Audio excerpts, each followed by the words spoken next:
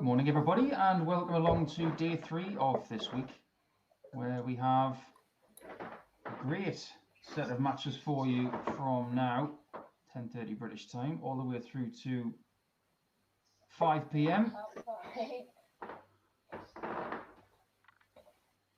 of an early morning dart there from Colin Sherrick, as John Brown takes the bullseye in game number 1. Same players as Monday. Hopefully all of them feeling refreshed after having a day off yesterday, but at the same time feeling ready for action after playing 5 games each on Monday, where we saw a winner with 6 points. Not only did we see that on Monday, but we saw that yesterday in what was a frighteningly close league. 41. Will we have more of the same today, or will someone dominate?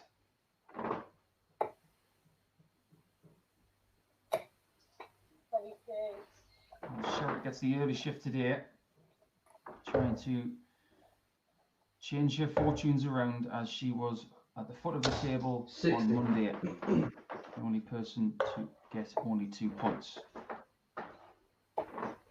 It was Scott Marsh who won the league. He will join us around 12:35 British time, as we drip feed you the plethora of talent that we have today. It will be John Brown, Keelan Kay and Colin Sherrick to contest the first 3 games, and then we will introduce the likes of Jose Justicia, Diogo Portela and Scott Marsh. Both players just trying to find their feet early. John Brown with an advantage of 99 here.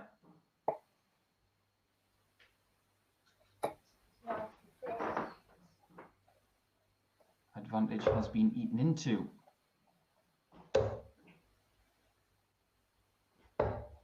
82.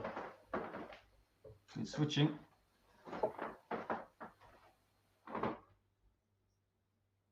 Early on, Colin Sherrick has struggled to find her range on that treble 20. A lot of her darts are hitting the board low of their target.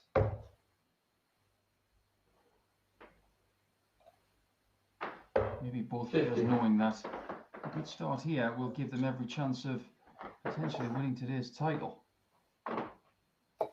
John Brown has not been able to get one of those titles yet, but he's not been playing in the leagues as long as Fallon has. She has only the 1 title. Tops. Now 10s. 37. Fallon steal this first leg. 1-4. Not quite. Aggressive going for the treble 16.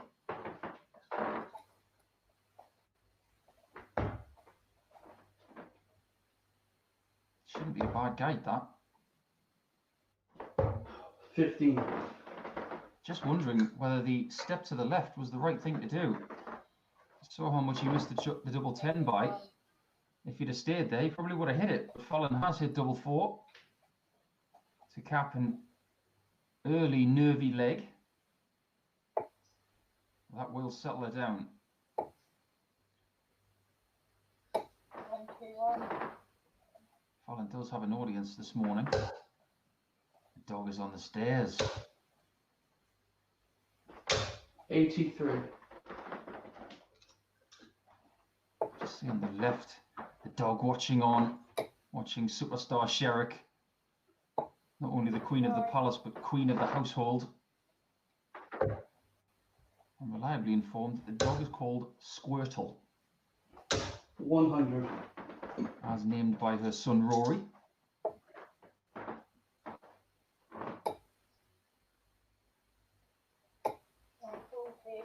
Much better from Fallon in this leg, leaving 181 after 9. A distinct improvement in the scoring stakes, and John Brown 60. does need to start finding that red bit. If he doesn't find that red bit, he might be wise to start using the treble 19 a bit more. 131. Because Fallon is clicking into gear here. Wants to stay up top. Good plan. 100. Well executed. Nice find there after blocking the segment. It may be too late. 15K. And is. Distinct improvement. Capped up for the 14 darter there.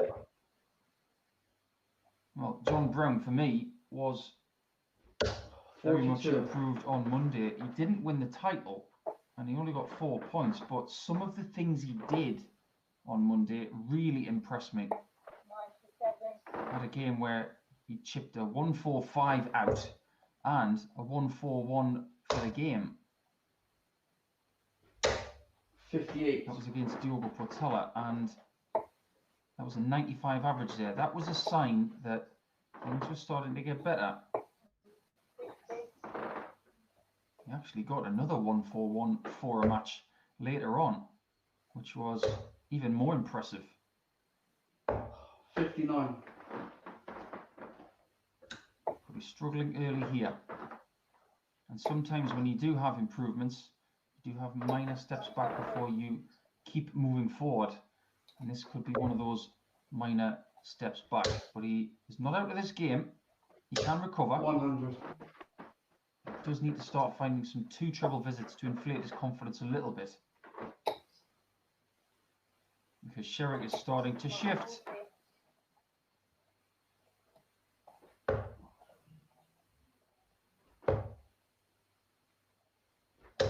41. The range of the first dart is giving him trouble. He's having to recover every single time he goes to the hockey. 64. And that will blunt your sharpness. That's better. 105. Good plan to leave the 2 darter. But Sherrick goes for a shot she's already hit. This time she doesn't get the double 16. And the adjustment, she hits the single 7 to leave 25. John. Surely treble 19 for double. 19 left. Great effort. 87. 77. We've all hit a 1 going for 96 now and again, but the fact that he got a shot at double 19 and it wasn't far away, it was a really good try. Sherrick has blown 4 leg darts to take a 3-0 lead. Double 8. Might need this. Demon 3. Finds it. It's a really nice find as well because that dart was pretty awkward. Sherrick smiling it off. And the bright side is it wasn't her throw broken there, but that was a chance for 2 breaks in the bank. Chance missed.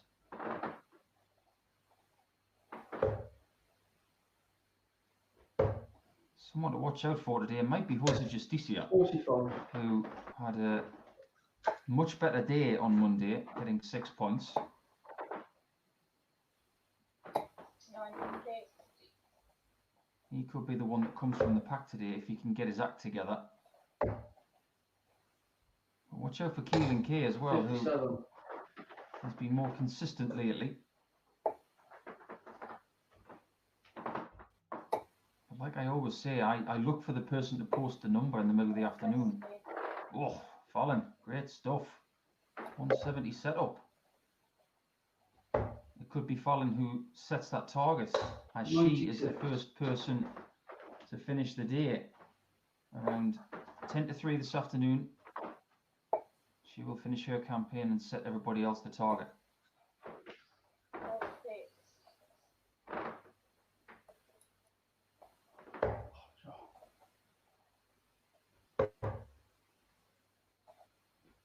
83. John's really struggling early here. But we have seen in previous leagues, when he does have a slow start or a disappointing beginning to his day, he can recover.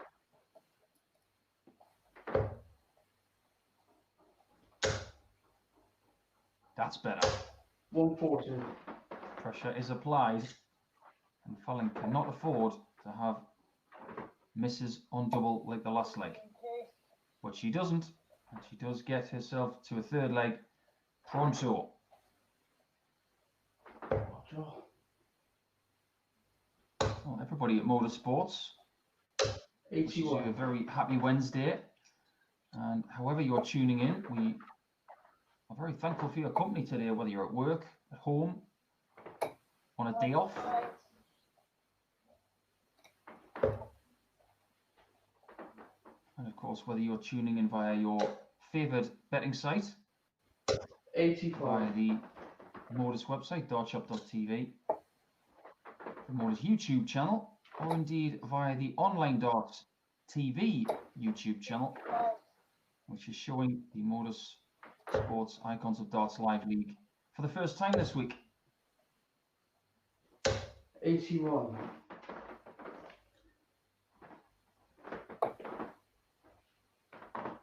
If you are choosing to have a little wager on certain things today, like the league leader,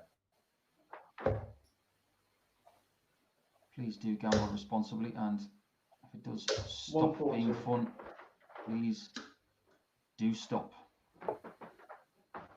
John Brown has had an improved leg here. Every single visit has included a big treble, 134. and he does have plenty of time to negotiate this 114. It'll be good for his confidence if he can take care of it straight away, but he's missed a single. 74. Didn't let it get to him. It's a sign of maturity there. He didn't get too irate. He didn't go full on Aaron Monk. 60. Time to close the leg off with tops. Nice line, Even 2. nice weight. Okay.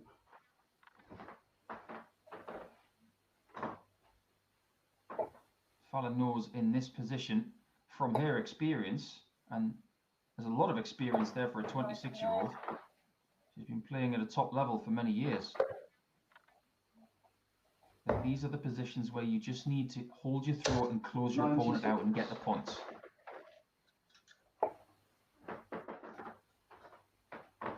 She has been battling the top ladies in the world the best part of a decade.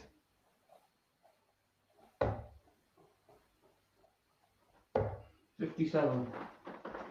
You wonder what opportunities the ladies will have at the end of the year, and we're all very much hoping that things like Ali Pali will be 140. very much like last year, full of fans, full of a boisterous nature. And as great as the match play was, we want the 100. fans back in a safe environment, so we can all celebrate Christmas with darts together. It would be great to have the Queen of the Palace back there as well, but that will depend on the routes given to the ladies and of course everybody else by the PDC. That will come in time.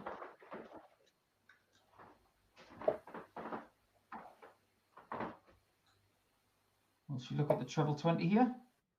Nope, she persevered on the 54. 40. It is indeed 40. She wanted a lot more than that.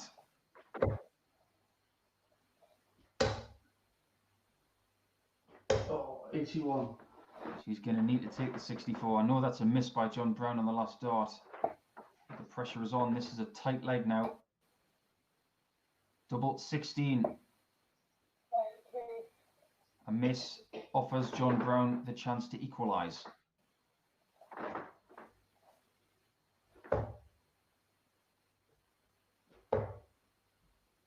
He's chosen double 16.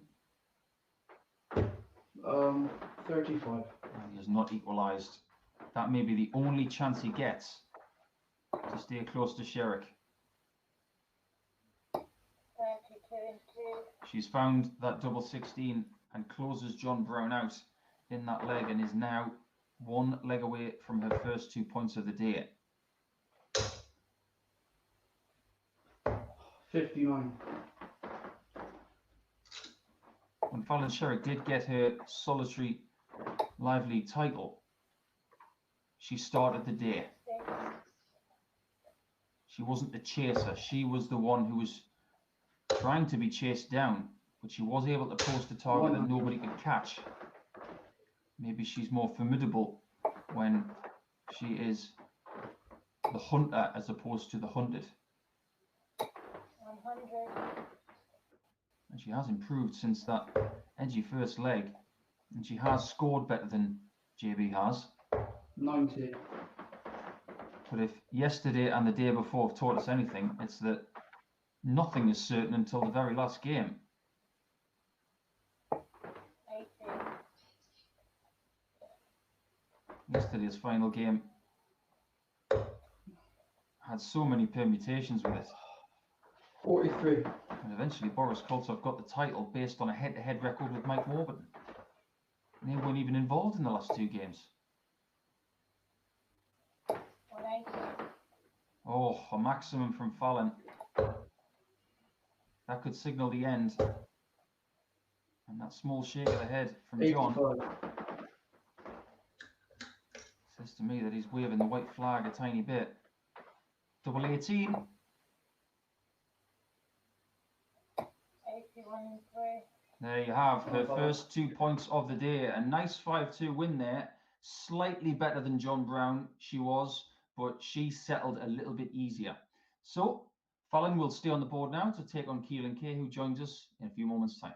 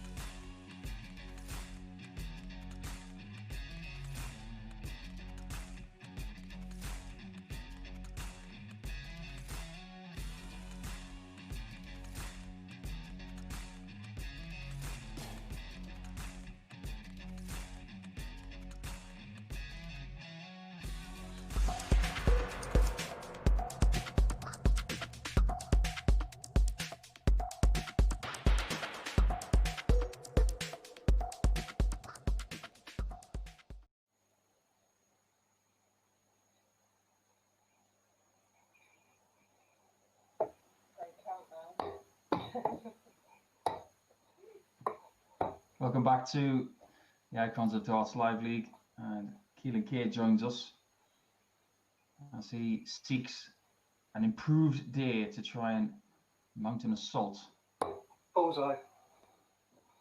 on the title that eluded him a couple of days ago by a very small margin.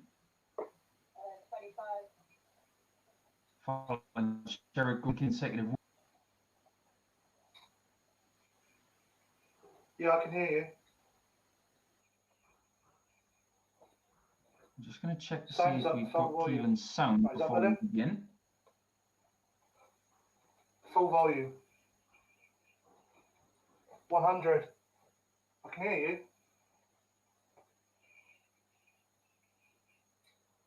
Right, I'll disconnect my earphones and I'll log them back in.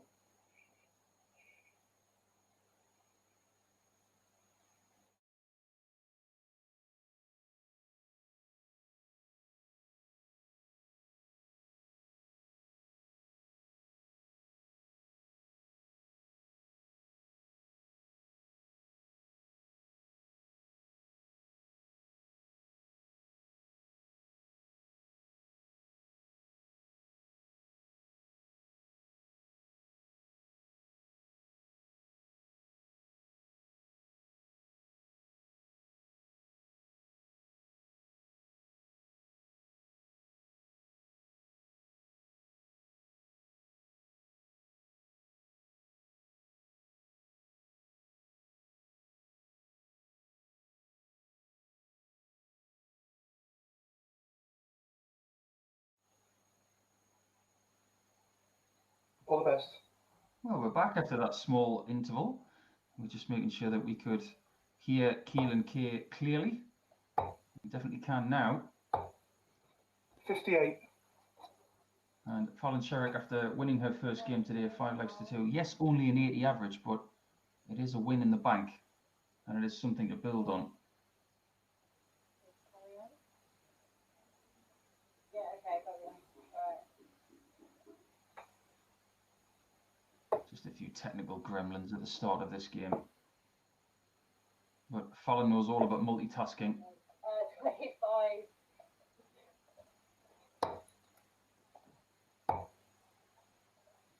Keelan 96. Kay had a good day on Monday. He had a win over the eventual champion, Scott Marsh. That was Scott's only defeat of the day. 134.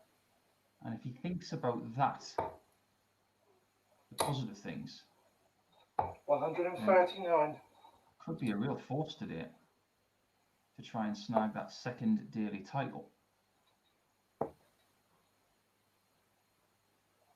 93. I think it's fair to say that Scott Marsh was the best player on Monday, but Keelan was close behind him.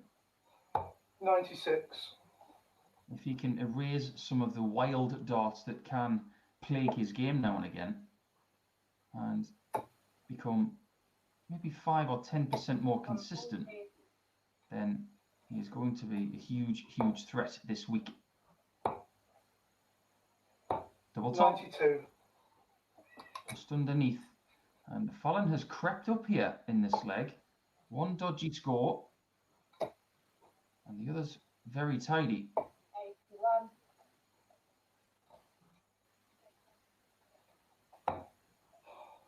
No score. Keelan has hit double 15 with the first dart. And when I was talking about wild darts, that's what I was referencing, as Fallon, the ultimate opportunist, takes her chance.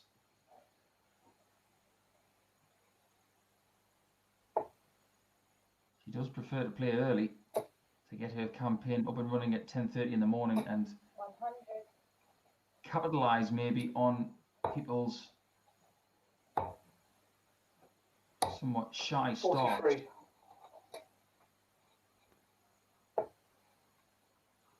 If she can take out the two youngsters in John Brown and Keelan Kay 93. and continue to improve her statistics and her confidence in her games with Justicia and Portela before 57. the lunch break, she could be hitting a very, very high number quite early. 180. Look at that. If you look back at the first leg of her contest with John Brown, they both struggled. 86. But because she won that leg, I firmly believe that she has got her chin up and doing the right things right now. 38. And after the first leg of this one, Keelan is battling. 97. Plenty of time for the 90. We'll probably go for the 54 here. Gets it. 19.2. And there you have it, picture perfect. Look at those two darts right in the middle of each segment. If you were going to take a photograph of a 90 finish using the 18s, you would probably 93. use that visit. Tremendous stuff. A marked improvement as well in the average. She is 20 up so far on her first game. And Keelan Kay is averaging very similar to what John Brown did in game one. So improvements have to be 100. found. Maybe with Keelan right now, what he's done in this third leg is what he needs to just chip away at, get 1 treble visits 123. and build towards those 2 treble visits and possibly 3 treble visits. 125. He has a nice 140 cushion here. That was a really good answer there from Keelan because Fallon was starting to build a head of steam.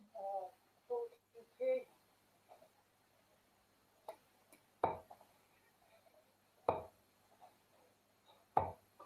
59. He's okay in this spot. Good advantage. And he now has 6 darts to take care of the 124. Doesn't have to be too crafty here.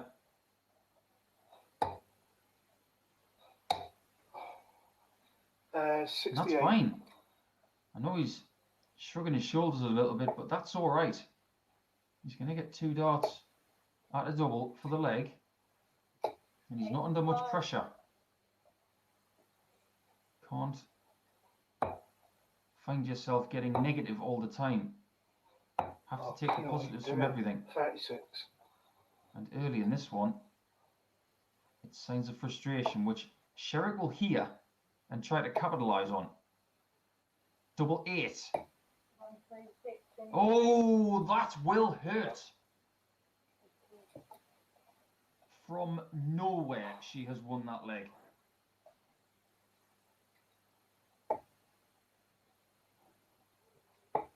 What I was saying about the players hearing the negativity, 96. it's like playing poker against another dart player. Sometimes you don't want them to see 100. your body language or anything like that. And in most cases here, they don't see your body language, but they will hear what you're saying if you have any negative 59. iterations.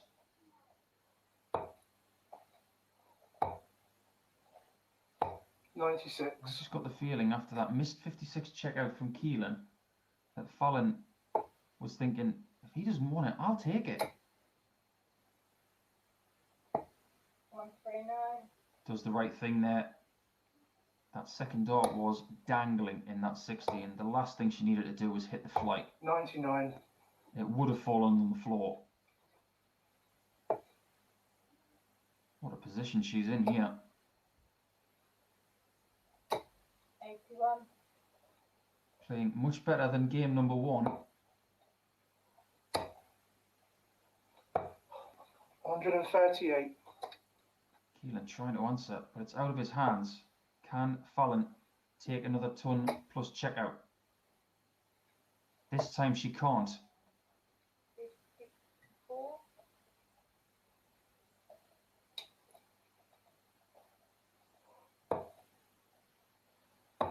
Single 8 for tops. Oh, another 33. drag to the left. Plaguing his game right now. Single 20 for tops. 32. Not far off, and Keelan has dodged a bullet there. He should be 4-0 down. six. 23. Double trouble in this one, and he's offering way too many opportunities to Fallon Sherrick.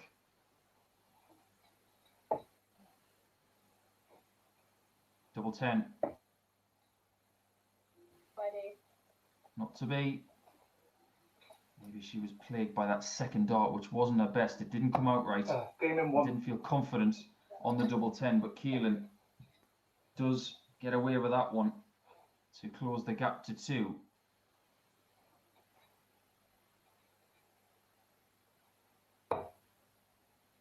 Yesterday, our highest finish was 144 119.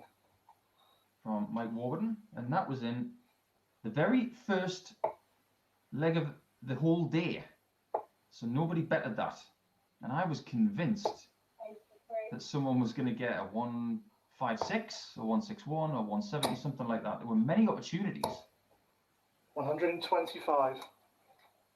And the only other real picture book finish that we saw for the day was Martin Adams taking a 136, ironically, which is what 140. Fallon Sherrick has already taken today.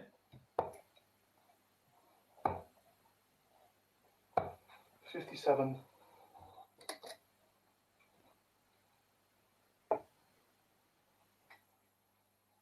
Well, if Fallon is missing that 60, she's missing it low. 86. She's close to Keelan in this leg. 100. In order to stay close here, she needs 2 trebles. There's one. Another. 135. That's not bad. The 2 darters left. Keelan's already on one though. 90. And another drag to the left on double 10. Gives Fallon the opportunity. An opportunity she can't take on this occasion. Get the feeling Keelan needs to hit a dart like this. Right in double 5, straight away. Game in 2. That'll do. Thank If you. you look at that shot though, it's way to the left of the centre. He's already had a shot in this match where he's bust the double. And that was precariously close to double 12. I'll give him full credit though. He used that marker perfectly. 31.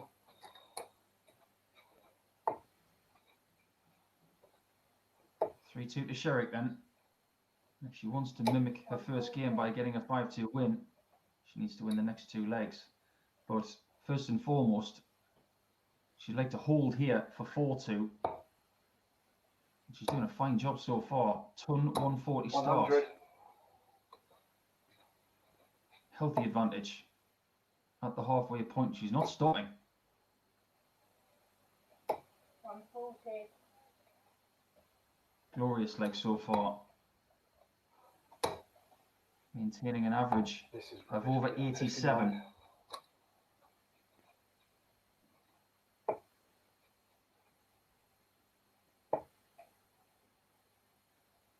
You look at the 48 here. Does so to leave double 18. 85.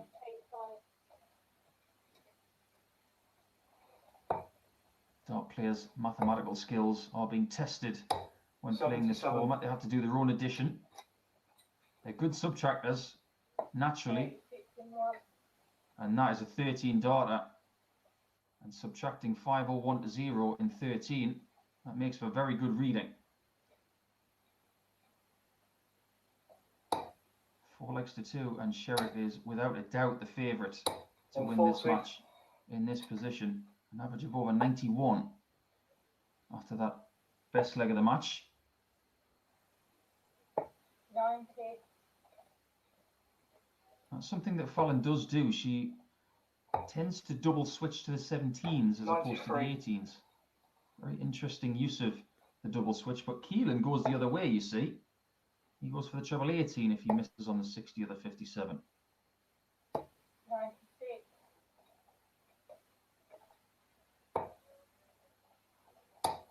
This is a better leg from Keelan K. 98. had to go 18s with that last dart because Fallon can leave a 170 here. Now she can't. 134. If you do leave 315, the best first dart is the 25 and bull. 134. This is the kind of leg that Keelan Kay needed to boost his confidence. And if he can take it in the same number of darts that Fallon took the last leg on the same double, he'll feel better about his chances of snagging the win. And he has done that. That's much improved. In order for Keelan to win this match, though, he has to break Fallon here. If she has the same kind of performance in this leg that she did in her last hold, he's going to need a 12 darter.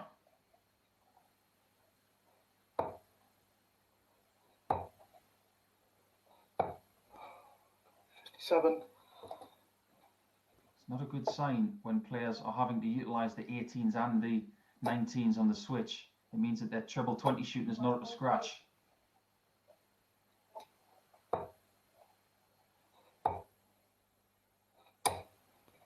$77.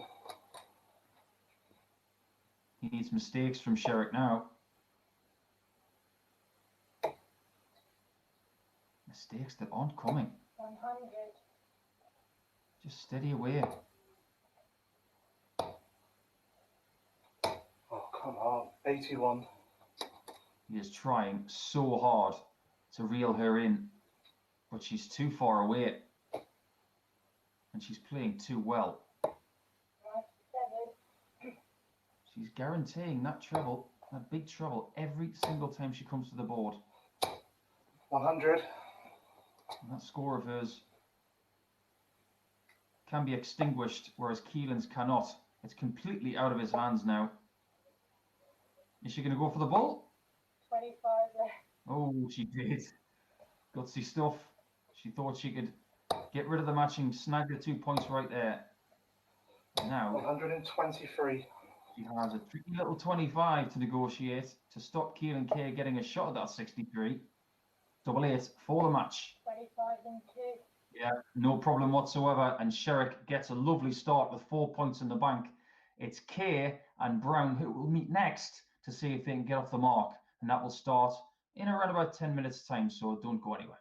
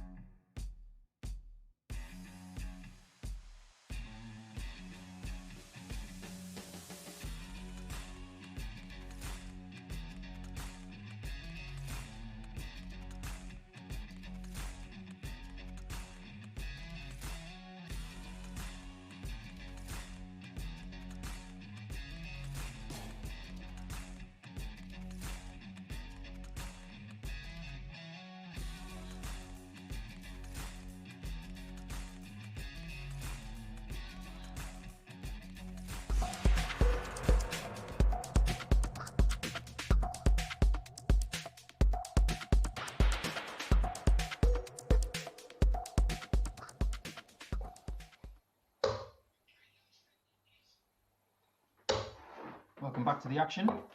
And we now have the two youngest players of today's group going head to head to Junior Darts Corporation superstars. That's the bullseye. John Brown looking for an improved display. Outside. And Keelan Kay also looking for something like that. But this one could be close.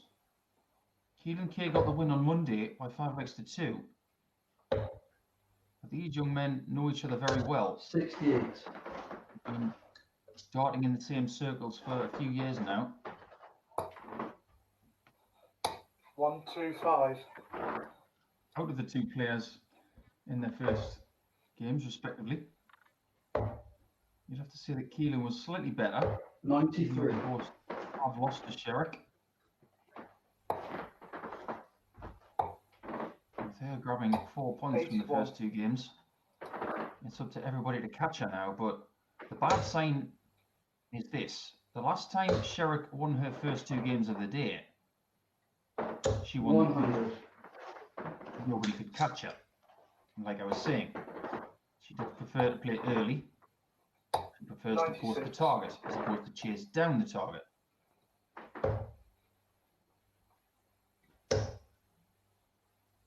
Effectively now, with her winning the first two games, everybody else is the chaser. John Brown has found an improvement 99. in this leg. Great first dart. Immaculate second. And a wonderful third. And that is a good shot. Well said, Keelan. The king of the 140 plus checkouts this week, John Brown. That's his fourth, believe it or not. 96.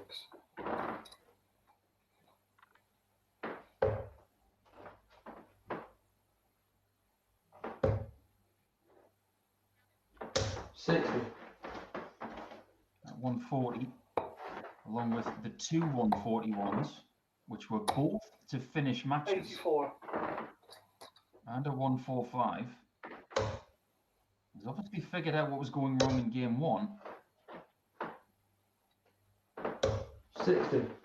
But he had the luxury, after his defeat to Sherrick, to just take 20 minutes, figure things out, take 95. his time. And if you are curious as to what these players do in between games, some of them just go relax and then throw a few darts before they're due back on, but some of them really do work on their games.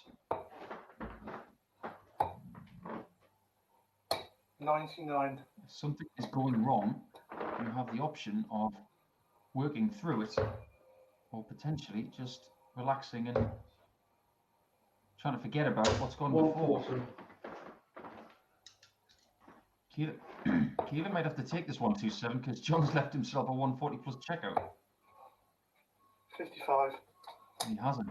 So will John scare this one? Possible. Oh, 68. 101. it was not far away.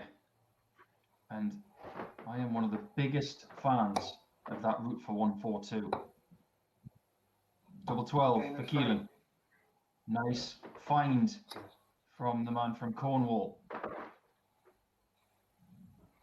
What we want to see are these two players really going at it and showing us what we can look forward to in the coming decades.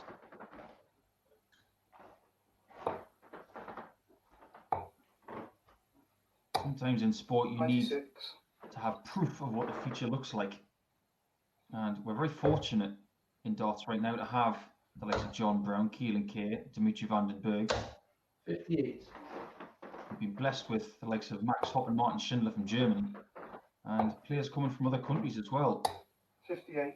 But you do need that proof of what is about to happen in the next 10 years. Just look what's happened with golf lately with Colin Morikawa and Matt Wolff, 86. amongst others.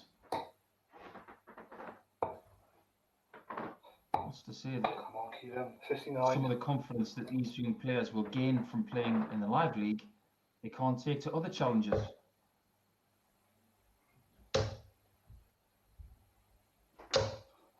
100. Chipping away at that score, down to 200. 140. Keelan takes a 1 dart lead. It's been close all the way, this one. I think it will remain that way. 58.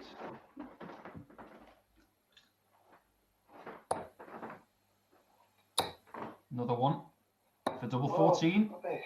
120. Ooh, he says rubbish. It was a great try. No, it wasn't the greatest start at double 14, but the fact that he got a shot at it shouldn't be negative. 102. Now he has to hit double 14. Game and 1. Does so. Maybe Keelan K just needs to sip from the positivity cup a little bit more, because he's not playing poorly. Maybe he just expects too much of himself at every single visit. We are human beings. We are going to have off days. We are going to have off visits, off legs. It's how you manage those, not just the positive stuff. It's what makes you who you are. 97. You've seen with Aaron Monk is probably the best example of this. That negativity can be infectious. 60. You know the talent that Aaron has, and some of the things that he's done in the Icons of Darts Live League, 139. we've talked about many, many times, but the thing that springs to mind with Aaron more often than not is his negativity. And if that could be tempered, 140. he'd be even better. And I think Keelan just has to be careful with how or what he 97. expects from himself.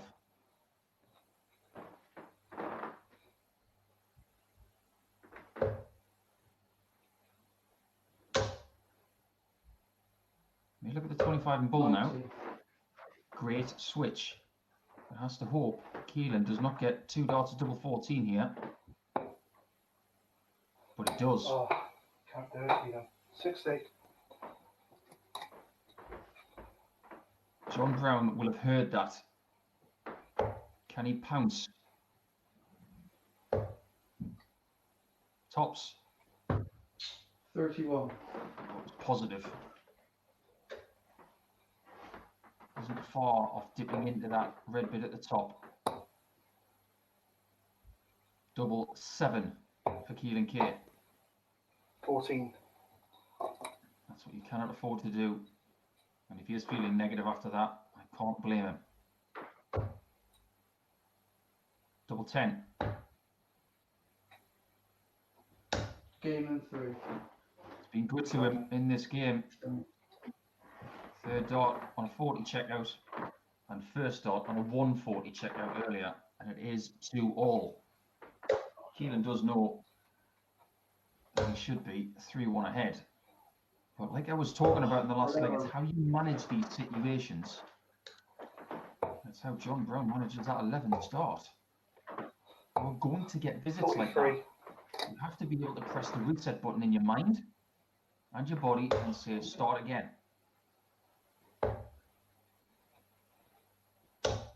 58. And I was going through some sports psychology, trying to figure that very thing out. Once you get a hold of it, it's a very, very powerful tool. 135. It doesn't just help you with sport, it helps you with life.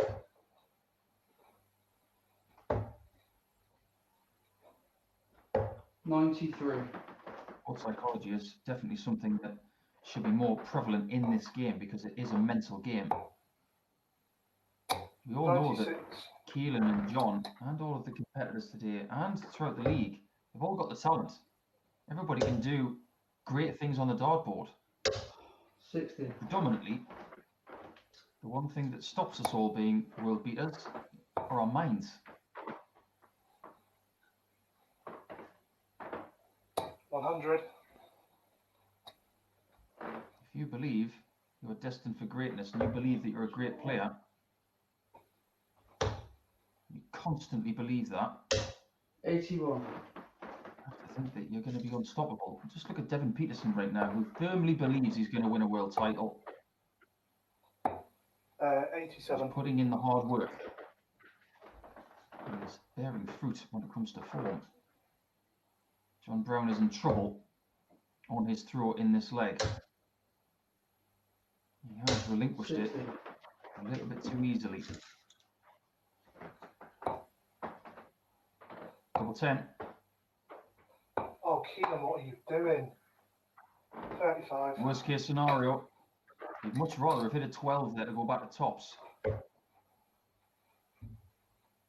And now that he's coming back to the board, 60. he's got a very tricky looking 5 to negotiate here. Excellent single. Taking his time over double 2 and does a very good job there. And I love the step back just to take a moment and measure the shot. This is a very important game for both players because one of them is going to have 2 losses against their name after the first 2 games, and that will take them out of today's reckoning, in my opinion. But I have been wrong before. Yesterday, Scott Mitchell lost his first 2 games and wasn't that far off the top spot in the end. He actually had the same points as the winner. It was just the leg difference that cost him. Strange 53. all day. But very entertaining. 100. Better stuff from John Brown in this leg. 1-3-4 start, followed by a ton. 140. Both of them are starting to find it again.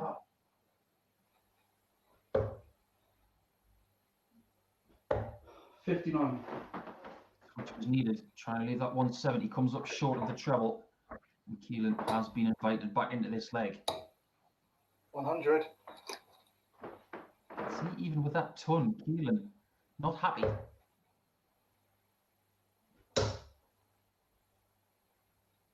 Just goes to show what he 76. expects from himself. When a ton is not enough. Bullseye. 102. 127 is narrowly missed. The bullseye is where JB will be looking for his first shot. Good 25, 57 needed. There it is, bullseye. Oh, very positive 87. dart. But it doesn't hit the marker and doesn't snag underneath it to hit the red button. Double 12 is the chosen target for the 25 out. 19. He pulls it left of 6s. And John Brown is not out of this match if he takes this 45. 39 remain after that missed single. 7 on 19. He's got a big wedge to aim at there.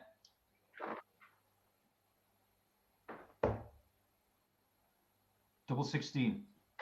Aiming 3. Brilliantly done. Again, he stepped back. He took his time. He took a breath and evaluated what he needed to do, just like what Keelan K did on double 2 for the 5 checkout. The right thing to do when things are a tiny bit edgy. 58. In a game of millimeters, you need to 83. do everything right. Whether that's throwing in rhythm for you or whether it's standing back and taking a breath, taking a moment. 57. You do what you need to. Come on. 49. These guys want to beat each other. You can just tell. Same age, same sort of ambitions. We could 59. be seeing these lads go at it for years.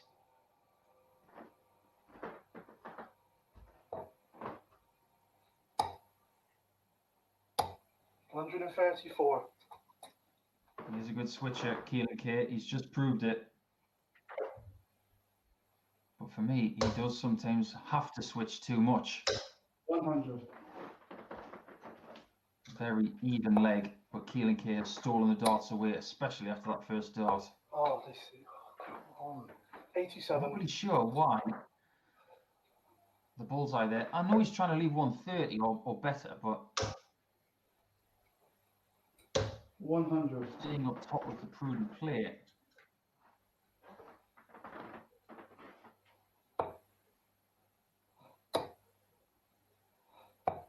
$94. Great last dart. Set up the two darter, but John Brown has this in his hands. Only a one treble out, this one. There's the treble. Bullseye. Even 3. Ooh, that will sting like a summer wasp in the shorts. And a second ton plus checkout of this game for JB puts Keelan K on the brink.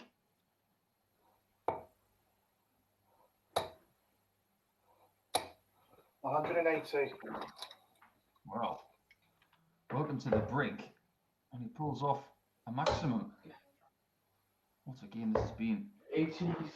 Only averages have in the low 80s, but it's been a very entertaining contest. It's been backwards and forwards like a Newton's cradle. 93. If anything, the fast Keelan K is actually upping the pace. It's a scary prospect. 140. That keeps him in with a shout of getting this done 5-3, John Brown. But it's down to what Keelan K does. 58. Leaves 170. Can John Brown get to a finish from here? Needs another treble to do so. Oh, he's left. 140.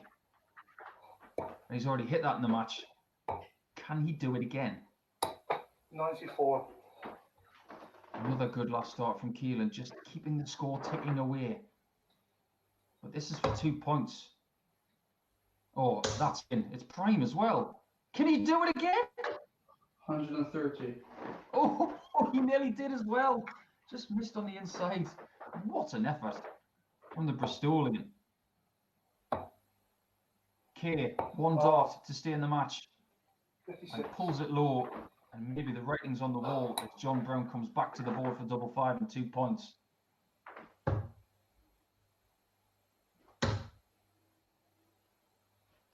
Getting closer. Fabulous, fabulous Yeah, look loving it. at that double 5. Just gradually got himself down towards it. But wow, what a game that was at the end. Keelan K will feel aggrieved that he didn't get the points, but too many missed doubles for him. And John Brown kicked at the right time. That 127 was massive. Well, Jose Justicia of Spain will join us next to see if he can stop Sherrick and the Queen of the Palace Express. That's coming up next.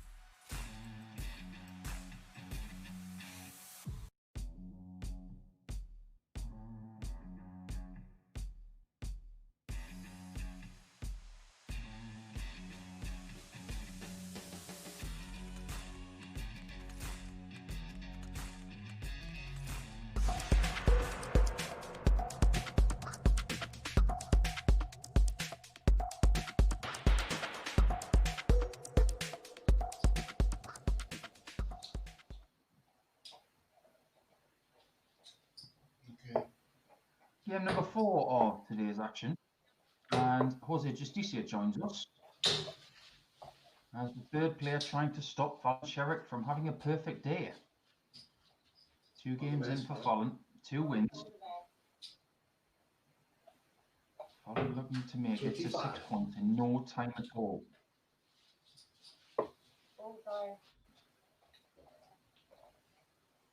Like I mentioned at the start of the last match, a bad sign for this group when Fallon starts well. Because the last time she won her first 2 games of the day, she won the group.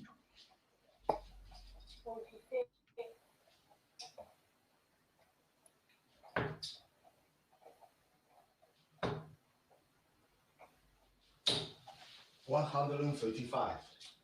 Has to be said though, Jose Justicia had an improved day on Monday, bagging 6 points. 96. Jose has found himself towards the bottom of the table quite often over the last few months. But to find 6 points on Monday was a marked improvement and maybe a sign that this week he is going to strike and potentially get his first daily title. When they played on Monday, Justicia had a very strong last leg and beat Fallon 5 legs to 4. That was Sherrick's first match of the day on Monday, and it was Justicia's third. So the roles are reversed today, as Jose plays his first match, and Fallon plays her third. 130. Good stuff from Jose here. It wasn't a bogey number there of 162, but it didn't matter in the end. 69. And with that impeccable approach, he's looking at a 13 darter to begin this match.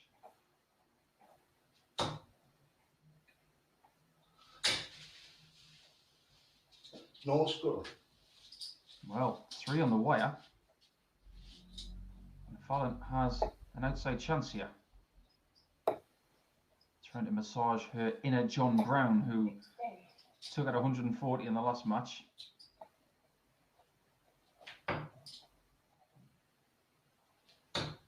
Double eight into. is found by the Spaniard.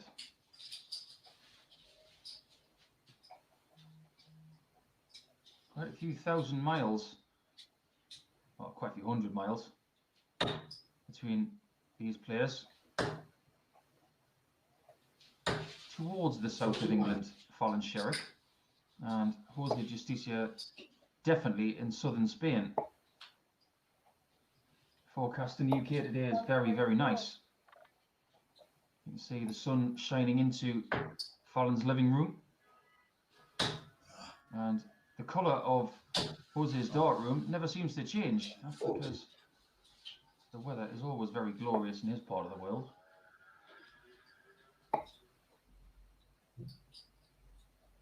Jose has done a lot of travelling with his darts over the last few seasons. There's a lot of soft tip darts in the Far East, Malaysia, Hong Kong, Japan.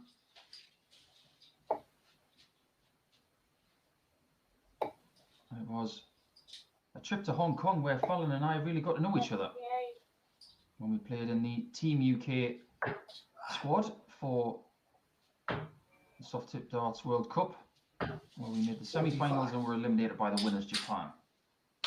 And that's where I met a certain Mikuru Suzuki. Ooh, just misses the double 19 for the 155 out there, and that would have been the biggest out of the day.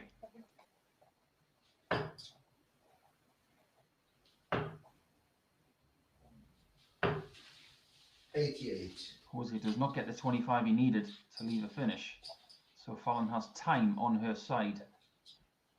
38 and 1. Well, that's just a sign of confidence. If that was me, I would have been shirking right away from that double 19 towards the single 6 to leave double 16, but no such shirking. from Fallon Sherrick.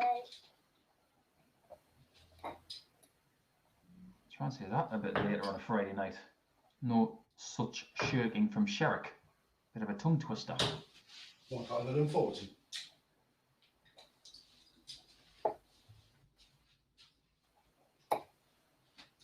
Even though Fallon had 180.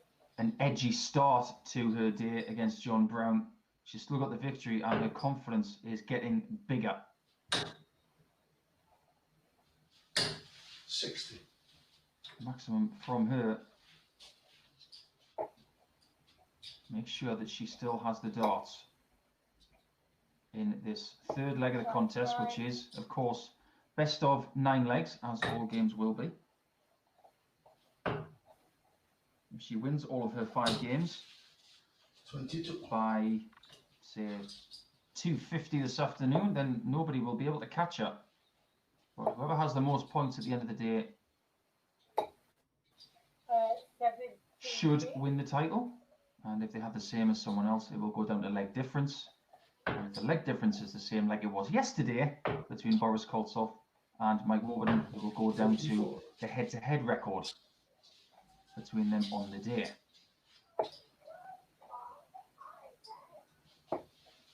Double 14 for Sherrick. This is for a 15 darter. 74. She misses on the inside. I think she's got some fans at home. 90.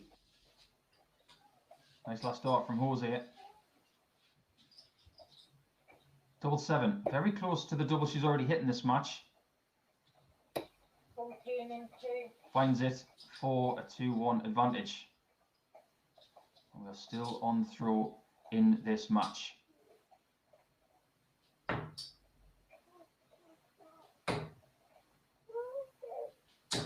$121.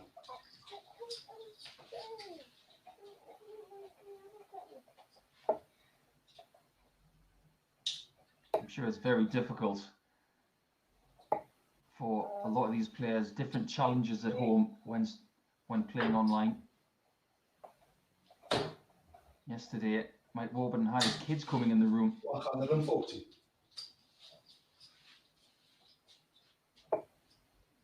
My biggest challenge was the noise of construction.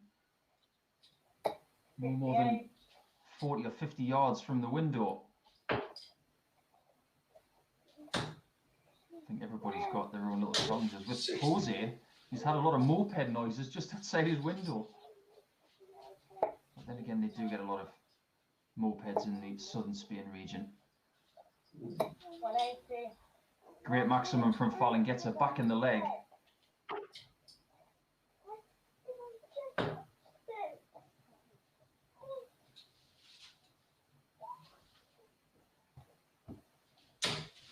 $100. Great last dart from the Spaniard to take him to the 2 darter. How much pressure will he be under? 43. Not enough. Up the ladder he climbs. Too high. Game 3. Well, not too high, just high enough. It is 2-all. A fascinating contest. You get the feeling that someone like Diogo Portela, who will join us in the next game against John Brown, he probably wants Just DCA to win this one, because that will invite a lot of players into today's fold. 140.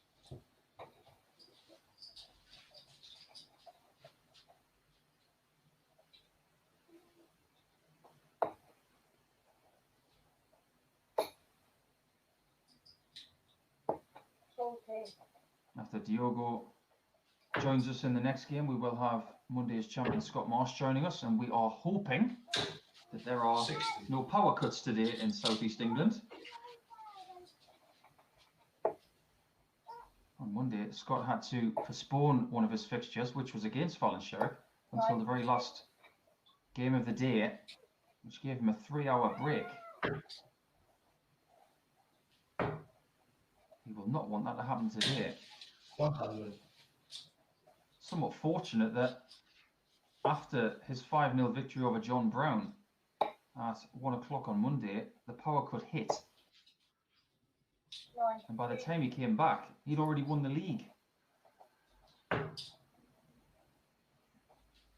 Martin Adams was not so fortunate when he had internet problems and had to withdraw for the day. Touch wood, we don't get any problems like that today. Sherrick looking to get in front of Jose, and she does. Gets the easier out. But this is a big chance for Jose.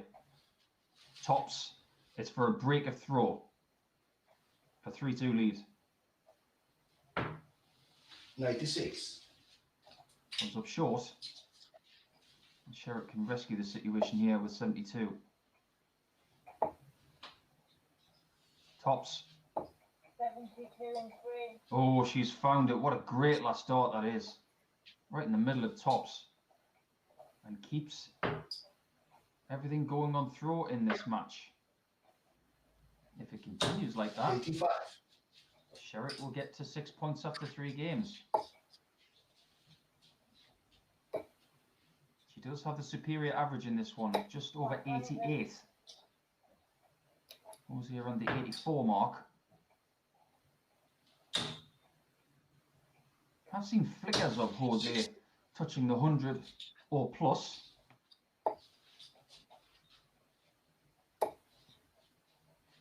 Too many times he's in the weighty region, and that's going to offer too many chances to players like Sherrick, who, especially today, are looking quite sharp. 95. Stolen the darts here. 91. It's a great last dart to get to a finish first. Pressure is mounting on the Spaniard right now. 60. And not able to get to a finish gives Fallon 6 from 170. She might have a crack at this. Bullseye. 145. Oh, so close to the maximum checkout. Nothing in the way of a bonus for getting it, but it's always nice to get a 170. 25. Oh, it's a 14, so 11 left. Double 4. 25 And and it 3. is 4 legs to 2. She now has 2 opportunities to serve it out. If she doesn't serve it out in this one, she still has the opportunity to serve or break to get 2 more points. But if she can do it in this leg and win 5 legs to 2, 81.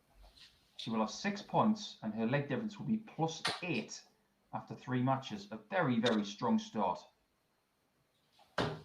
83.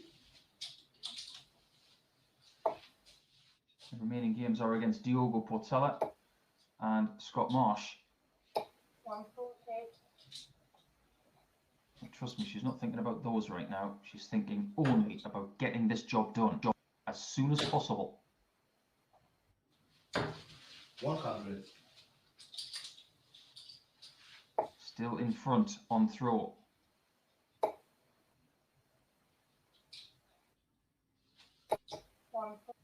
And the scoring has just been so consistent in this match. The average has climbed above 90. And she has been the better player without a shadow of a doubt. Can she take the 140 to finish this job? Double 10. 120. Not far off, equaling the biggest checkout of the day. Don't forget, John Brown had a shot to hit another 140 45. for the match. He missed it, but he did get the job done. And that's exactly what Fallon has done there with the first dart. She's got another job done. She's also got 2 more points. She's got 6. And now she's going to take some catching. And it's up to John Brown and Diogo Portela to start their charge towards her 6-point total and see if they can get any closer. Come on in, Diogo. Let's see what you got. You'll be right with us in a minute.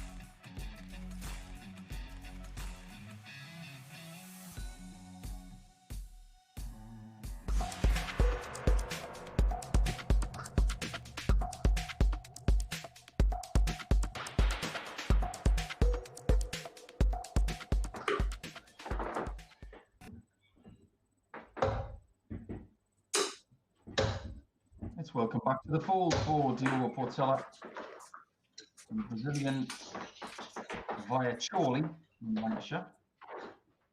Has made a little bit of a equipment change today. Really, really interesting that he's gone to the kite-shaped flight and what looks like a very different barrel. So let's see if that brings him a bit more fortune today. Okay, mate. What best, mate? Time will tell 25. after this match, but first he has to take on John Brown. Outside. We do have his first points on the board after What best, Diego? that tremendous game he had with Stephen Kay, which included 2 very important Tum Plus checkouts. A 127 on the ball, which gave him the lead, and a 140 along the way. 100. Very, very tidy indeed. The best of the day, in fact. So he recovered well after 57. a sketchy start against Colin Sherrick. And I did say at the start of the Keelan Kay match that he does have bounce back ability, John Brown. He doesn't dwell too much on the past. 60. He can respond very, very well when he doesn't get the start he craves. 140. The question now is, how does he progress throughout the course of the game? Can he close the gap on Fallon Sherrick, which for most of the players is 6 points, but for John it's only 4. 45. John Brown does need mistakes from Fallon, and he might need them when she plays his opponent in this 83. game, which is her next match.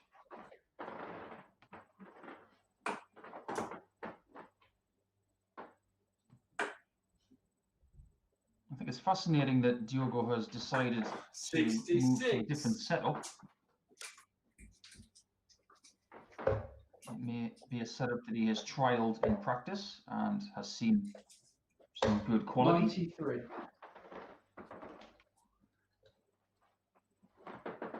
But the ultimate test for a new setup is definitely within a competitive game.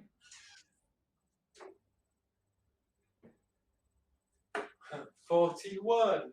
It doesn't look like the kind of setup that is close to what he was using. It looks drastically different today. No such problems for John Brown, who very similar setup to his father. Good medium stem, pencil-like barrel, keeping it simple. But the change for Diogo is 60. what looks like a shorter stem, a slimmer flight, and a more tapered barrel. So it's quite a drastic change. Very Peter Wright-esque. Not pleased with that shot, which 48. had to be going for the treble 18.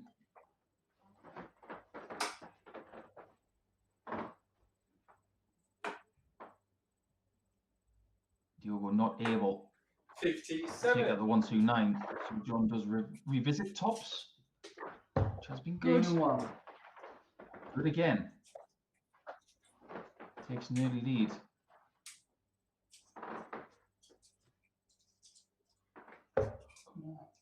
Diogo not performing early in this one. 81.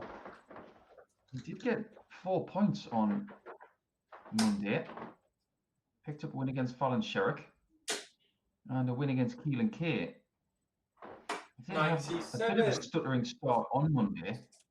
I didn't see enough evidence from that day for him to change his equipment so drastically. 100. The thing about using a smaller flight is that you have to be more accurate. You will get more speed through the air with the smaller flight and less stability as a result. 59. So if you want to get a smaller flight, I think you've got to be playing at your very, very best. That's why it always worked for 59. Phil Taylor. That's why it works for Keane Barry. I tried the kite-shaped flights at certain points in my career, And I'm not ashamed to 96. say that it was a mistake. But you have to try these things to find that 100. out. You can take as much advice as you like, but unless you try it, you'll never know.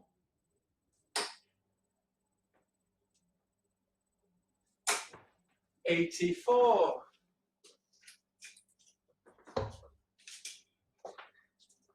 Does he fancy the 161? Very mature. 99.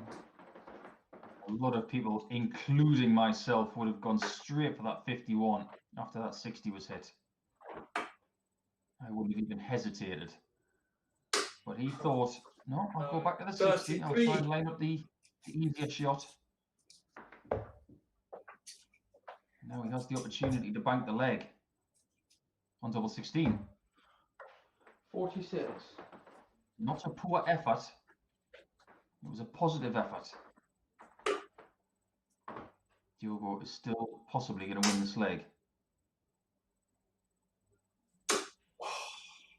Oh, that was 105. close. Oh, Such a 107. fabulous try.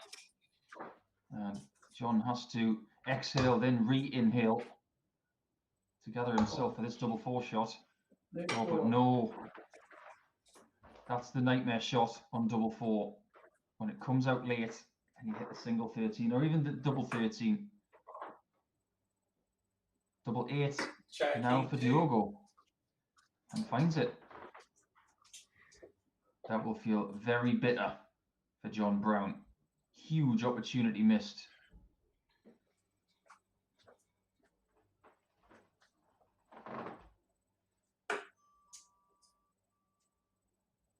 I'm just seeing those darts that he's using.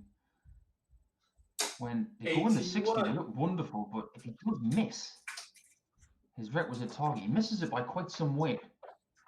So either this is an experiment or it's something that just needs a bit more time to bed in. 81.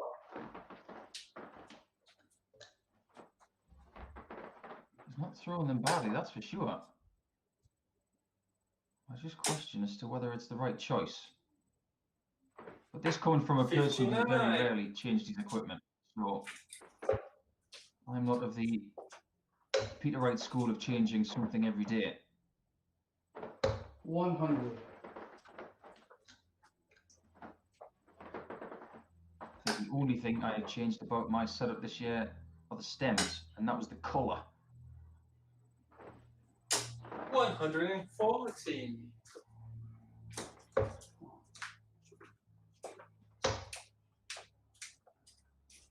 125. Starting to get their act together in this third leg. Both finding 2 treble visits there.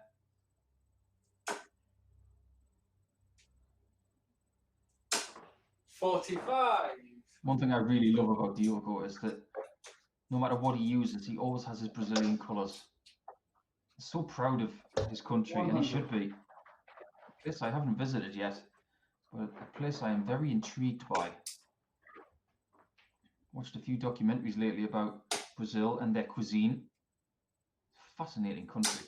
81. Everybody always looks so happy down there. Bullseye for 13. For double 16 for the 95. 63. And it is realistic to say that John Brown should be 3-0 up.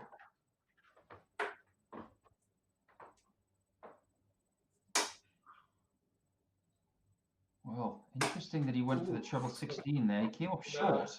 85. Now John can get himself 2-1 up. It's double 8 again. Finds that. Throws such a lovely rhythm, does JB. And when his darts go in at that beautiful neutral angle, it just tells you that his technique is 100. very, very sound. And when your dad is Steve Brown, you're going to get some good coaching, that's for sure.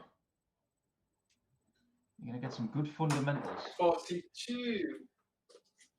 And one thing that Diogo has done with his technique over the years as he's improved is he's stopped what we 95. call laying the dart off towards the right shoulder. So he's tried to keep everything much more in one line. So the dart comes back towards the jawline and it comes straight through. What he's trying to eliminate is the 100. elbow as a right-hander going to the left when he brings the dart back, and then the dart goes further away from the face. That's called laying off. 99. He has eliminated that somewhat over the last 2 or 3 years and has become a better player as a result. This is a better visit. 140. I'm an advocate there for the last dart going to the 19s, because if he hits the 19 and leaves 220, he then has the 58. option of a maximum to leave tops, whereas from 219, he cannot leave a double. Now he has to go 19s. 59. Advantage, John Brown again. Every leg he's had the better opportunity. 59. He's naming himself, much like Keelan was earlier. Never a good sign when a dart player 50. refers to themselves. It's a way of telling yourself off. Double 15. For 3-1. 3. Brilliant shot. 3-1 to John Brown, who was looking to get a very similar result to what he had on Monday against Diogo in the very same time slot. They played at 12:10, and it was John Brown's best performance of the day. 140. He won 5 legs to 2 for the 95 average and finished the match with 141 out. 59. He already has a 2-leg gap and trying now to stretch that to 3.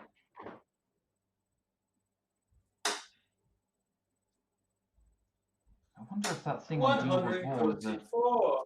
some sort of Brazilian oasis. Looks very idyllic. Looks very different to where he lives. Not that there's anything wrong with Chorley, because I used to live there, so I'm never going to say anything bad about it. If I'd have stayed there, I would have been neighbours 57. with Diogo. He actually came to me a few years ago and said, "Where's the best place to live in England for a professional dart player?" And I said, "Pretty close to where I used to live, actually. A village just outside of Chorley." And little did I know that he actually went and got a house there. 58. Fine choice, because he's not far from Wigan, he's not far from Barnsley, and he's not far from Manchester Airport. Very good logistically. 43. Advantage Brazil in this leg, the 5th. 73 average in this game for Diogo tells me that work has to be done with these new darts, or potentially if he wants to revert back to the old ones, he might be able to improve at a faster pace today. But that is entirely up to him. 42. John has got to stay patient.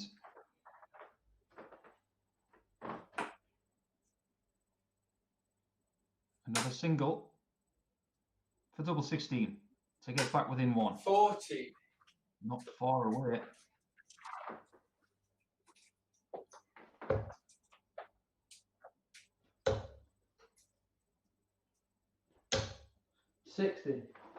Sometimes it just doesn't happen on your opponent's throw, and it hasn't happened here for John. He will think the leg is over, and it is a central double 16 there with the first dart. Now John has to shoot forward on his throw to try and get closer to the winning line. 140. Great job. Or as the Americans would say, good job.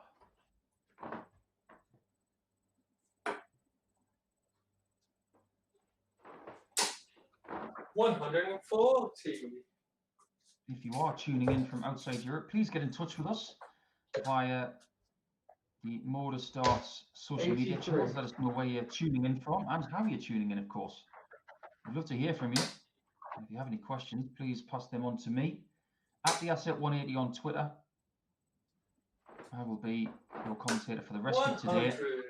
But Chris Mason will return tomorrow. He's been on holiday.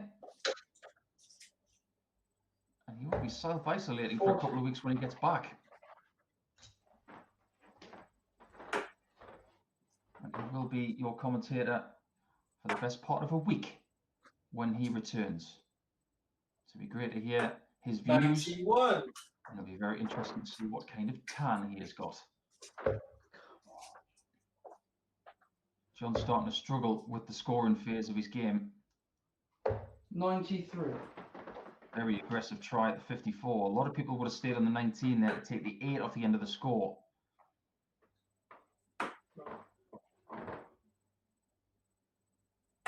$60. This is a decent chance.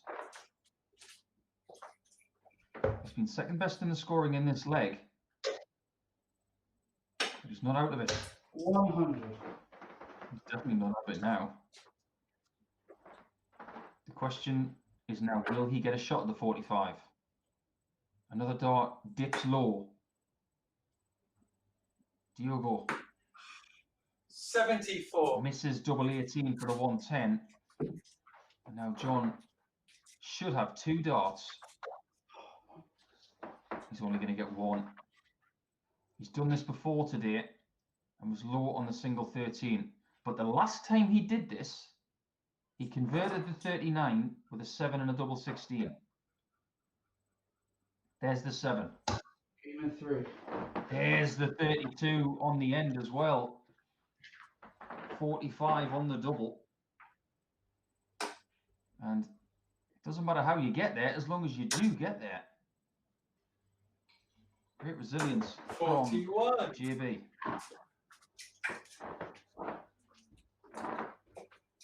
It's not the 95 average from Monday, it's only 77. It's the same as Diogo's average. 96. Trust me when I say this, averages mean nothing. It's about the win, the points, the position. And if he gets one more leg, 40. it's a good position. He'll be on 4 points after 3 games, and he will still be in the hunt. 96. And we'll have a little bit of a break between this and his next game, which will be the first game after the break at 1:40. So you'll have about an hour to figure things out. 65. First and foremost, he has to get this job in the bag. There are going to be days where you have to graft and 59. grind.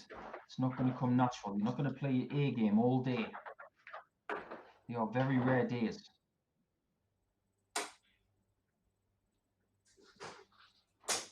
$96. Still has the throw via some better scoring in this leg, so he's in position. 80. Oh, that's very unfortunate, but the upside is that he has left to finish.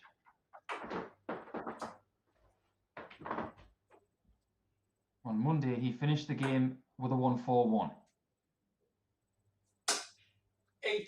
99. Sorry.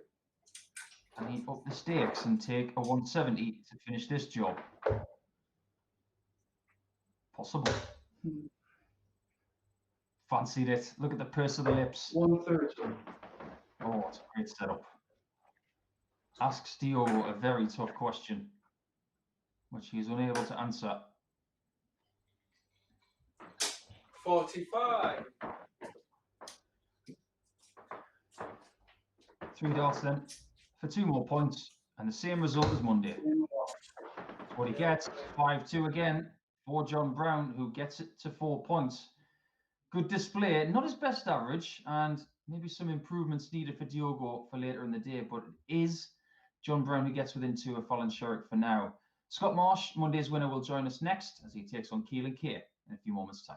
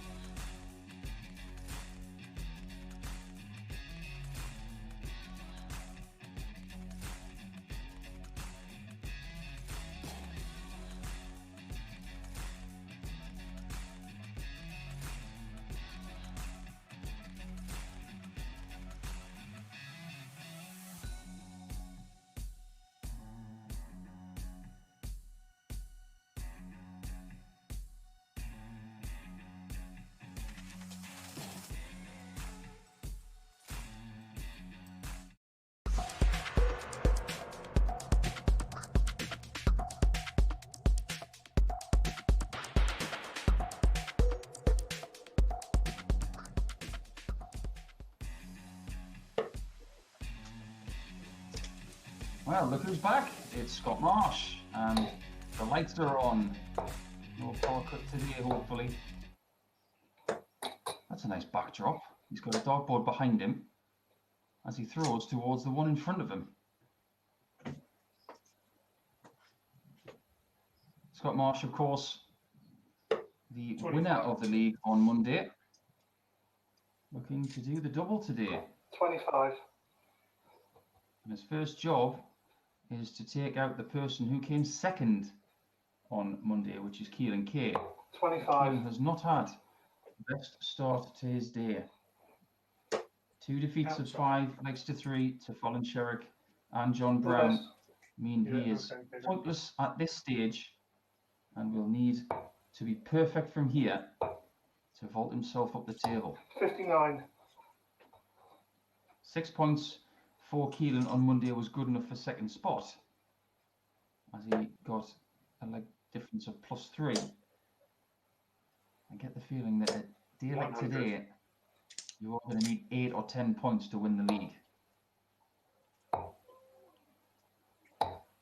58. Lots of frustration today so far for Keelan. A few pulled darts to the left when scoring and a few key missed doubles. 85. They've cost him big.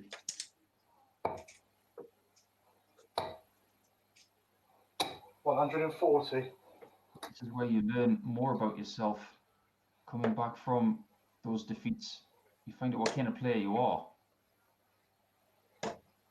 81. And possibly no better player in this cluster than Scott Marsh to test yourself against when you have those types of defeats, because if you can rebound against Monday's winner, 84. you'll immediately feel better.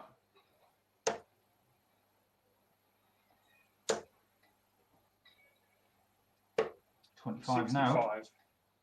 He's the 170. Only 10 behind Keelan.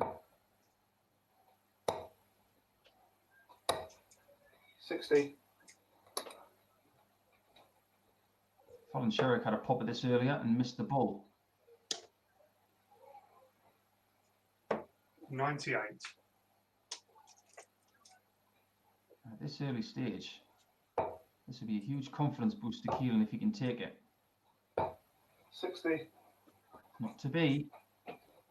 You've got to think that Scott will go to the treble 16 here, maybe. Oh, he's gone for the 12. That's 27. So he's got the John Brown left, 45. Double 16. Game in 3. Great shot. And if anybody leaves 45 today, it looks like they're taking it in double 16.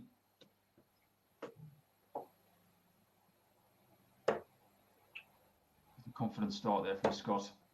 18 dart break a throw. 41. And you expect to break when you throw 12 darts for a leg. 43. You think you might break if you're doing a 15 darter, but there's not many players at this level who think they're going to break an 18. 140. And judging by the bounce in the step of Scott Marsh today, he is up 135. for the task of trying to catch Fallon.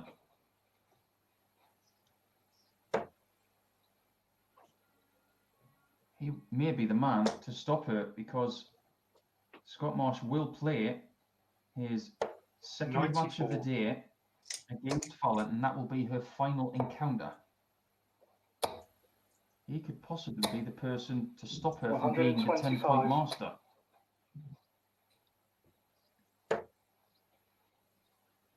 If Fallon was to beat Diogo in the next game 59. and get to 8 points, and then if Marsh was not able to beat Fallon, everybody's playing for second spot. 96. We had a chance at a 170 in the first leg, now it's a 167. Just over the top of that second biggest treble on the board. 72 left. And it was 100 to stay in the leg the last time for Keelan. 82. The 102 is just shy And look what Scott's got. Exactly the same shot. Different route.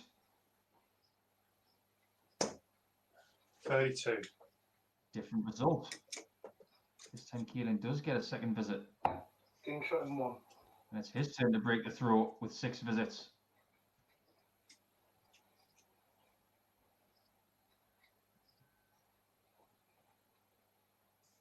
There's not a lot being said about dart players from the southwest of England in recent times, really, apart from the likes of Justin Pike, 57. who's from Somerset, Ryan Searle, who's from Devon, great counties. Keelan, of course, is from Cornwall, which is a little bit 140. further west.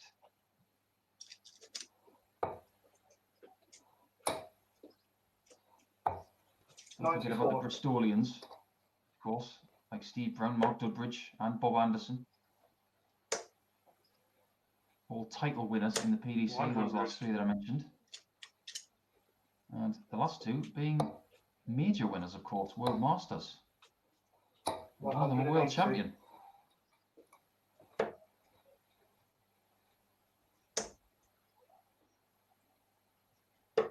That maximum 130. from Keelan sets up a perfect 6-dot conversion of 180-170.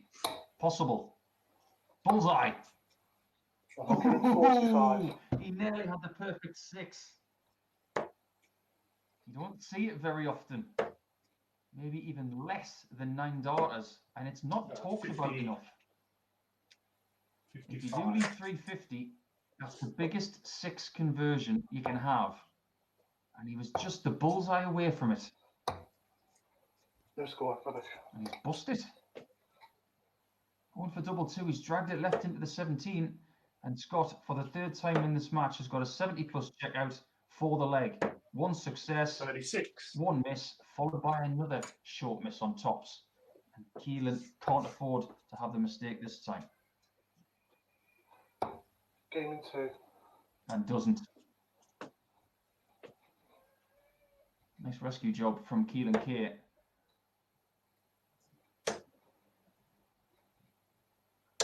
Just goes to show 81. that Keelan has scored a little bit better than Scott in this match. Keelan's had more shots at double. 58. Scott's only had 3 shots at a double in this match, one of which went in. 1 shot at every leg. 40. So it is conceivable that he could be 3-0 up. But he would have had to be imperfect. 39. These 2 are motoring along at a very decent pace.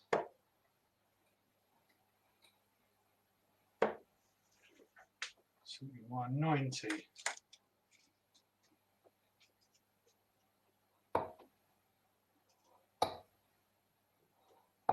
$92.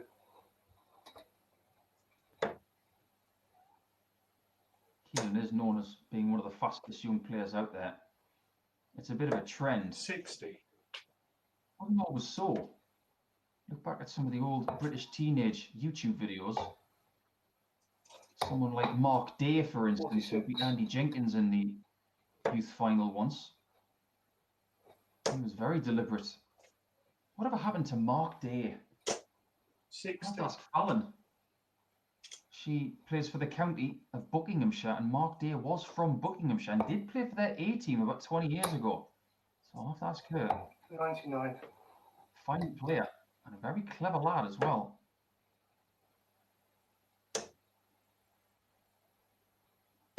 $134. Great approach from Scott Marsh to lead 36. And Keelan. Ooh, 99. the 116 was under threat there. Double 9 Yeah, 36 and 2. is there. It's not the highest quality contest so far. Averages both in the low 80s, but they've been consistent from the off. All 4 legs have been very, very similar. 96.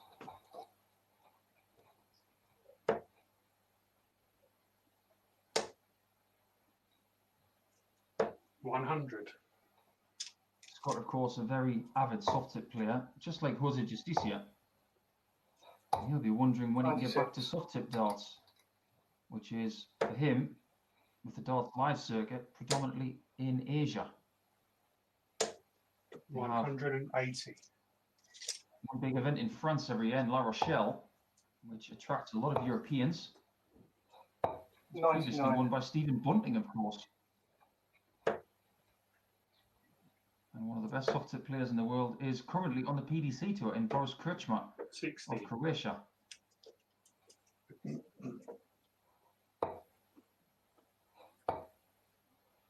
think soft tip darts is for 100. kids, you'd be wrong. It's immense fun. If you haven't tried it, give it a go. See what you think. 137. One thing's for certain, Scott Marsh is no one-trick pony. He is a fine steel tip player as well.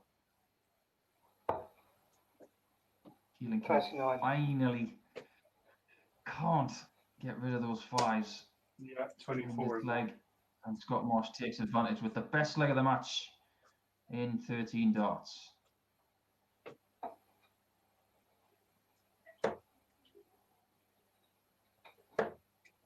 I don't want to keep talking about the 57. proclivity of pulling that dart to the left for Keelan, because I feel like I'm a conductor trying to talk about the same 125. symphony all the time. Well, it is a problem, and he knows it's a 100. problem.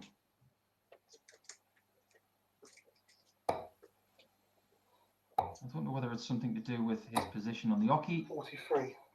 His arm is very linear. I don't know whether it's something to do with the follow through, but if he is to take the next step, I think that is the first place that needs to be visited. 58. A good coach would be able to help him, because look at what he can do. 137. He can do a lot, this young man. Got so much talent.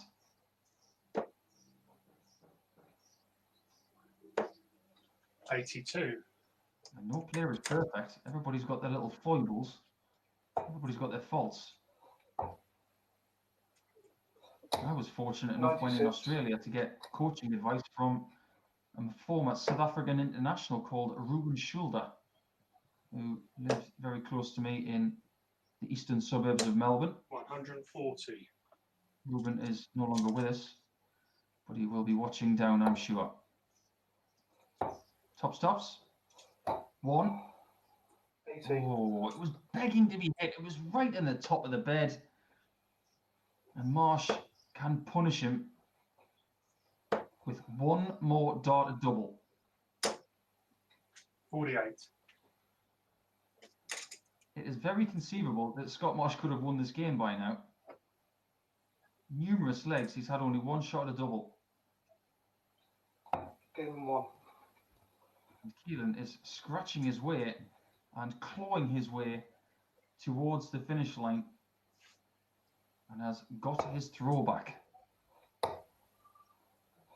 137.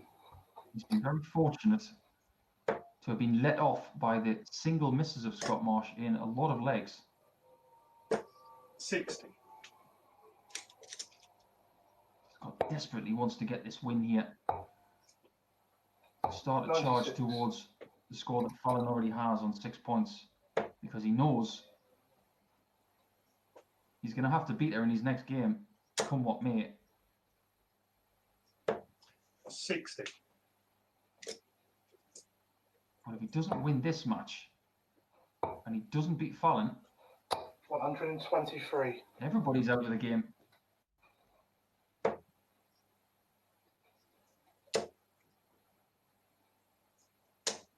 $60. In direct contrast as well to what's happened the last couple of days, where 6 points has won the table, 65. which I had not seen over the last 3 or 4 months, and it happens twice in 2 days. 100. Scott finally gets his first treble of the leg, but it's too late, as Keelan has numerous darts for Game 80 2. and only takes 2. 14 darter there from Keelan. That's his best showing of this contest. Gets him within 1 of victory. 42. And make no mistake, a Keelan win here is a great win for Colin Sherrick. 134. It's also a good win for other people. And if they still have ambitions of winning today's table, they'll probably 95. want Portella to beat Colin Sherrick in the next game as well. If they're watching, of course, and not focusing on their own game. 140. Keelan is very focused right now on his own game. He's utilising the confidence that he's built up over the last few leagues he's played. And he's playing his best stuff right now. 41.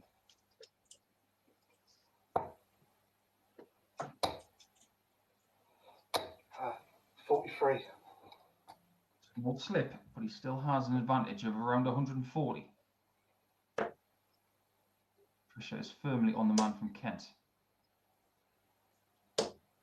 60. Just hasn't been his game. Not yet, anyway.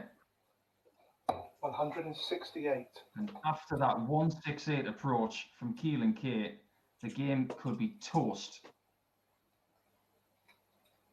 What an approach that was to back up the 134 and the 140 scores in this leg. Gets the perfect approach after a little slip. 99. But he has been the better player. He has been the better scorer. It's double 8. 12. And goes inside both 8s and 4s and offers Scott Marsh one final lifeline. Gets the first 57, but the second one doesn't 80 get left. close. And Keelan is looking at double 2. Last time he was on this double, he dragged it into the 17. Oh, you're joking. This This time he's one. overcompensated and hit the double 15. Unbelievable. This game should be over, but it could be very much alive. If this 80 goes, double 10. 2 5s, it's a must.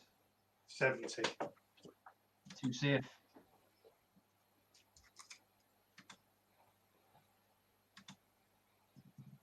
Double 2 for the match. Game and 1. Keelan has found it eventually. Sorry, mate. He almost got himself in a bit of a pickle there, but he was the cheese in the end and put everything together to form the perfect 2 points. So it's Colin Sherrick against Diogo Portella to take us to the break. Can Colin get to 8 points, or will Diogo bring everybody back into the game? Time will tell. Stay with us.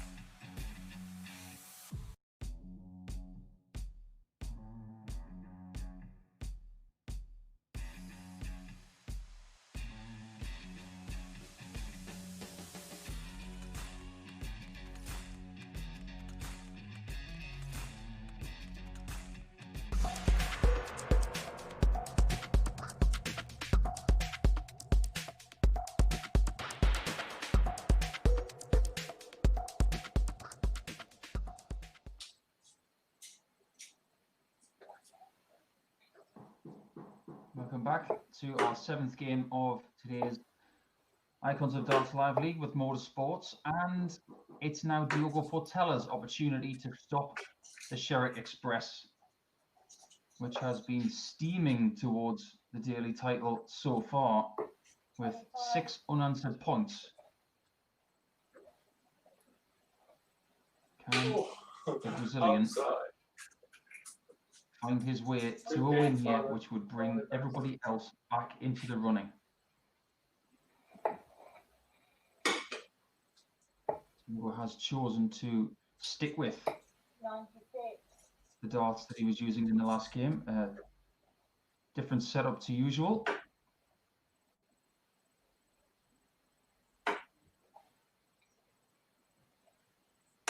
$96. You may find it difficult to stop Fallon if she produces some of the stuff we've already seen today. A high out for her of 136. But lots of good scoring visits have given her plenty of chances to take legs. Wins of 5-2, 5-3 and 5-2 respectively 46. over John Brown, Cleveland Kay and Jose Justicia have seen her take advantage of the early start. 100. And she is steady away in the beginning of this one with 1 treble visit in her first 3. 59. You get the feeling that Portella is going to have to improve that 75 average from his first game, where he was defeated 5-2 by John Brown. Sherrick's averages have fluctuated, but improved. That is the key. 140. She started with an 80 average against John Brown, then she went up to 91 and then 93. So I think if she continues that trend and maybe puts in a 95 here, that might be good enough to get the 2 points against Diogo.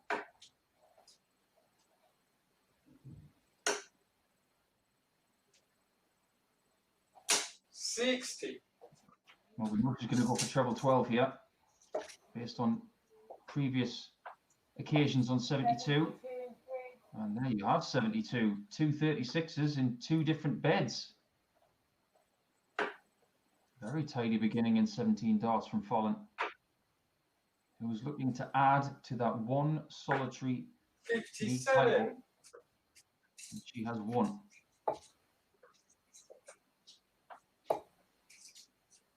And when she won that single 1. title, she started the day and got the first 2 wins under her belt. So there is a bit of a pattern occurring here. 63.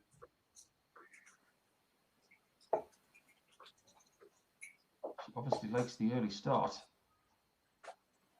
93. Every scoring visit she's had a 1 treble visit. And that does put pressure on a player who is struggling a little bit. If your worst 43. score can be 81 or 93, and that's a sign that you are playing well without playing your best. 48. First time she doesn't find a big treble. And Diogo bridges the gap with his first dart. 100. That was a better visit from him.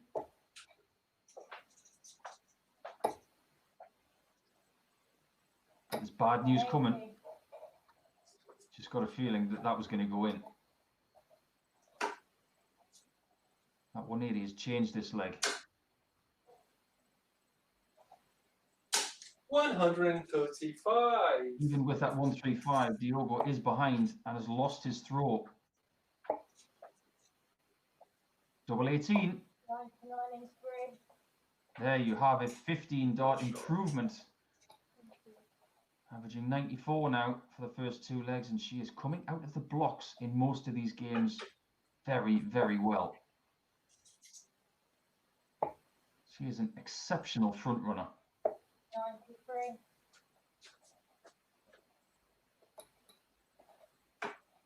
She was saying a little bit earlier that she was playing a mixed pairs competition last night until after 11:30. 100. I have the feeling that competition may have sharpened her up a little bit since Monday.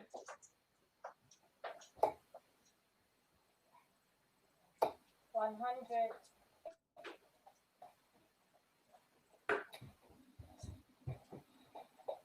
The Brazilian is in trouble in a couple of 43. different areas, really. One, he's not playing his best. He's playing someone who is playing very decent. 67. Fallon's got company on the stairs, which he's used to a crowd. That is for sure. Sure, it's very disappointing for her this summer, 96. where she was scheduled to be going to New York City to play at Madison Square Garden. But maybe even more disappointing for her is that this August coming up, she was scheduled to go to New Zealand and to Australia.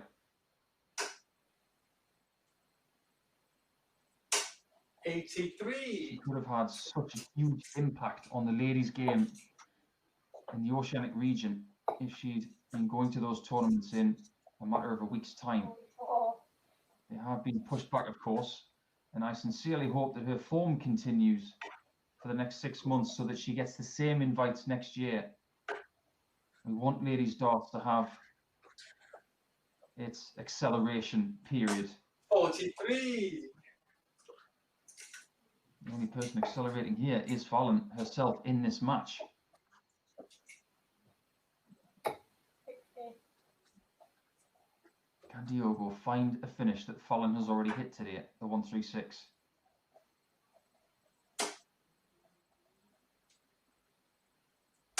$100. Gets the ton to set up Fallon's favourite. Is it too late? Bullseye. It isn't too late. He can get himself on the board here. The tricky switch to double nine. 2. Oh, excellent technique there from Diogo. I have to say that because the body shift slightly more to his left, squared up towards double nine. Really good technique that.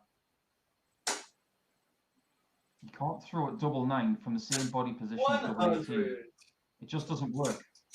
So you have to either move to the left on the oki, or you have to move your body position a little 100. bit more anti-clockwise as a right-hander, and he did that perfectly.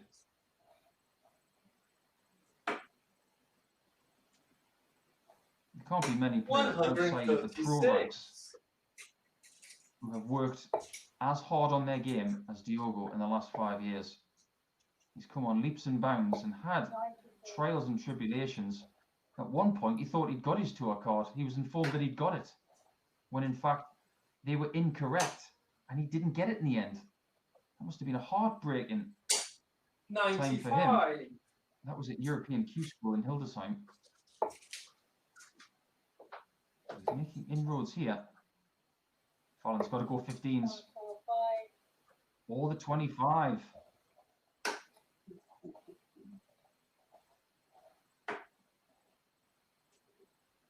One place we will see Diogo 43.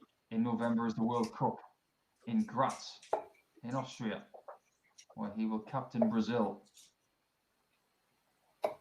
92.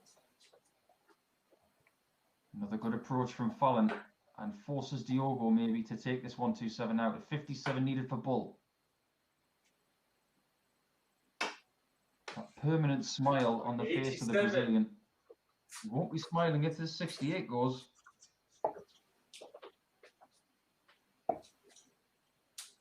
Double 16. Oh no. 50. Oh, wrong double. She's left what Diogo's just hit. To level the game at 2-2, Diogo needs to hit that dart on the underside. Hit the dart, Diogo. Checking 3. Oh, perfectly done. That's how you use a guide. You can tell he was going for the guide because the other one was too far north. He just gave it too much juice. 96. But the adjustment on dart 3 was ideal. And even though his average is below 80 in this match 60. again, he is starting to improve ever so slightly. He's doing what Scott Mitchell was doing yesterday, in starting slow, 125. but improving incrementally. And we know that Scott won his last 3 games yesterday, so it's not all over yet for Diogo on Wednesday. 100.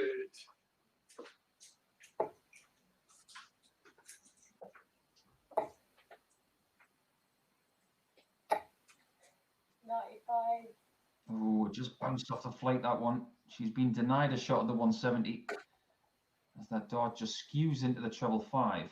It won't concern her too much because she has a very healthy advantage here, 58.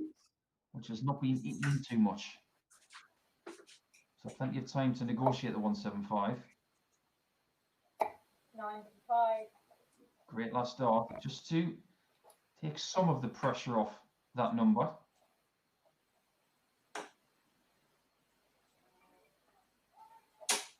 $60. Now she will attempt to lead tops, but has got the bonus for 2 at 10s. Didn't like that shot, 18. 3. but does like that one. That's the beautiful thing about splitting an even number double. You always have that get out of jail card on the next one in a situation like that. It's always a good double to 59. be good at, double 5, because it can get you out of so much trouble.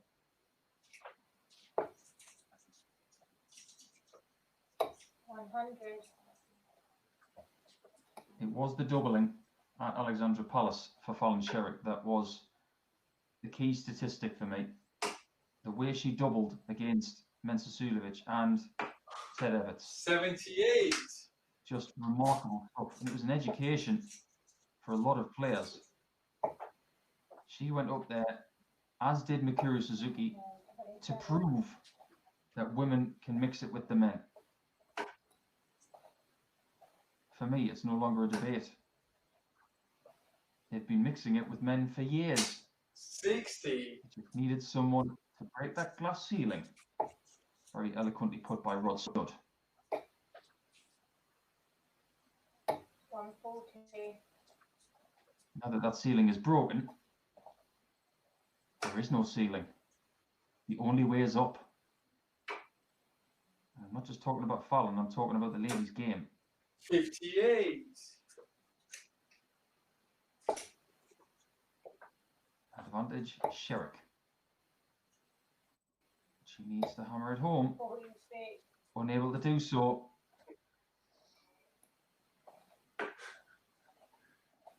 Still has the 1 dart lead, and even though it's not going Diogo's way, he's still smiling. Deep down, he's working very, very 90. hard here. He's trying to put on a nice positive facade. But he's in real trouble in this game. 100. Can he get the first 60? No. 60. Doesn't get one at all. Sherrick has first chance to win the 6th. A double 7 70. and 1 miss at that means that she's not 4-2 up. Not yet anyway. And she might not be at all. Double 9 again. Checking 3. Oh, double 9. The out of jail card for Mr. Portella.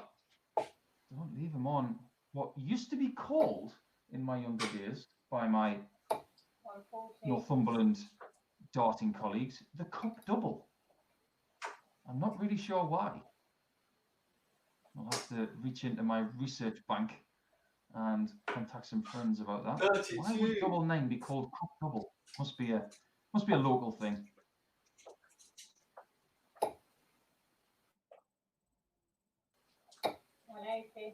Sherrick is upping the ante here with 5 treble 20s from 6 darts.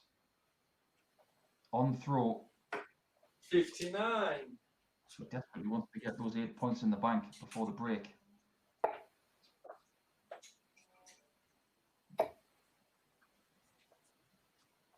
What it would do is take some pressure off potentially in that last match of the day against Scott Marsh. She may still be able to win the day if she loses that last match, but she knows that if she does and wins this 41. one, it's her day. 116 away from 4 legs to 3. Tops for a 12. 76. No, yeah, 3 good darts, but one of them fails to hit tops. She'll be back, possibly many times if she needs to be. The average 58. more than 10 better than that of Diogo. Double 5. 30. Not to be. She's got to stay positive. She's got time. She will be back for it. She's just cursing herself that she hasn't got rid of the leg there. I can see what Diogo's trying to do. 95. Looking for that 171 downstairs to leave 140. Double 2. 10 in 3. Finds it. Doesn't mess around any longer. And it's 4 legs to 3 for the Queen of the Palace.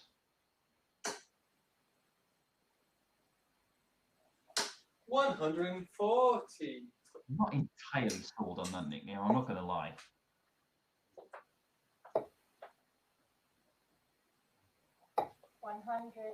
It's very apt considering what she did at Ali Pali. I think something a bit more succinct was probably called for. I've been calling her superstar for the last 3 years. And it just rolls off the tongue very well. 96. Just like Diogo's nickname, which just needed a T. Resilient. Very simple, 180. very effective, just like that visit from Fallon. I also liked the suggestion of calling her the Fallon d'Or after the trophy for the best footballer in the world. 133. I think that was very clever. Well, she's searching for the Fallon d'Or today to be the best player 45. on Wednesday. But Diogo has carved out, after that 133 downstairs, 6 darts for 132.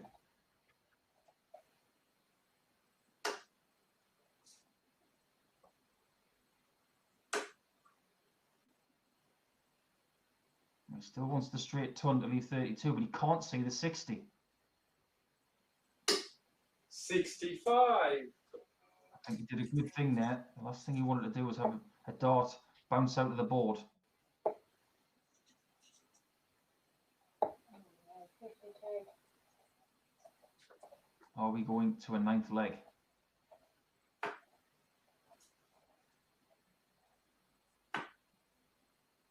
Depends if Diogo hits double 16. 35. He doesn't and offers Sherrick one chance to finish the game right now.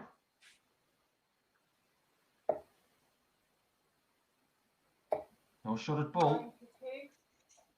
but does apply the pressure if Diogo has trouble in the 8 o'clock position on the board. Checking 1. No problem whatsoever. We're going all the way, and everybody has got their eyes on this leg.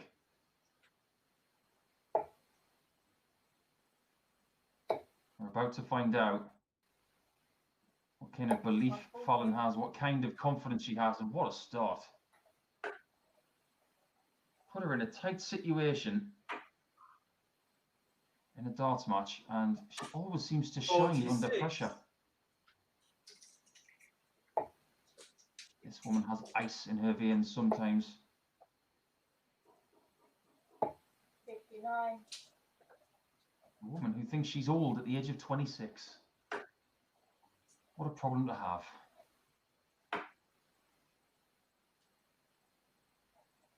$134. Oh, great recovery from Diogo. Back in the leg now. Still trying to hunt Fallon down, who is finding that treble 18. Russell Brooks. All three for 162. 2. I just wanted to wait for it to confirm it. What a shot that was. Diogo is up to it. 100. What a last leg this is turning out to be.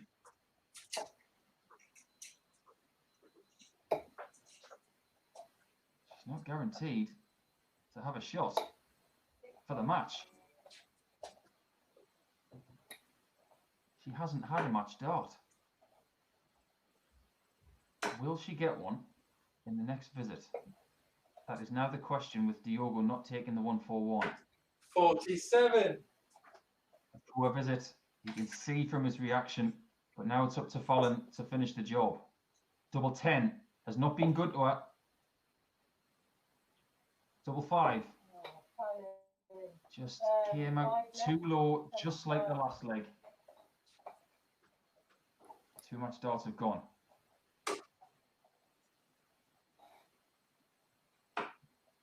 Diogo needs the bull. Oh, 33 His left. comes out low. Tricep a little bit tight. And Fallon now gets 2 at 2s. And does not take that shot. Is it fortunate that Fallon finds Diogo on an odd number? Not anymore, because he has 2 himself at 32 for an unlikely win. Jacking 3. Oh, he's stolen it. He has stolen it, and he has kept today alive by no stretch of the imagination. It's game on now, and we're going to have a break. Then we'll come back with John Brown and Scott Marsh to see who can try and catch Sherrick, who stays at 6 points for now. We'll see you at 140 after a short break.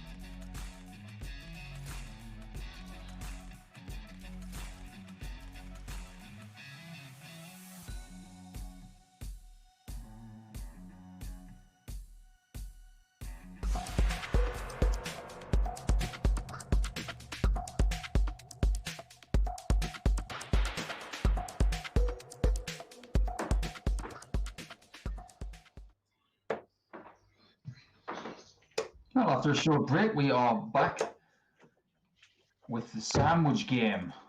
And yes, I know that's my thing. Play 7 games, then you play this game, then you have another 7 games, so this one's right in the middle. And it is very important, even at this early stage, because 25. with Fallon Sherrick losing her last match 5 legs to 4 to Diogo Portela, John Brown has been invited back into today's league. If he gets a win against Scott Marsh here, he's in the thick of it. But 45. if Scott Marsh was to win this game and beat Sherrick in 2 games' time, that would put him in the mix. It's going to be one of those days. I guarantee you. It's going to be very, very close. 1-2-1. I think it's going to be this way all week, quite frankly. And the last 2 days have been 2 of the 85. closest leagues we've had. 83. Who's to say we can't get a third? 90. John Brown has got 2 wins out of his 3. But I think it's fair to say 100. that John is the tiniest bit fortunate to have those 2 wins. The wins coming with 84 and 79 averages. 49. So if he is going to contend for the top spot today, his final 2 games may have to be his best, which I'm sure he will know. 60.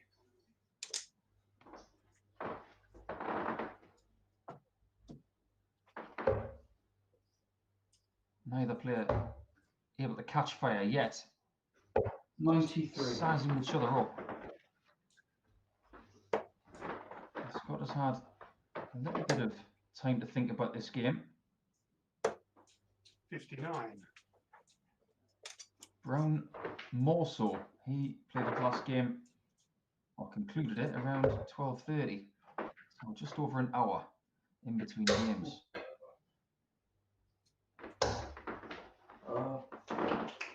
34. After a stuttering start against Fallon Sherrick earlier, he responded very well against Keelan Kay with his best performance of the day. Scott only just misses out on that second treble 19, which would have given him a shot at tops. 72 left. John is aching for a shot at tops right here in the first leg. One big treble will give him that.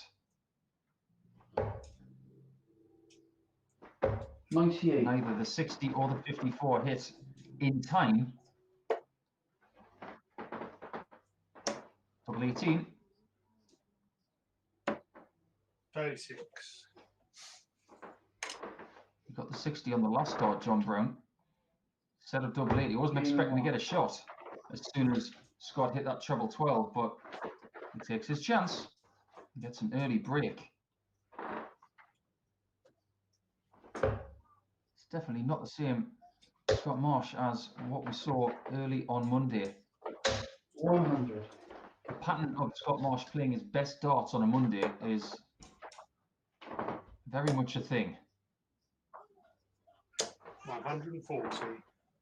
He was able to survive a power cut on Monday and still get the title. And ironically, he played his best game of the day against Fallon Sherrick at the end, winning 5 legs to 1. I say that was his 60. best game of the day. It wasn't his best result. His best result came against John Brown, which was 5-0. But I feel against Sherrick at the end of the day, he played 96. a lot more accomplished stuff.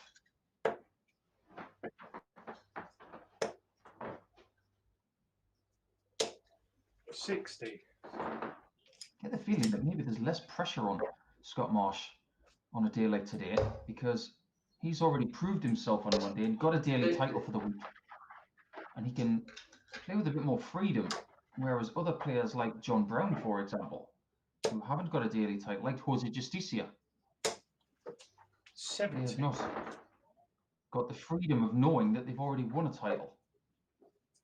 They still have the anxiety-driven desire to try and get that title. 145. Oh, John Brown, take a bow. 3 perfect darts there to leave tops. 91.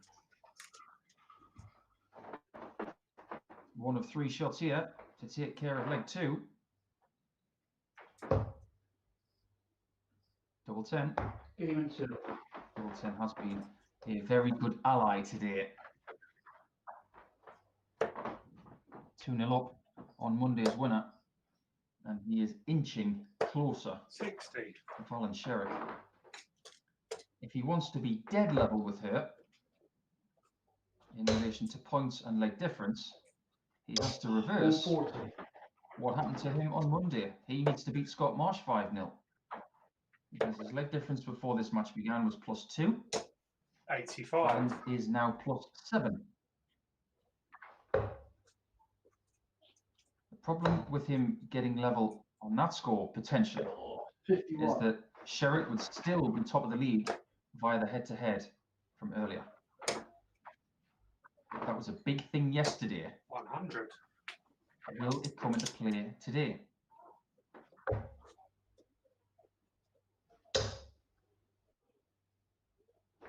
$100. John Brown being a lot steadier now with the scores.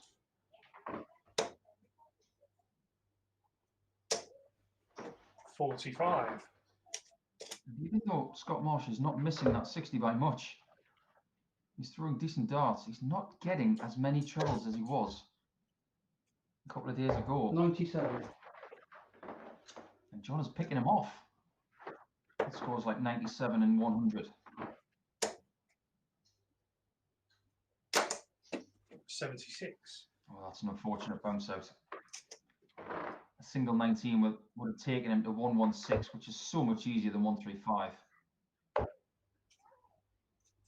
But he might not even look at it. Marvellous.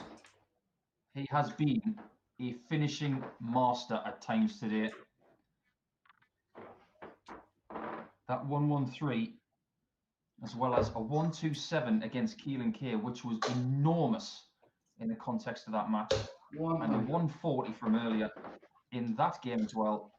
He really is good at the ton pluses. 131. I'm not sure I would have tipped JB to get 3-0 up on Scott Marsh, but here he is, trying to take his chance, and fair play to him.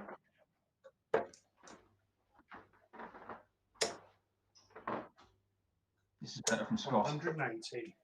Finds his range. When he gets that first dart in the bottom half of that treble 20, it's going to get absolutely pulled.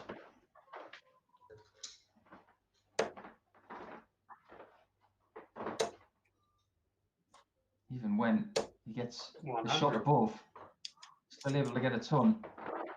If John Brown can get another 135 or something similar, he will pressurise the 90 of Scott. It's all right. 85. Oh, he doesn't get in that trouble. Forced to go 20s, so it's 60 for double 15. Oh, that's a good miss, so now it's double 10. Yeah, game 3. He's a fortunate boy, because if that hit the single 15, he left John Brown on 124. I am certain that that was not an intentional 10 double 10.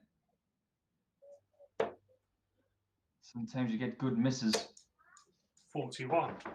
I remember in a World Championship match against Adrian Lewis, I had double 6 left and hit a single 10, and then hit the double 1 after. Everybody has a tale 42. of a fortunate miss. Could that be the catalyst for Scott Marsh to get back into this match from 3-0 down? 60.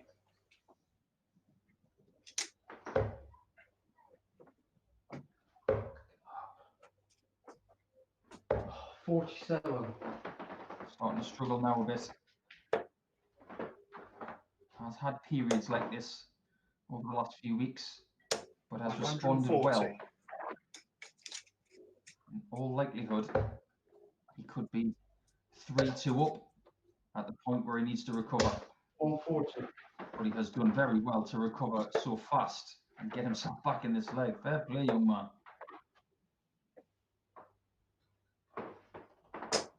60. Definitely not out of this leg now. A 105 plus would be very tidy here.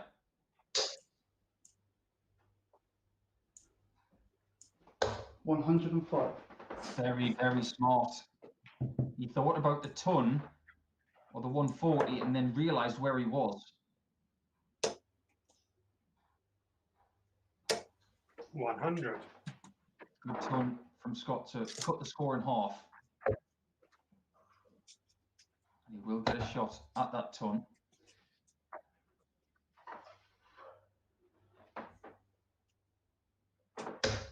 $59. It's not the worst lead in the world. He has to rely on Scott missing this shot. 2 double tops. There's one of them. Come on. Yes. And there's a second, and 103. that's why people do that. What a great shot from Scott Marsh. See how much it meant to him as well. He gave it a little double shrug. Couple of fist pumps there. Wants it. Nothing wrong with that. 180. Both of them want it now.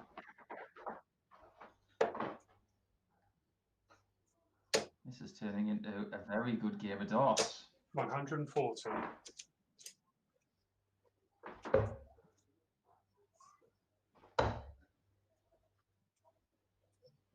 Six. Did the right thing going for the open bed there. And I don't mind that switch to the treble 17 either. Even with the single, he's got 265. So 60. you've got to think that the 19s will be the area of the board he visits now. Back up to the 60. 98. Perfect. Excellent tactics.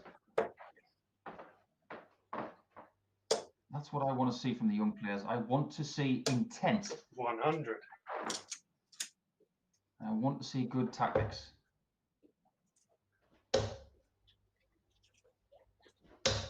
$60. Scott Marsh doesn't get a ton plus here. John is favourite. There's something big coming. 105. Leaves the 2 darter. Got a 113 earlier. This 107 would be even bigger. 15, is it? Double 16. 75. Oh, not far away.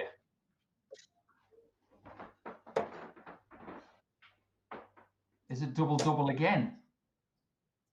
I'm surprised it 56. wasn't, because he's just gone tops. So why not double 18 tops for that 76? I am surprised. John Brown for 4-2. That is in the way. Needs to give this one some juice. Oh, it's a great shot. Created the angle and gave it some extra pace as well. 4-2 up the Bristolian. And his favourite to join Sherrick on 6 points. 100. If he can get the points, it's shaping up to John Brown's best day in a live league with 1 game remaining. And that game 58. is against the Spaniard, Jose Justicia. I just don't know. If 60. Sherrick stumbles against Marsh and Brown beats Marsh here, Brown's game against Justicia could be for the win. 140. But I'm sure this week it's not going to be that simple.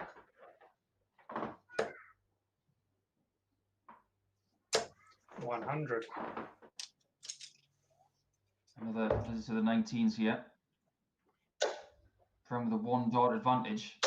95. Still retains the throw somewhat. It depends on the visit. 60. Gritting of the teeth. Just trying to work a bit harder. It didn't work. As Brown capitalizes. 140. Oh, that's forceful, that start. Scott Marsh is in a lot of trouble now.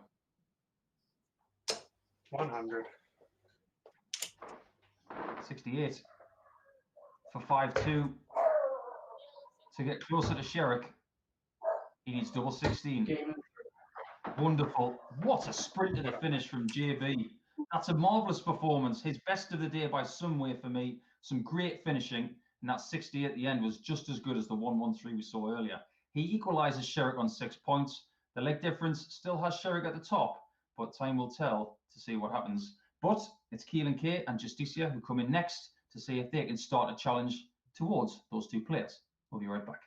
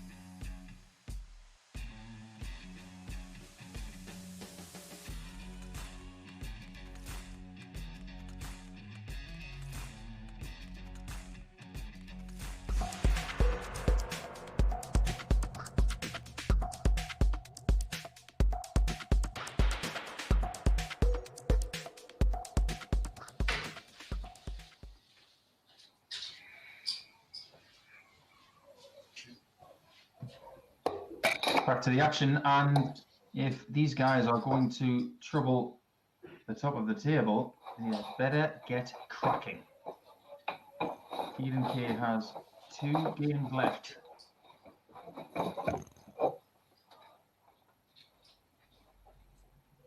And he will need to win them both by a very large margin.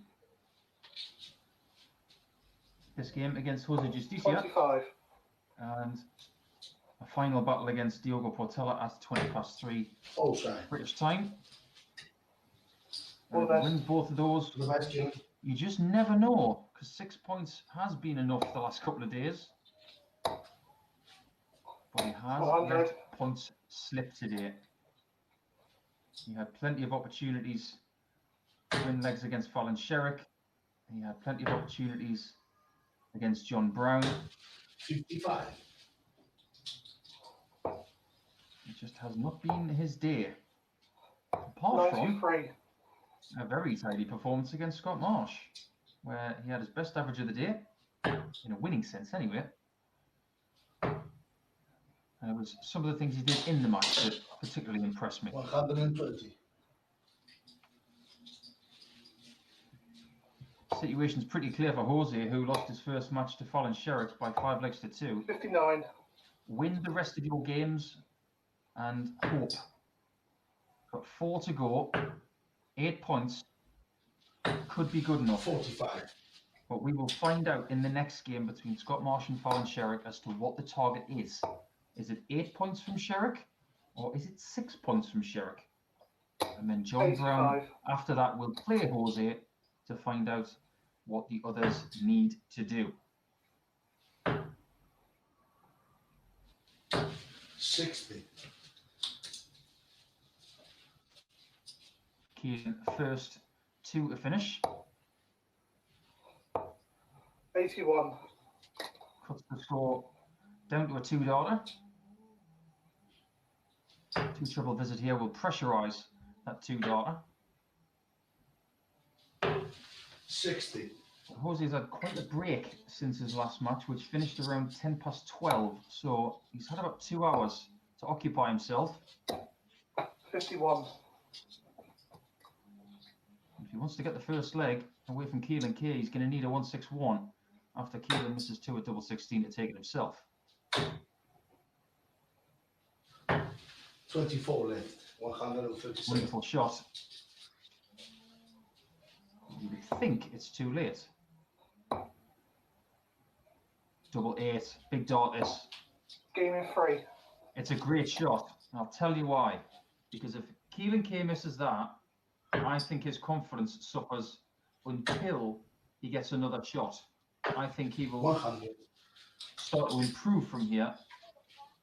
That double 8 could be a very big thing for his confidence for the rest of this match. 139. There you have it. A great visit after a key double shot. He would have been punished by 80. Jose if he'd missed that double 8, I assure you. 95. I've been watching Keelan for about 2.5 months now. And I've also played against him in the Icons of Darts Live League. 140. And I've seen gradual improvement in him in the last 2 months. 81. There's still a lot to iron out. That can't be ignored. But the basis of the talent he has 100. is a very solid base. I look to the future of the game with 134. the likes of Jared Cole, Keelan K, John Brown, all Icons players. I think the future is immensely bright. 40. As Jose misses tops for 80 and invites Keelan in for a steal on 52. Double 10. Game in 3. Oh, the ripple effect of that double 8. There's another bit of evidence. Advantage K. I said he had to win his last 2 games by a big margin. 140. Well, this is the perfect start. He's only allowed Jose one darted double in the first two legs. That's a good job. 85.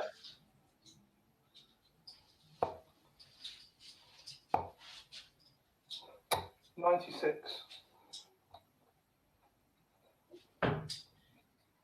This fixture was one of the best games of Monday. It was 5 legs to 4, 2 Justicia. 140. And they went toe to toe the whole way.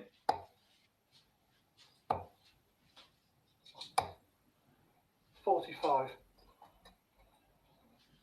This leg is tight. But for how long? 99. I'm amazed that he went 19s on the last dart. But then again, everybody has their own way of going. 100.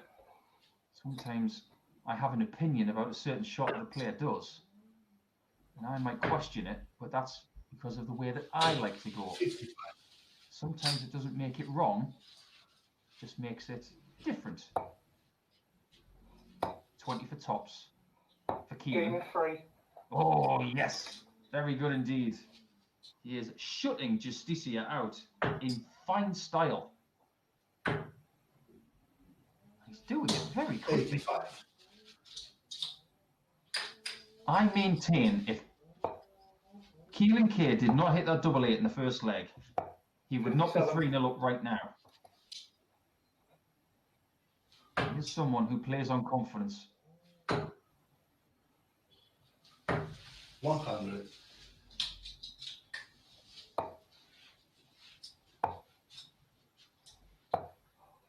41. And he's not getting frustrated with the poorer visits as well, which is good to see. 101. Opponent less to hear.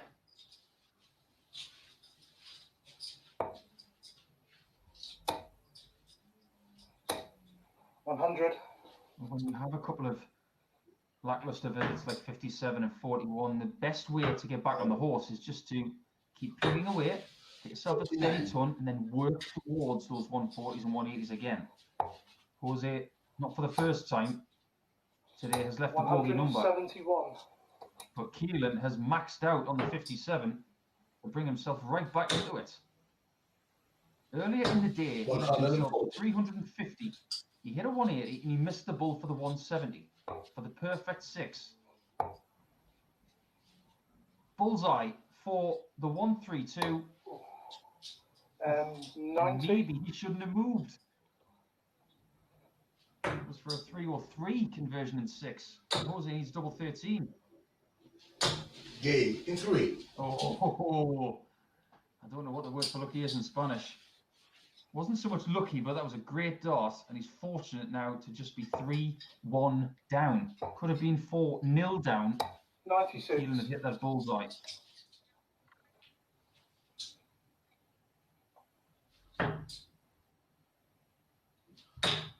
Still not sure why anybody would want to leave double 13 on purpose. 83.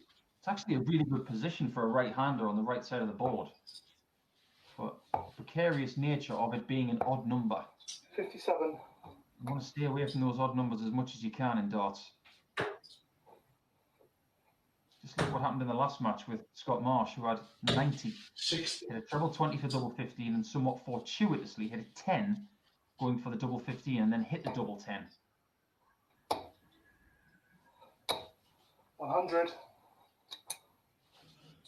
That is what we call a bad ton, where you get the 60 at the start and fail to capitalise with the next two. But 60. it was a good ton in the respect that all three darts were very compacted. 140. Oh, this is much better from Keelan. This is a good performance, averaging just over 89. 60. And so far, it's just too much for Jose to handle. Double 18. Oh, 90. Not a good dart at the double, but the previous two were perfect. Now he has a choice as to what he does. Double 9 58. or the split option.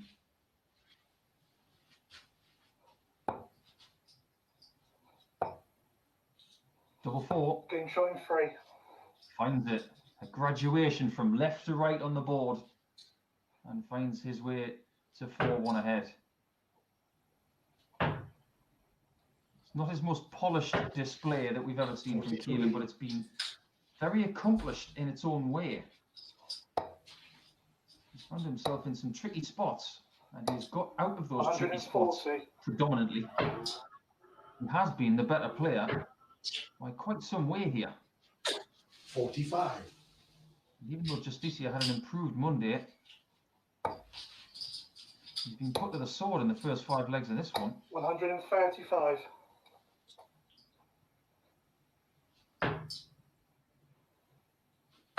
You can sense when Keelan talks. 140. It doesn't matter about the number, it's about the way he says the number. What's positive and what's not. This is positive. 140. More positivity. 140, 135, 140 to leave 86 for the match. It's been blistering at times. And Keelan is playing like he's got a plane to catch. 777. 14 left. It didn't need to go that way. But that was mega aggressive. Maybe he just thought he was going to get it. 140. But now he's on one of those tricky odd number doubles. But it is for the win.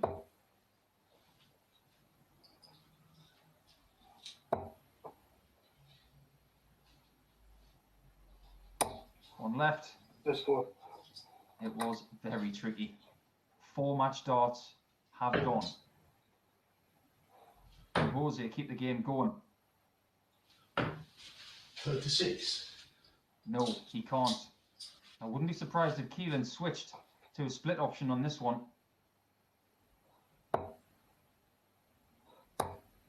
No score. Oh, disaster. 6 match darts now have gone. Does Jose get 10s? Does he get 5s? 3. He finds double 5 and breaks Keelan's heart for now. But as important as that double 8 was in leg 1 for Keelan's confidence, what has 80. 6 match darts missed done going forward into this match towards its end? Is 121. Justicia now free rolling, thinking there's no pressure on me? He's expected to win. He's got the big lead. He's the one that's missed the match darts.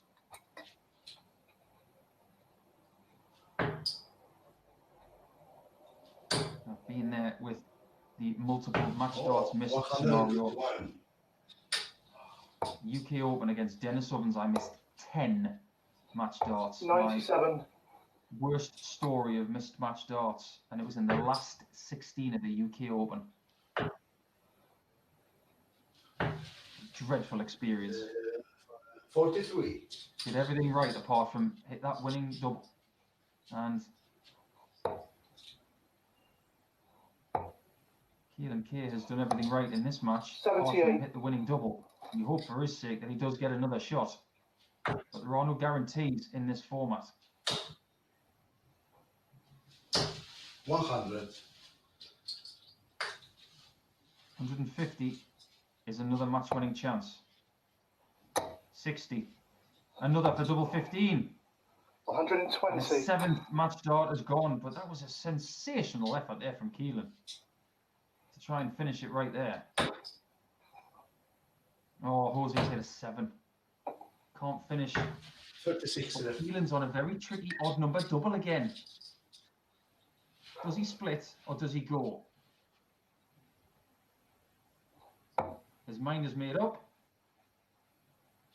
Now he needs to find a 7 for double 4. 4 left. 26. And now it's 9 match darts. Game in 2. And the game continues. Let me just write that down. 9 match darts gone.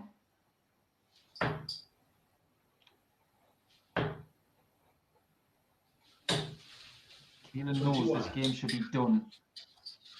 He has to do all of the yard work again. If he can get over the line in 41. one of the next two legs, it will build character. But right now, his body is writhing and his mind is whirring 82. because Justicia is inching closer to him. 80. Got to remain positive, and Jose has got to remain positive too, because he's still free rolling. 66. He's not playing well in this 8th leg, Jose Justicia. Scores of 21, 82, and 66. 60. But he's getting away with it.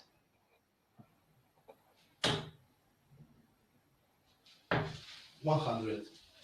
If Justicia was to somehow win this match, his hopes of a first daily 96. title are still alive. Whereas if Keelan K loses, he cannot win today. 65. The likelihood is he can't anyway because of the leg difference situation that has presented itself. But 96. just hope for Keelan's sake that he can get the win, because 9 mismatched darts. This could be one of those moments that just echoes in your mind for weeks. 57. Another chance for the game. 60 in bull. Oh, this is 39. Well, if Jose takes this 110, he's going to take it all the way. Double 16. 16 left.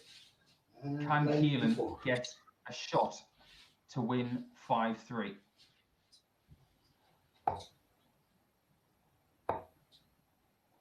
At the bull, 25 left. and that's number 10. It was not far away. That one is miles away to double 8, but the second one is adjusted perfectly, and we are going all the way. If we're looking for a bright side for Keelan, it's the fact that he's got the darts. But right now, he is going to have to summon up all his belief and confidence just to get the points here. 140. Take a bow, young man. That's a really good 140 to start this leg. Nothing worse than having that huge lead and it's extinguished because of missed shots from yourself. Right now, he'll be praying just to get to a finish first. 137. Oh, brilliant, brilliant scoring. What's Justicia got left? 85. Not as good.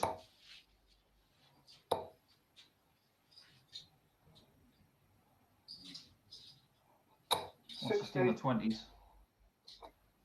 Gets the single. Has a very healthy cushion here. The young man from Cornwall.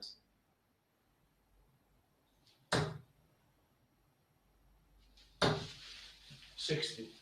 He hasn't been troubled by that 60. 77, he's 87.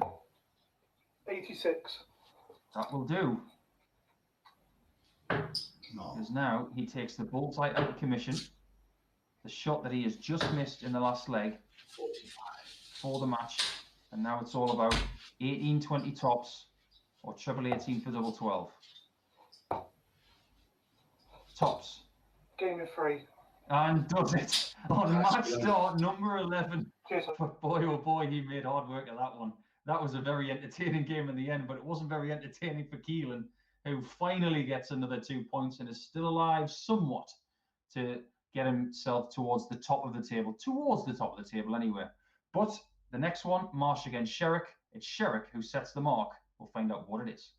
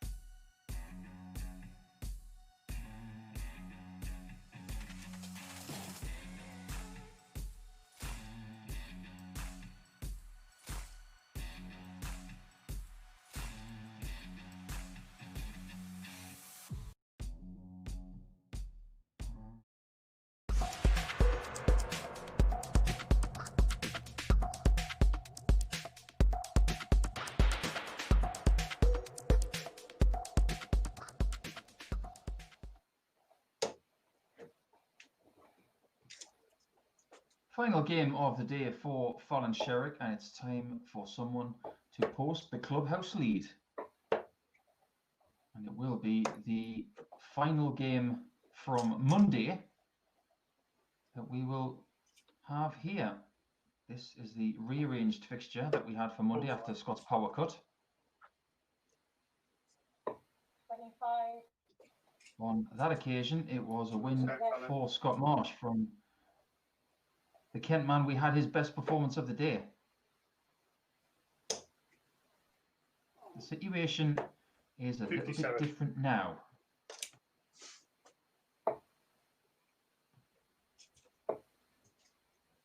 Fallon Sherrick is the person who is more likely to take today's title.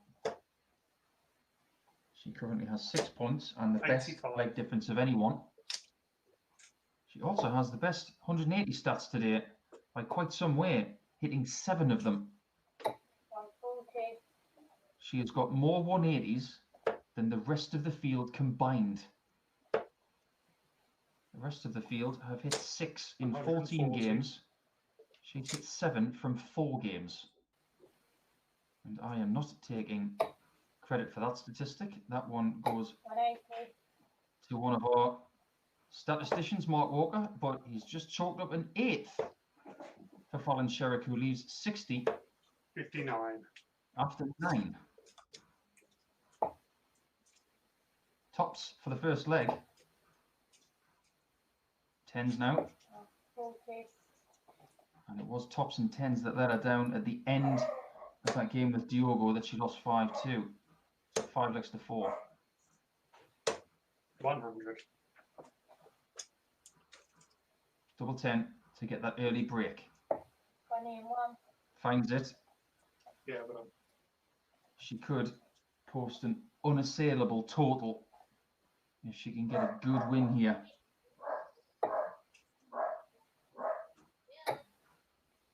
The last time, 180. well, that's a 9th. She is blitzing than that 180s today. 57. She really wants this title, doesn't she? Maybe she's stirring a little bit from that loss to Diogo, where 60. she knows she should now be playing for the 10 points.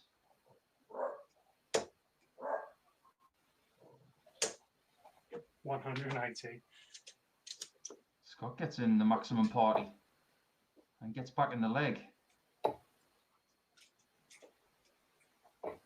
But the last time Fallon Sherrick won a title in the Icons of Darts Live League, she came bottom the previous day, 140. which is exactly what's happened this week.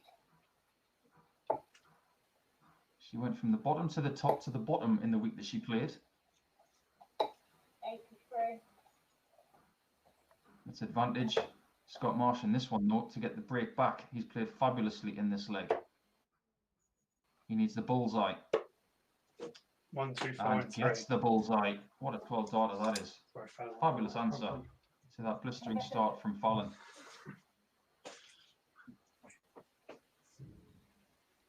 Very much game on. And as far as the averages are concerned, the best of the day 140. has come from Sherrick with a 93 in her 5-2 win over Jose Justicia. So far, 60. this game is very much eclipsing that with both of them over 100.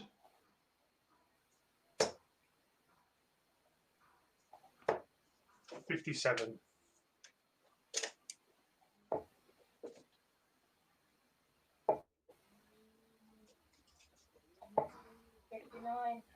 Whatever Fallon does here, John Brown in the next game against Jose will have the chance to eclipse her. 100.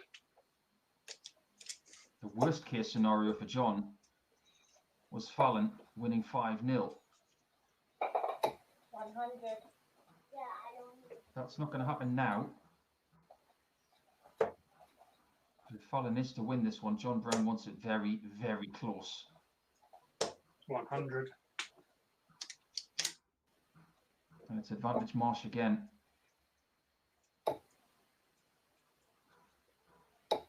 1, 2, 3. Well, even with that 1, 2, 3, she cannot leave a finish. She leaves the dreaded 159.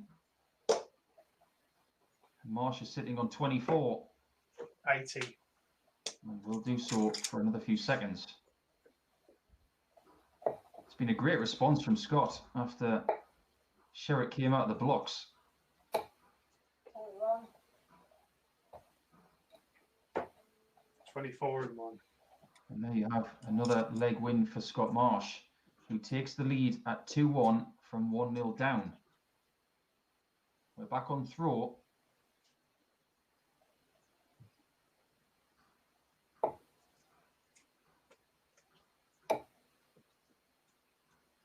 Is it a 10th? 140. It isn't, but it's a good start. Scott Marsh has not got any points yet today. 100. A 5-3 loss to Keelan Kay and a 5-2 loss to John Brown. So he's lost to the kids. 81. Can't really classify Fallon as a kid anymore. She is 26. But everybody seems to be younger than Scott Marsh 81. today.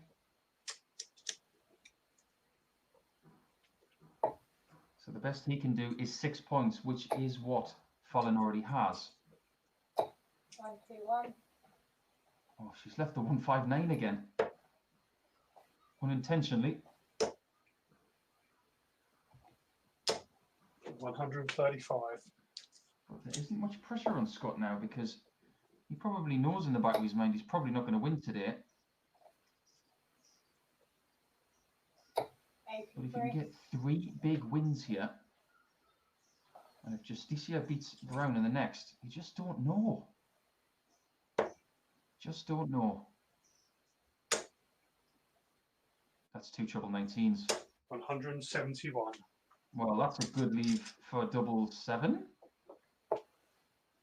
Interesting tomfoolery there. Tops for Fallon. 76. Oh, that's a key shot. That keeps Scott Marsh at bay. That was a wonderful 171 pressure shot from Scott. But that 76 was just as good. We saw the purse of the lips there from 28. the man from Kent as if to say, oh, that was impressive.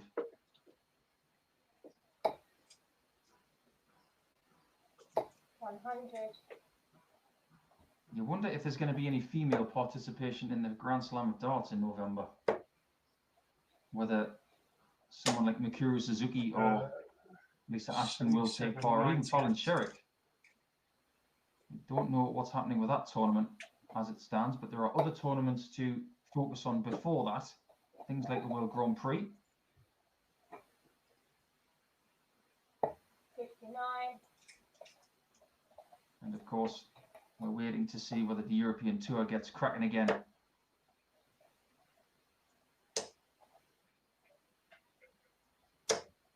$140. Fallon cannot leave a finish from 3-4-2.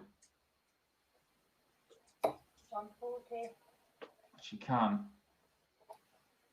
leave something handy. She's hoping that Scott stutters here. Fabulous recovery. 85. He's very unfortunate not to get a 1-2-5 there. It bounced off that second dart. But another 140 here would be very, very handy. 100. A lot of players would have gone for the 25 and bull with the last dart just to leave the 2 darter as opposed to the 3 darter. 70 left for Scott. 92. Key shot coming in. This is for a break of throw. Double 16. 102 and 3. Oh, another one. Deadly. If I was from Dublin, I might have said something a little bit more ferocious than deadly. They have a saying in that part of the world which cannot be uttered on the air. 100. It's something I used to laugh about all the time with Mick McGowan. But that very phrase is very 91. apt right now because that was a stunning shot from Sherrick.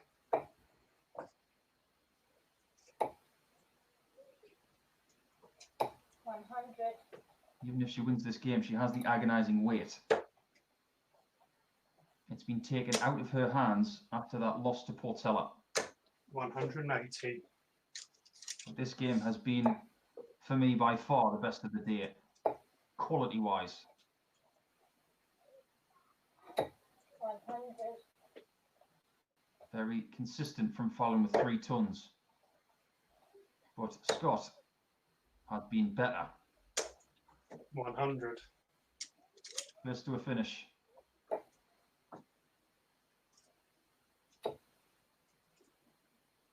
Has to switch 97. and leaves one of those finishes that will be under threat if this 130 doesn't go.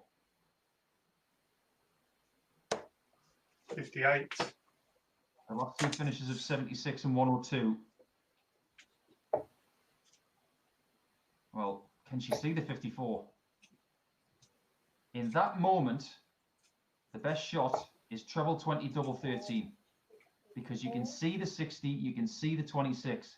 You cannot see the 54, so you have to think laterally on the dartboard there. Scott is thinking vertical at tops. 52. And Fallon has dodged one, and she now has 3 darts for 4-2 up.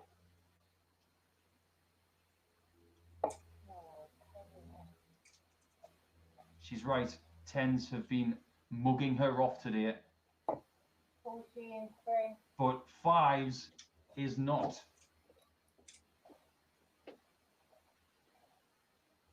How key was that double 5?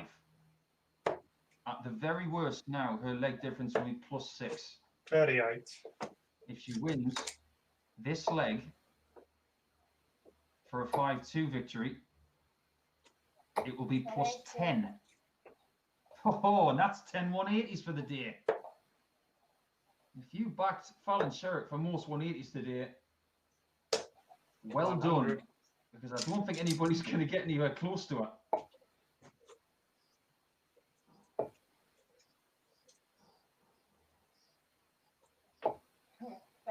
But sometimes it's not about the 180s, it's about what happens in between the 180s. That 36 121. has ensured that Scott is not out of this leg. Back in the 60 though. And again, 140. just don't know what's going to happen in the next match with John Brown. So Fallon Sherrick may need 140. to win this leg, to win today.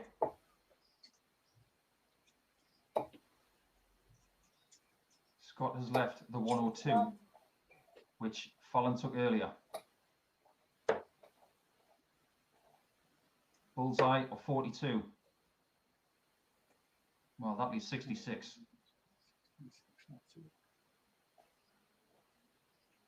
Fallon is going to return to the board for a match-winning chance. It could be 46.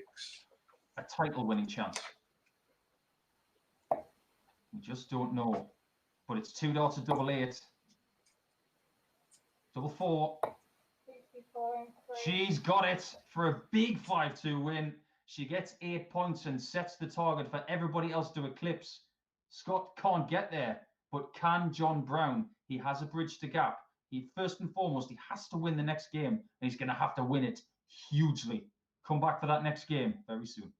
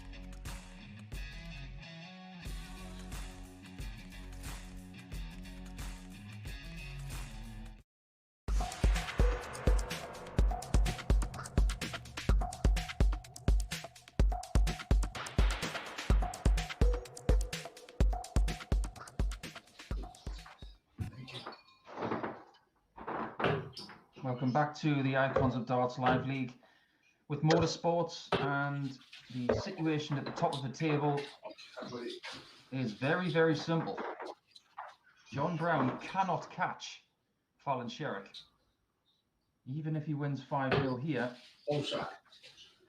and ends up on the same amount of points and the same leg difference as Fallon Sherrick, it will go to the head-to-head, which Sherrick won this morning. So she is safe at the top for now. The only person who can catch Fallon Sherrick is Diogo Portela, who has 3 games remaining, Offside. and he will have to win all 3. And he'll have to win all 3 by a very big margins. So 25. keep that in mind. But first things first, John Brown looking to get to 8 points and a very healthy leg difference to solidify second spot, which for him would be a very big improvement, as he has not been in 25. the top 2 yet. What about then? But the one thing that we have seen from John Brown in the last couple of weeks is improvement. In his first 27 matches, he 140. won 3 of them. In his last 12, he has won 7. So that tells the story. 43. Someone who is improving in this format and getting used to things like playing with earphones in, playing people from other countries online. It does take some getting used to. Not everybody flies into this format and blitzes it to start with. Not everybody is like 64. Keane Barry. You take the likes of Wessel Nyman and Dave Evans, 50. serial winners of daily titles. It did take them time to get used to things. And Raymond van Barneveld, who was playing in the very first week of this, 42. never really.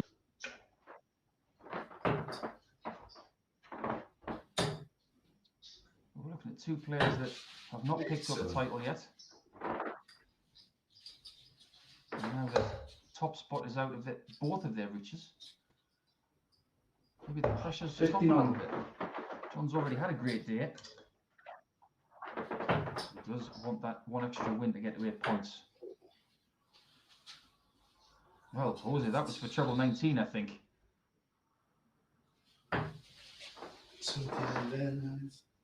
67.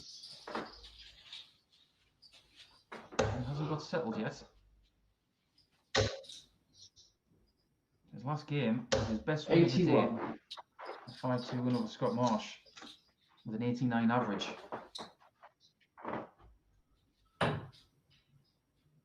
Double 11. He's decided against it. 63. Very interesting play there from Jose. Didn't want to be stuck on an odd number double.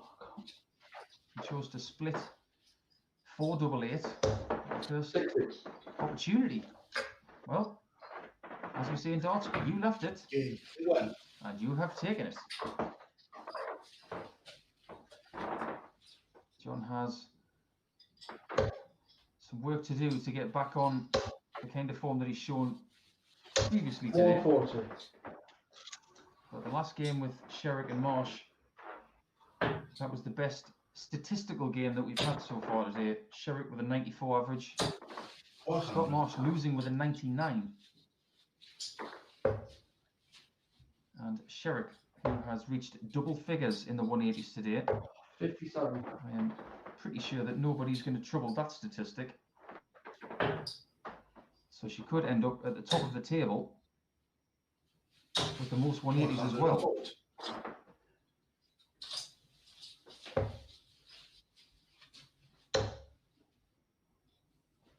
There are good players who have not picked up 1 daily title, and Sherrick is likely going to pick up a 2nd today, unless Diogo Portela goes a little bit ballistic from the next game until the very end of play. He will play 3 of the final 4 games. 140. This is better from John Brown. Took him some time to feel comfortable in this game, but now that he is, he's leaving a 2-darter after 12.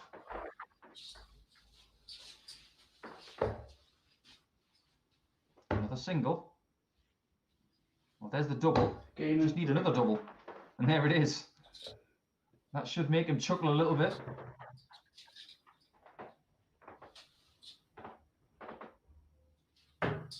Be surprised how much, when that happens, it takes the pressure off the shot. Because you're not thinking about double 8 at any point, you're thinking about double 16. So when you have a double that you didn't expect, you just instinctively go for it. 180. It's definitely a different John Brown now after leg 1. 96. He's playing a little faster now. 96. And I have to say it suits him. He may be one of the young players that maybe needs to think a tiny bit less. 100. Just let his talent shine. By just getting to the hockey and playing. Making things simple. 58. Showing that he is thinking. And leaving the 167 there. 95. He has the biggest finish of the day, which is a 140.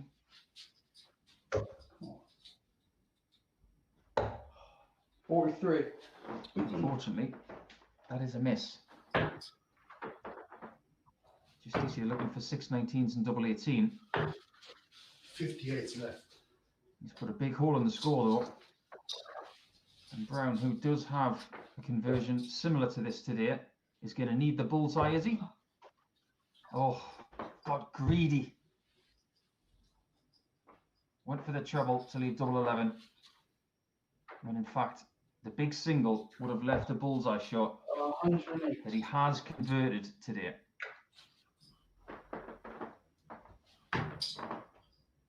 Tops for Jose. 38. Oh, that one just wasn't going to go in because he was leaning over on that third dart. The body position was all wrong. Game in 2. And John Brown is striding towards victory after losing the first leg. He has gone in with a brace of legs to grab the lead. You can see how much that 121. first dart is important to him. But it's not paramount to the visit. You can see from that single one, he was able to recover. 135. But most players just crave that good first dart. It just takes the pressure off. Makes the arm feel a little less heavy. 51. So on the first visit for Jose, who hits a small 5 and then recovers to get the 125. 45. I've noticed this week with Jose, too many times he's going into the 5. Must be throwing across the line. 40. It's all getting a bit edgy in this game. 100.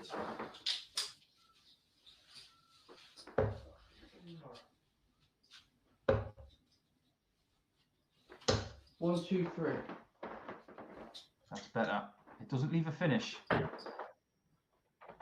That's not the big concern right here. 47. What he needs to do is set up the double and give himself this leg in the next 2 visits. That's what he craves. 56. John Brown did get a victory over Jose on Monday by 5 legs to 3. And if he was to do that again, it would be a very solid day. 91. Simon Whitlock route for 110. Becoming very, very popular at the minute. 47.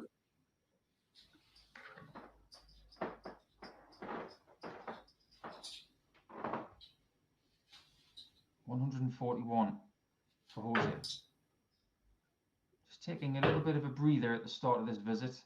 It's been a very erratic leg from the Spaniard. 65.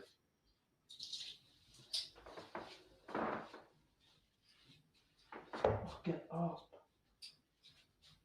57. Tops.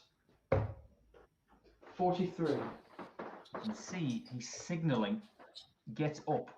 So a lot of his misses have been low. Will Jose miss at tops? 56. He misses low, not by much. And this is a low double for John. What he can't do is throw this one wildly low.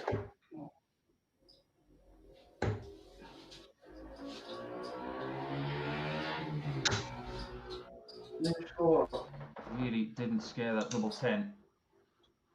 Just a little bit of doubt Okay, 20. after a couple of low shots in the previous visit, I'm sure contributed towards the tentative nature on that double 10, but it is now 2 legs all after Jose takes double 10 with no trouble. 140. He's a very fierce competitor, is Jose Justicia. He may not look like he's bothered by anything. And that's because he saves his negative energy potentially for off the air. We are privileged to hear some of his rants in Spanish. And my Spanish is terrible, but sometimes 100. you just know when he's telling himself off. 85. Then he pulls it into that 5. That has been creeping into his game. 140. Good shot from John to get back into the leg. He needed that. Can't afford to let Jose run away 95. as he gets himself 5 19s down south. 83. Well, he was going for the 25 to leave the 2 darter that Jose actually has.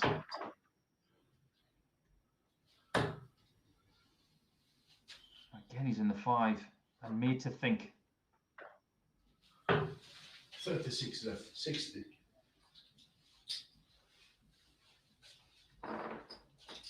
He's had many a combination shot today. Here he needs the single 18 and tops. 78. Oh, that was a really positive try. The line was so perfect, but the point did not dip an extra 3 millimeters at the end, and Jose can take the lead now. Yeah, he won. And does a really positive shot at the 36, and the lead belongs to Spain right now. But we are on throw. If John can hold here, 100. he'll be in a position to strike potentially.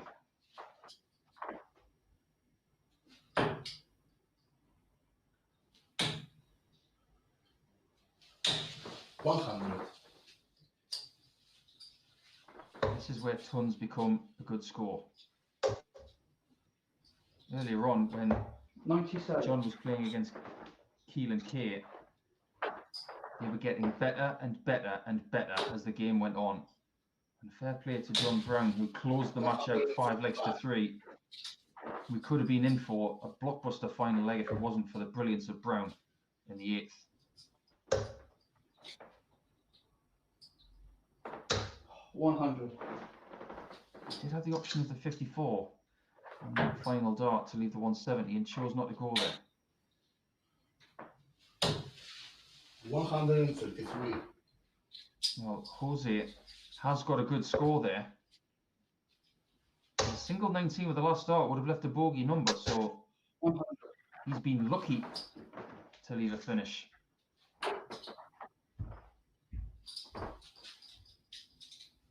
The idea of going 19s first on 266 is the right idea, but you have to understand where to go 55. based on what you've hit already. And that shot at the 19s of the last dot was a mistake.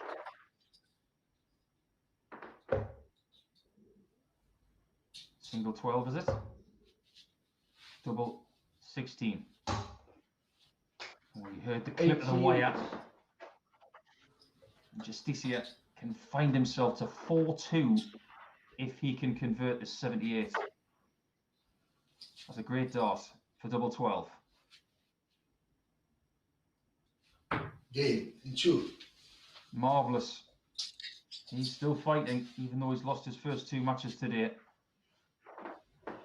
Sweating it up a bit in Spain. That's understandable. But right now he's breaking John Brown's heart a little bit.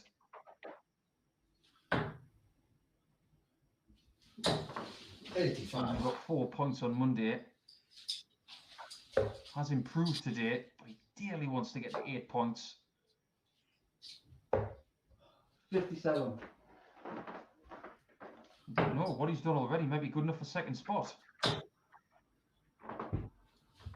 it's not about that. It's not about settling for second. He wants another win. That's that little leprechaun inside you saying, come on, we need you to win. You need to win. You need to win. Losing doesn't do.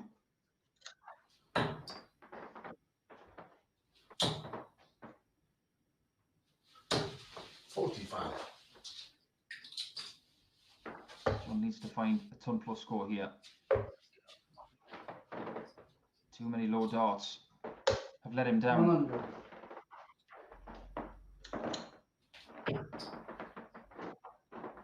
Justicia is finding his game. 140. He's in prime position to get this job done. Just seems to be slipping away 41. from the young Bristolian. A little shrug of the shoulders. Offers 6 darts from 131 for Jose. He's going to line up tops, 14 left, 91. which will be for a 16 to 18 dart leg to finish this game off.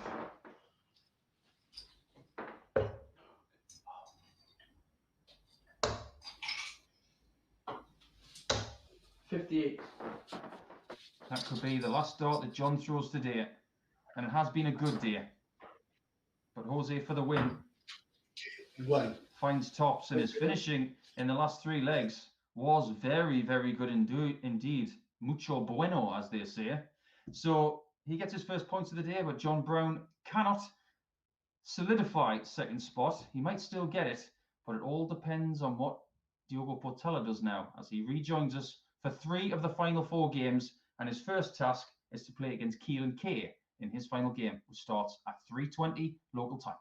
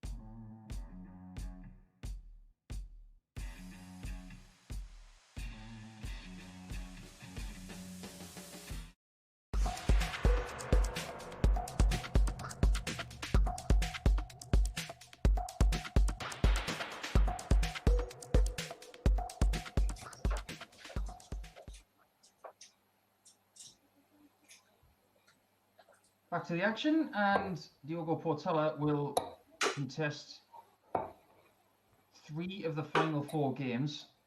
Opponents of Keelan Kay in this one. He will then have a game break and then take on Jose Justicia and finish All up the best. against Scott Marsh. This is Keelan Kay's final game of the day. He's put in a long shift. 25. First game of the day for Keelan was at 5 to 11 this morning, British 25. time.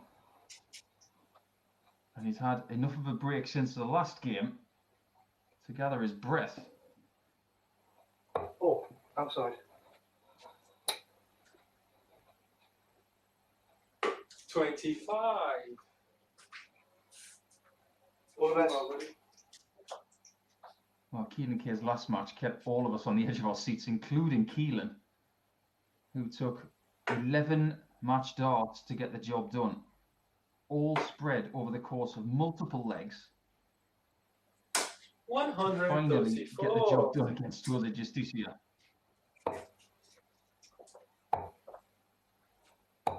58. If Keelan Kay wants to overtake John Brown, he has to have a big win here to potentially get second spot for the second day in a 40. row this week. His current situation is this: he's on 4 points, and the leg difference is 96. -1. John Brown is on 6 points and +2, so Keelan's got to get to +3 because of their head-to-head record. So, with that in mind, Keelan has to beat Diogo 80. 5 legs to 1. If he does that, if in fact Keelan gets 4 93. legs in this game, that will ensure that Fallon Sherrick wins today's league. So, plenty riding on this game.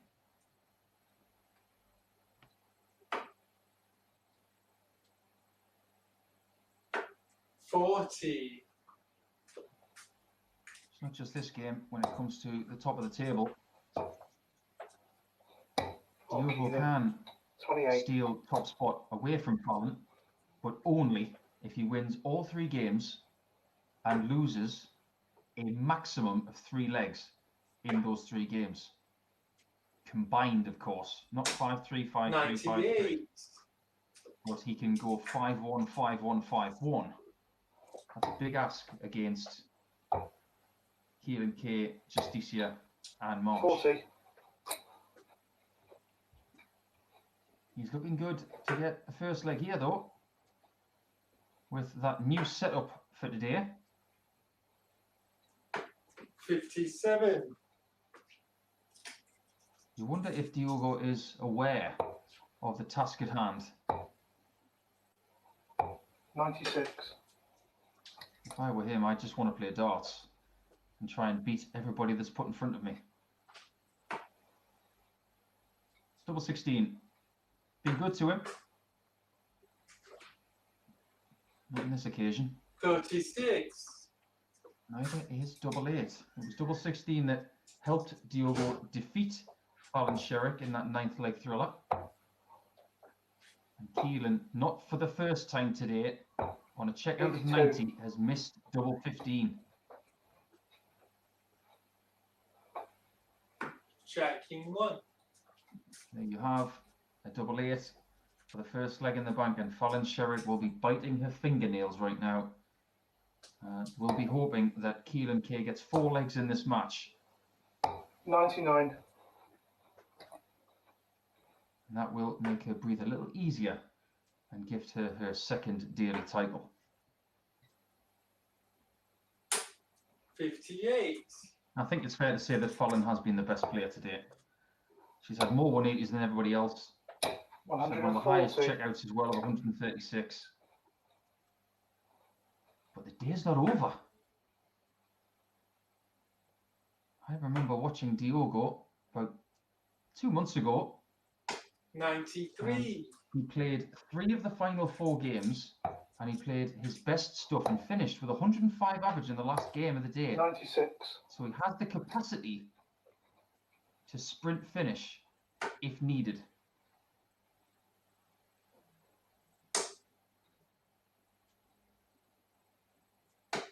I can tell what he 98. was thinking right there from 350 because Keelan was on 350 earlier.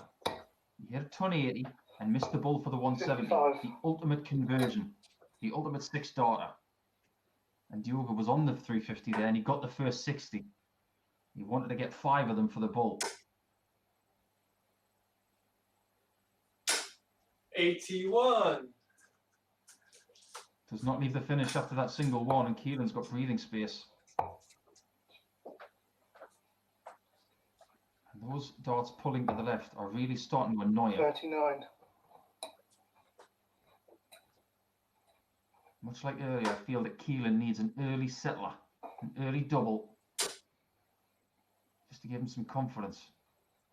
131. He's going to need it right here, because Diogo has approached with his best score of the leg of 131. Another 16 for tops. 52. It's a good try, just short.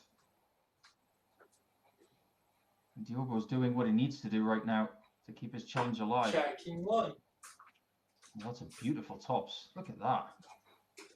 Where's a photographer when you need them? Right in the middle. Not a classic so far, but immensely effective for Diogo. He gets a similar win to that of Monday against Keelan K. 96. That will be favourable. He won 5-1 on that occasion.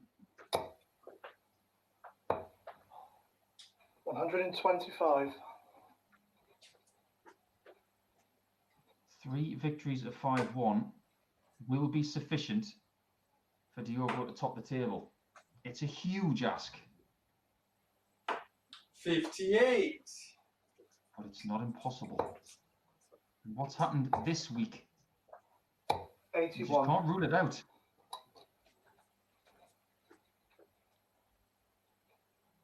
The thing about Diogo as well, he's very measured.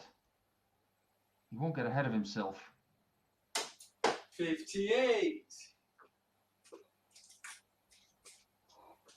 Even when he has a bad visit like that, he's still singing the scores, 85. still making us smile. If you haven't had the pleasure of meeting the Brazilian, make time for it in the future. He's a great, great guy. 93. I remember the first time I met Diogo, it was at a walkabout bar in London.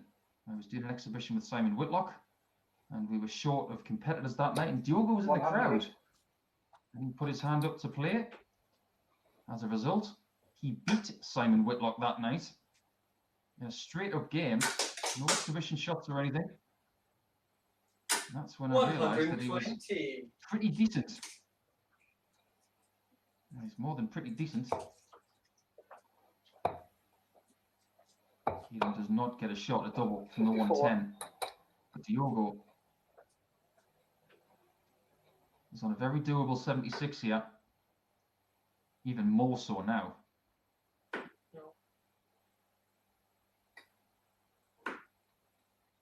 60. Not quite. First shot was far enough away for the bed to still be open. But Keelan should be taking this. Game is free. Oh, he finds double 10. And there's one of those legs gone that Portela can afford to lose. He can only lose 2 more for the rest of the day.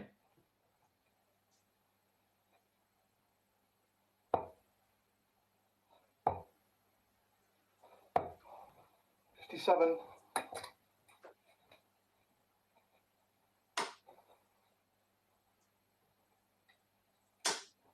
I've never actually had the pleasure of meeting Keelan K in the 60. flesh. There's a few players throughout the Icons of DARTS Live League that I haven't met in the flesh, but I've got to know very well via electronic means. 125. The likes of Andy Jenkins and Mark Webster have been mates of mine for quite a few years now, but people like Mike Warburton, for instance, have been 58. in the same venue as them, commentating on their matches, for Mike especially at the World Masters last year, where he made the semi-finals. 93. I've never been in the same company as Keelan yet. Yeah, from a lot of sources, he's a very fine young man.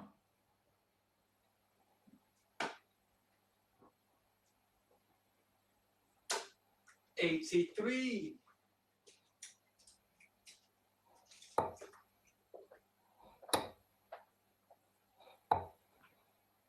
39.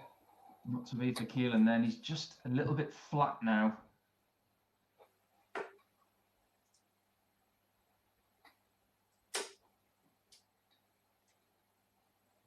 He's not going to get second place in the 97. table. And maybe he knows that. And that's why he feels and looks a little bit flat. If I kept hitting that small 5 with my first dart, I'd be hitting my head against those blinds. It would be driving me up the wall. And that's not the first bounce out that 80. Diogo's had today with those tapered barrels. It's been a perplexing day for darts on the floor for Diogo. 105. Great approach from Keelan. Try and level the scores up at 2 legs all.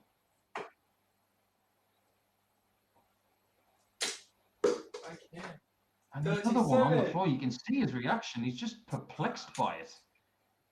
Get the feeling the dart's maybe going in too Game upright in 1. and not grabbing the sisal enough. But Keelan does not care about that. He cares about getting chances and taking chances. Chances taken, and it's 2-2.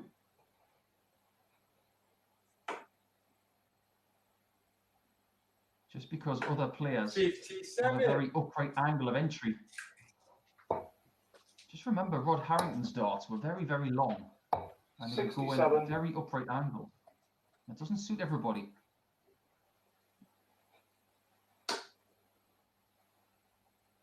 When they go in right, these ones look fabulous. But again, 79. just get the feeling that the grouping of these darts is not prime. And that when it hits the previous 77. flight, which that has just happened to Keelan carefully enough, when it happens to Diogo, it takes all the pace off the dart and it's going to wind up on the floor.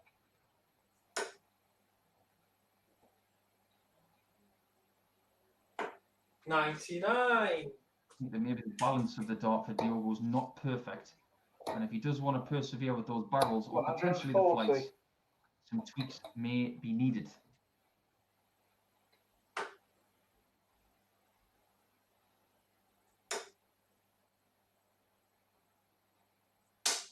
$95. With that treble 5 on dart 2, he could not leave a finish unless he hit another treble.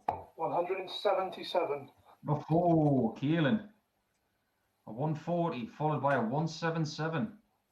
So he tops after 12 and he's gone hot again. 59.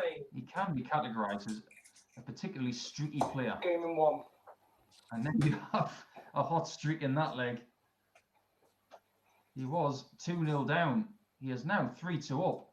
And as for all of the legs that Diogo could lose, he's lost them all. One more leg loss, and Fallon Sherrick wins 58. today's league. You've got to think that she's safe. But mathematically, she is not quite yet. 85.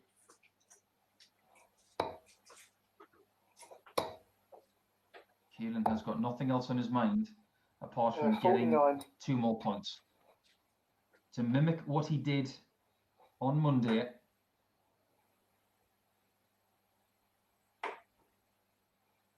he could actually wind up with something very similar. 84. If he was to win 5-2 here and wrap off 5 consecutive legs, he would end up with a leg difference of +2 and 6 points, whereas on Monday it was 6 points and +3. So you could classify that as very consistent. 38.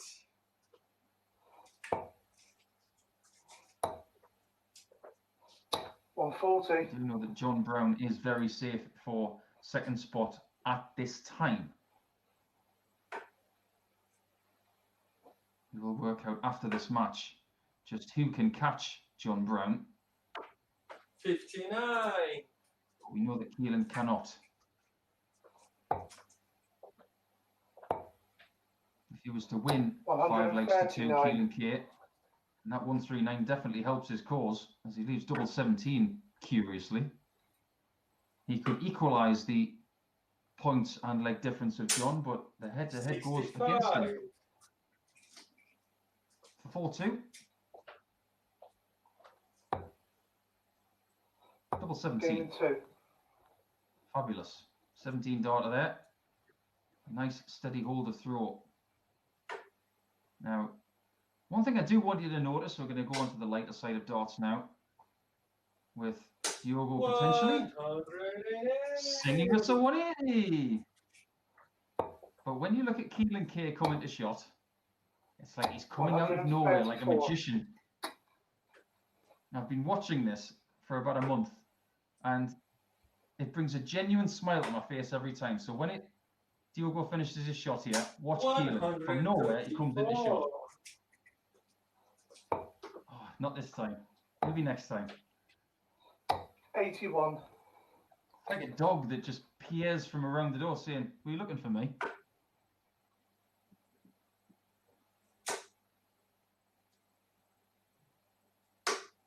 88. There he is. You've got to make yourself laugh. 98. Got to see the lighter side of things and sport. It's provided people with a lot of entertainment and much needed 16 left. 83. relief during a very difficult time in our lives. Keelan's looking to leave double 4. 100. It's not bad, but this is all about Diogo this leg. Little shuffle to the right.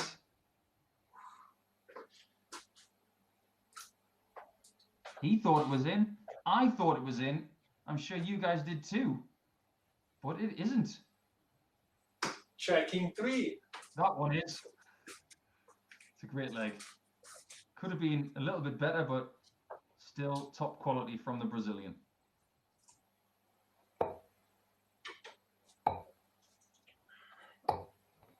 $58. And via that double 4, it means that Keelan K can no longer equalise the score and leg difference of John Brown.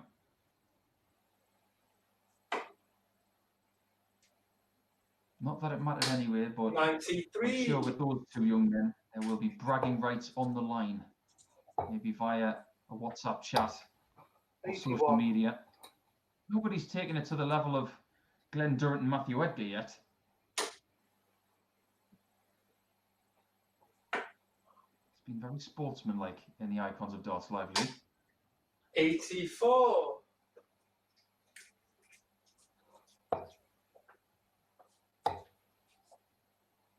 Oh, get out of it, Keelan. 39. An exasperated third visit of the leg for Keelan. Scores of 58, 81 and 39. Only one treble from 9 darts. At this level, 95. he knows that's not enough. Jose Justicia and Scott Marsh will return for their next match. After this 100. one, we will be going to a 9th leg.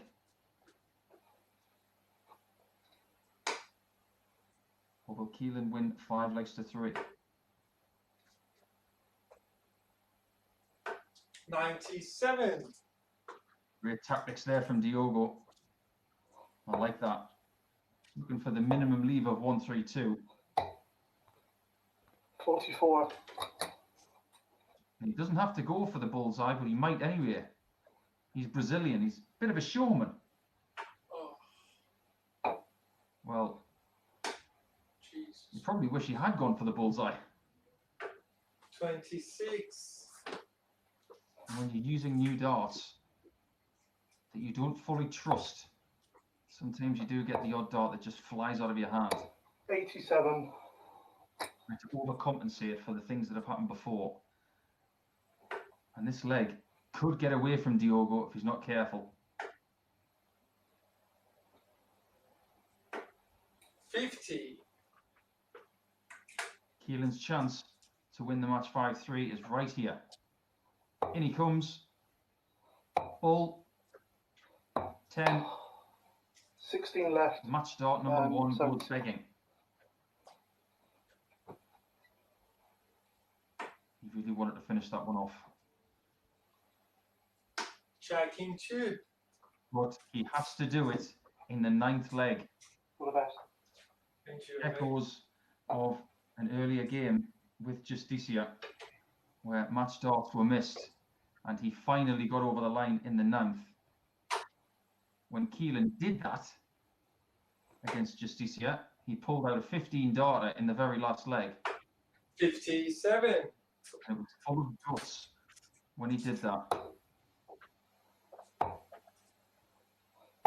81. Starting to understand why Keelan is hitting so many fives. I'm looking at his hand from the camera angle he has at home, and there is a twist of the hand from a side-on cock 100. position, and he straightens the hand up before it gets in front of his face. I think, from a coaching perspective, that is the 140. thing to work on. We're going to try and straighten that hand up from the bottom of the address position.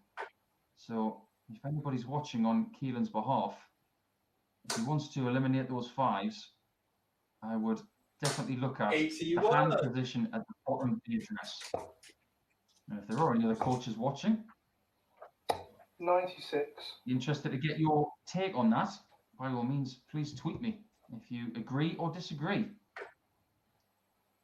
Win Model has already tweeted today about the fact that more professionals are getting involved in coaching, and it is a good thing. 99.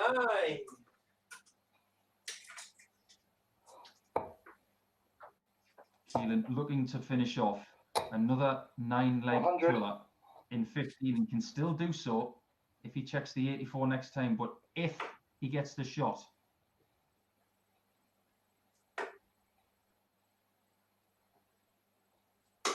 $64. This is for the win then.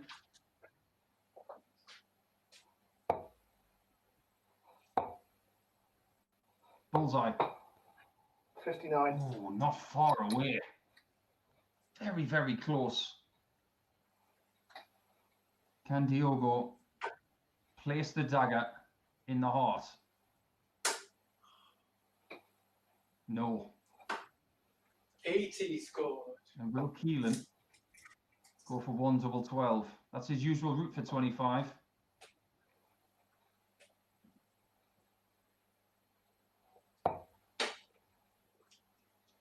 Double 12 and has 2 for it. Game in 2. Great shot. And he's got himself 6 points. A very, very good day. And you can see from the celebration at the end that he really wanted that. Fair play to Keelan Kay. But that confirms that Fallon Sherrick has won today. She tops the table with 8 points and a leg difference of +10. So she is the queen of Wednesday. Now, as to who is in the silver medal position, we'll find that out in the next 3 games. But Jose Justicia, as I put my tongue back in, will play against Scott Marsh in the next match, which is the 3rd last one of the day.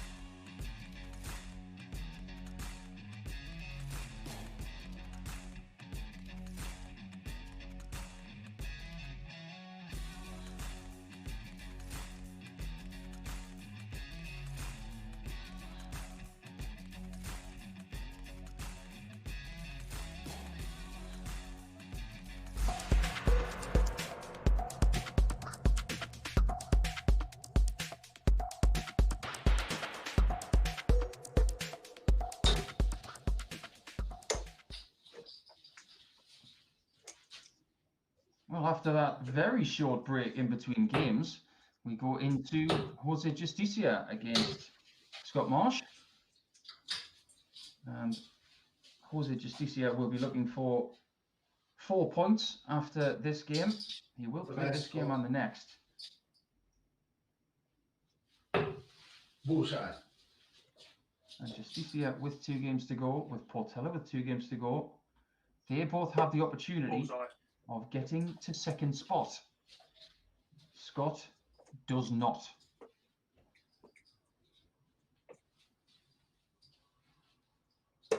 $25. The winner from Monday, losing his first 3 games today, Bullseye. will not be able to get Where's that? the silver medal spot behind Fallon Sherrick. But now we have to figure out whether Jose can. He will have to win both games, 60. and he will have to bridge the gap between himself and John Brown.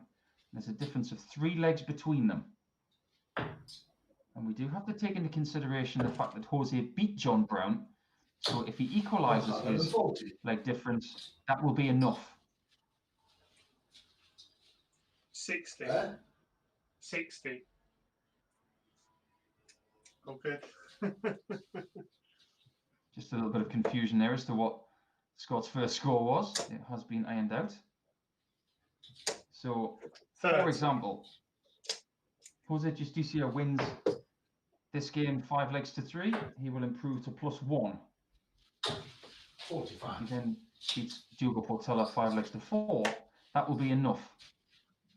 That will give him second spot. And that would signify 97. definitive improvement for Jose Justicia, who got 6 points on Monday as well. So he's looking for consistency this week 45. and maybe another confidence boost to mount a challenge on Friday when these guys and girl play again. 58. It's been a strange old day for Scott Marsh. He was so good on Monday and he won the league with 6 points. 99. But today it just hasn't happened for him. Lost to Keelan Kay, 5 legs to 3. 40. Then lost to John Brown, 5 legs to 2. And then lost to Sherrick, 5 legs to 2. It just hasn't happened for him. And we all get days like that. 140.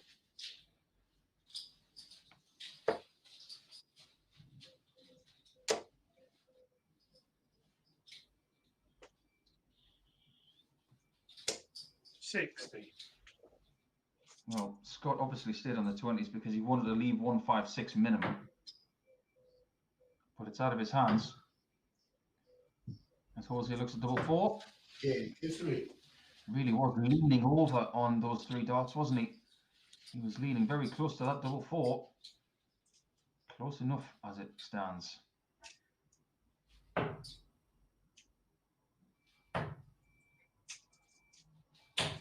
$58. These players are, of course, playing from the regulated distance of 7'9" and 1/4 inch from the dartboard on the floor. 57. You are allowed to lean past that point, but your foot must not go past that point on the floor. That is the rule. 87. In the soft tip darts that these guys play, and they have played against each other in some of the darts live competitions, because that's 100. probably their fault here, I would say, tentatively. They do not play from 7'9" and 1/4. They play from 8 feet. 100. The segments on some of the soft tip boards are a little bit bigger. I say some of them because there are different types. And that's cancelled out by the board being further away. Now Scott gets his first 180 of the match. He's looking for one of those big 6-dart conversions. He's looking for the 344.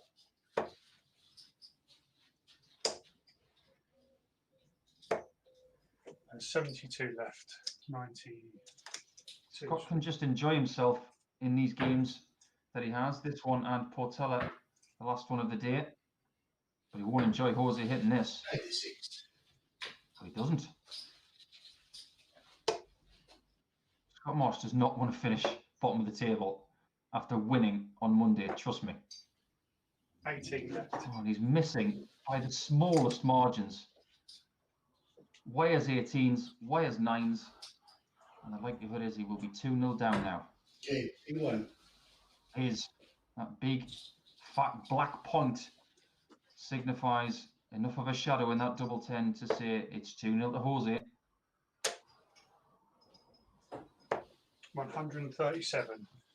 Two players here, like I mentioned, they love soft tip darts, but they also love steel tip darts. And I like the fact that there are different types of darts in the world. 139. I play both. I like both forms of the game. The people that say that soft tip darts is for kids, they'd be wrong. It's big business in different parts of the world. 60. And if you haven't tried it, give it a go. See what you think.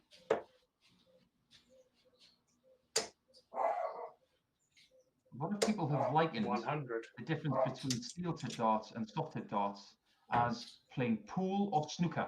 They're two very, very different games. Played on two different surfaces. 126. Double 12 for an 11 darter for Scott. 84 in 3. 12 to 12. There you have it. An excellent leg of darts.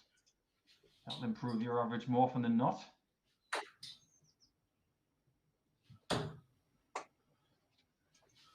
$41.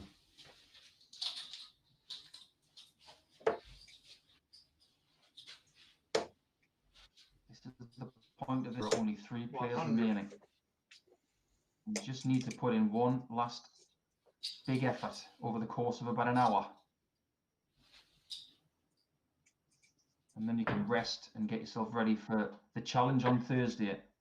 On Friday, sorry. I'm getting ahead of myself. 82.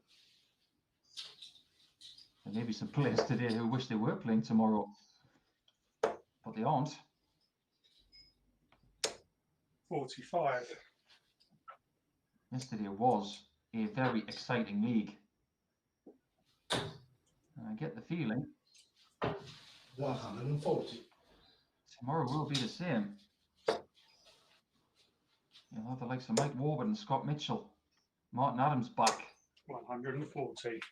and Boris Koltsov as well, who won yesterday on 6 points via the head-to-head record with Warburton.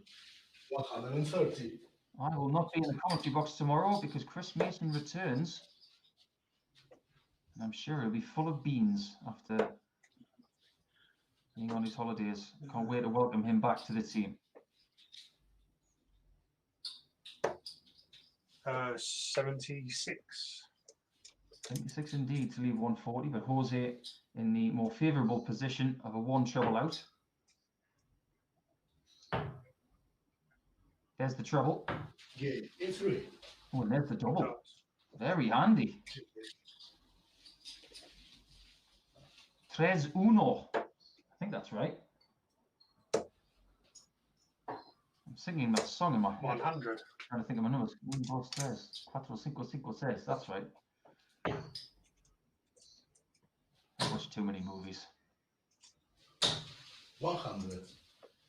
I wonder if there's going to be a darts movie in the future. It's about time that somebody got that idea. And I'm not talking about a documentary either. 140. Would you like to have a darts movie written about? Whose story? Phil Taylor's story, maybe? Raymond von Barneveld's story? Eric Briscoe's story? 45. There's going to be a movie about Hulk Hogan. And that's going to be played by Chris Hemsworth, who played Thor. 140. Just to start a little debate, if there was a movie about Phil Taylor's life, who would play Phil Taylor? You've got any ideas?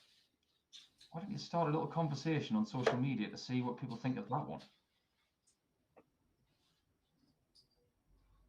Could Phil play himself? 88. 16 left. 105. That would have been a very Taylor-esque 12 darter there from Scott to get within 1. Scott, a mountain of room between him and Jose. 140. And that shouldn't really make any difference, that 140. and does not. Been a good game so far, with Scott on a 94 average and Hosey on a 93. 100.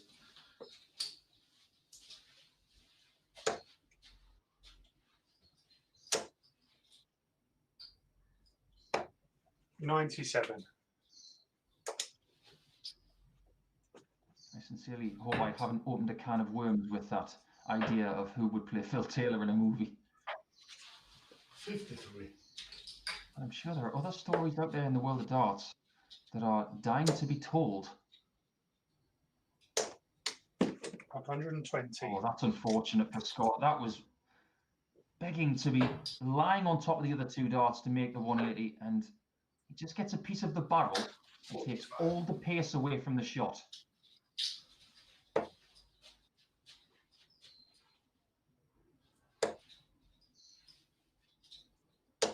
$100. Steady ton from Scott. If there was a movie about Phil Taylor's life, it would be rude not to include him in that movie with a cameo. If you've seen the movie Erin Brockovich about her life, was of course played by Julia Roberts, but Erin Brockovich made 100. a cameo as a waitress.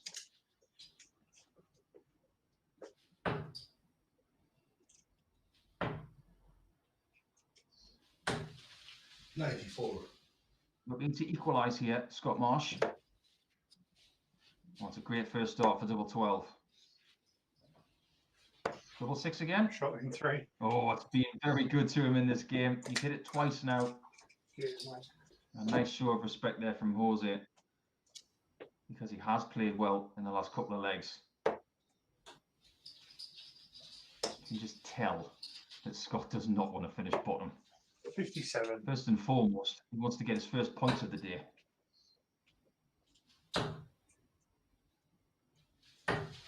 45. Scott is the one who's playing better right now. 100. His uncanny knack of finding a treble 20 when he has a dart above the segment.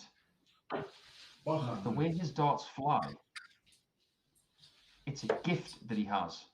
It's a very rare skill that Scott has there. He can land them on top of each other like that. 100. You can see the reverse stacking method. But the way he can find that 60 going underneath a blocker dart is a very, very unusual skill to have. There's the perfect first dart. 85. Oh, he'll be livid with that for two reasons. One, he gets the 60 first, and he doesn't capitalise on it, but he's left 159. 133. It doesn't make any difference to the situation. It's just an annoyance. You don't want to leave 159. What a way to fix it, 32 though. left. 127. What a way to fix it. Justicia is in a little bit of trouble now. 138. Can Scott finish the job to go 4-3 ahead? It's a good line now. 16. Oh, he's missed. Maybe the pressure from Jose from that 138 preceded by the 133. Double 10. 20. Oh, and they both missed 3 clean darts and double to take the lead.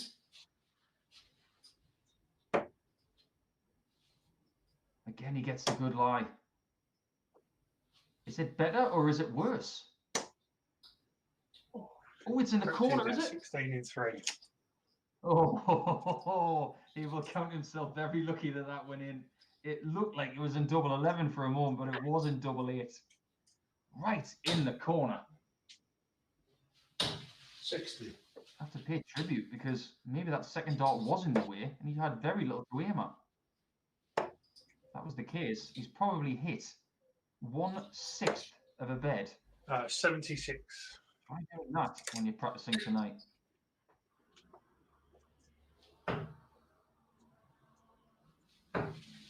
$121. come back from the dead here has Scott Marsh. He's played very professionally. And Jose has let a lead 60. slip.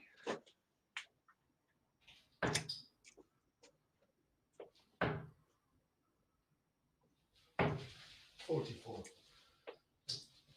Scott just needs a ton to get back into this leg. But I like this move down to the 19s. 95. Takes it to 270. That's good counting because now he wants to stay straight. Wants to try and leave 170 or 130 or 90 is the ideal shot to leave here. Now, here's the test of that dart above the segment. Oh, he's done it. What a dart. 100. I can't tell you how difficult that dart is.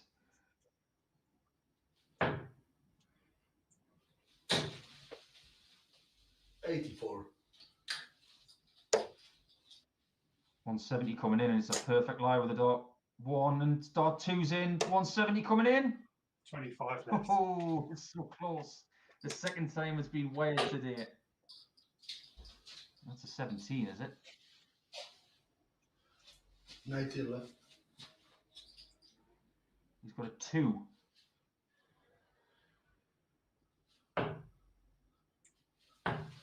$52 left.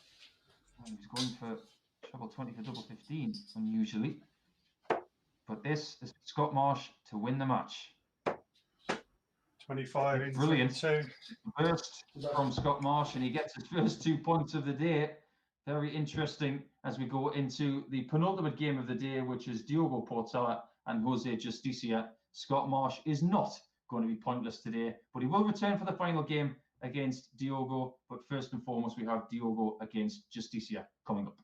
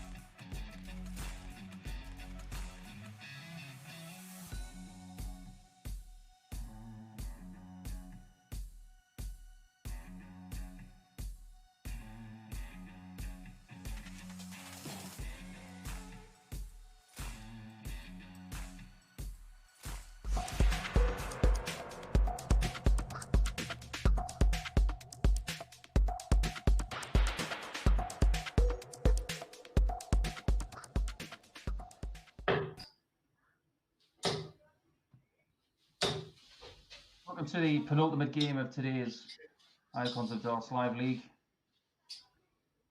And Diogo Portela, after his loss to Keelan K by 5-4, can no longer win today's table, but he can still snag second spot only if he wins the final two games and by a certain margin. We'll touch on that a little bit later. First and foremost, he needs to get his second win of the day against Jose Justicia, who's playing his final game of Wednesday. 25. Una partida yo.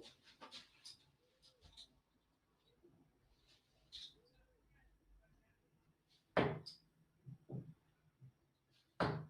universal language that is darts, 100. played by many in the world, and that language is spreading. It's great to have South America represented so often by Diogo Portela. He is the flag bearer for South American darts. 100. And for Diogo to snag second place today would be a great achievement, considering he lost his first game of the day against John Brown, the person who he is trying to gazump. There is 5 legs between them in the leg difference, 100. but most importantly, there are 4 points between them. So Diogo has to win both the games, and he's got to win them by rather large margins, and he can't use the head-to-head record for his advantage. So he has to get to +3. So he's going to have to win 5-2 twice. 80. Or the equivalent of.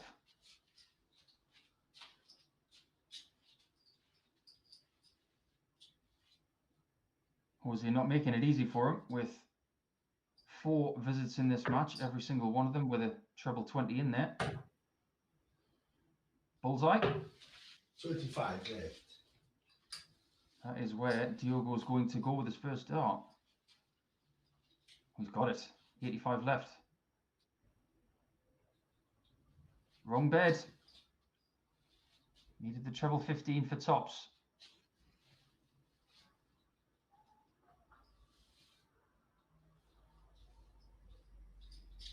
Jose is unable to get to the same points total as Monday, but wants to go out with a win. Double 4. Okay, it's 3. Very central in that northeast corner. You could classify double 4 as the Barcelona of the dartboard. Geographically, anyway. If you're talking value, Barcelona at the minute would probably be the 57. Because, unfortunately for Barcelona fans, Real Madrid won the title.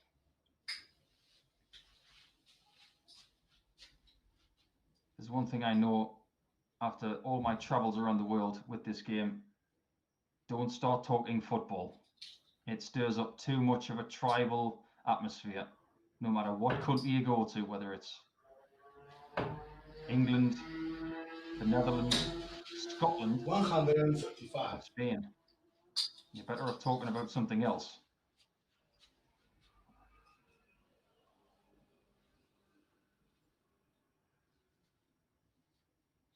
Well, Diogo's trying to leave a finish here, but unable to do so. And Jose has turned up in this game so far. Ton 135.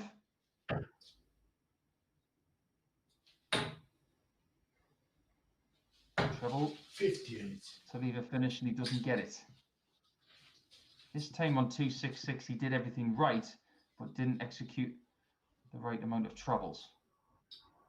Previously in the day, he went for a further 19, and he was lucky that he got the treble because the single would have left a bogey number.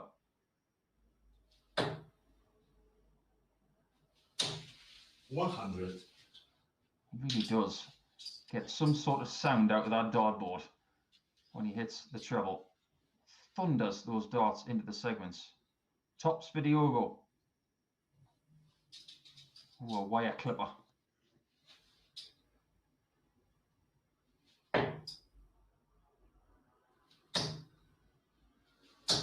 Unable to get a 100. treble with the first 2 darts means he does not get a shot for the leg.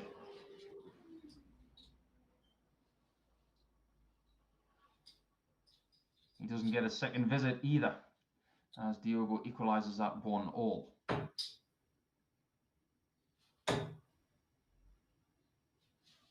$60. It's interesting as well that there is a Portuguese player on the tour at the moment called José de Sousa, and a lot of people call him Jose. I have been corrected on my first time commentating on José de Sousa. When you are Portuguese or Brazilian, you are José with a very soft J, 140. like José Mourinho, of course. But because Mr. Justicia is from Spain, it's a little lighter indeed. It's Jose. These are the things you learn when you travel and you get to meet people from different countries. 55.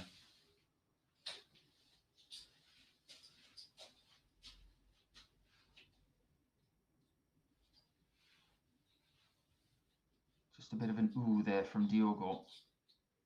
He knows that he could have left a finish from 344.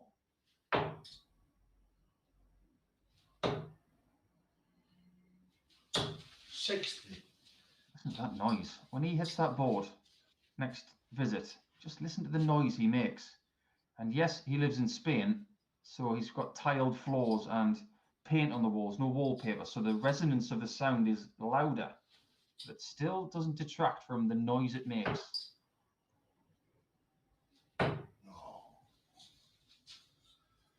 Well, Diogo will have the first crack at a finish in this third leg via those 2 pulled darts from Jose. 72. Great rescue job to leave the finish that Diogo narrowly missed in the last leg.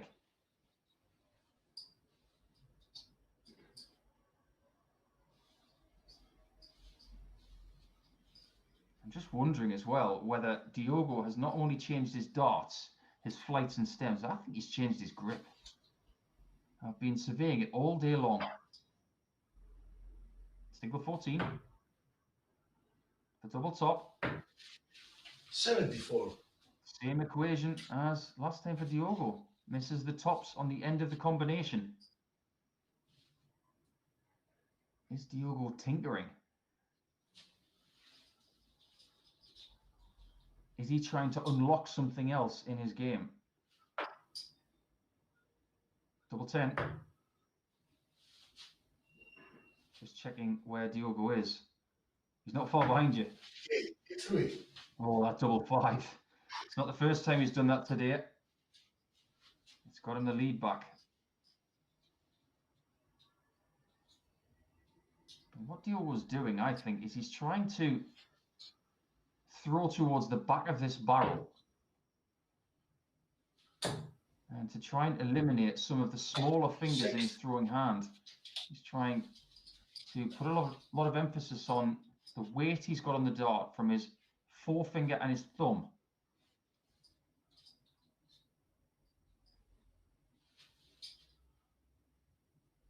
Time will tell as to whether he sticks with it. He may revert back to his other set on 100. Friday, or he may stick with what he's doing.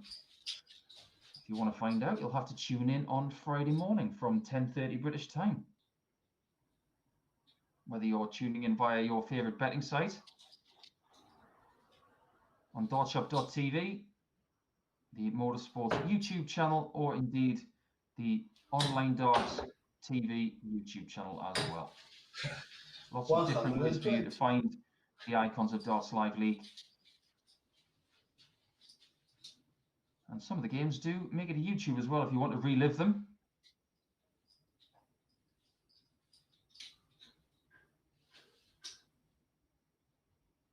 This one could be close. It wasn't close on Monday. 180. Justicia gets a maximum. He's been graduating towards that in this leg with 60, ton, 120, 180. Oh, he's got the 54.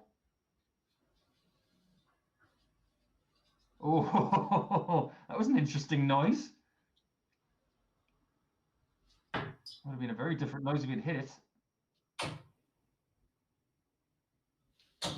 Game in 3. Jose has hit it. He's absolutely thundered that last dart in there for a 3-1 lead. Looking to do exactly what he did on Monday, which was win 5-2. Justicia, of course, cannot get second spot. 60. But he's trying to make sure that Diogo can't either. And by doing that, he will give John Brown his best finish in any league that he's played in. And a huge confidence boost for that young man, but it's not solidified yet.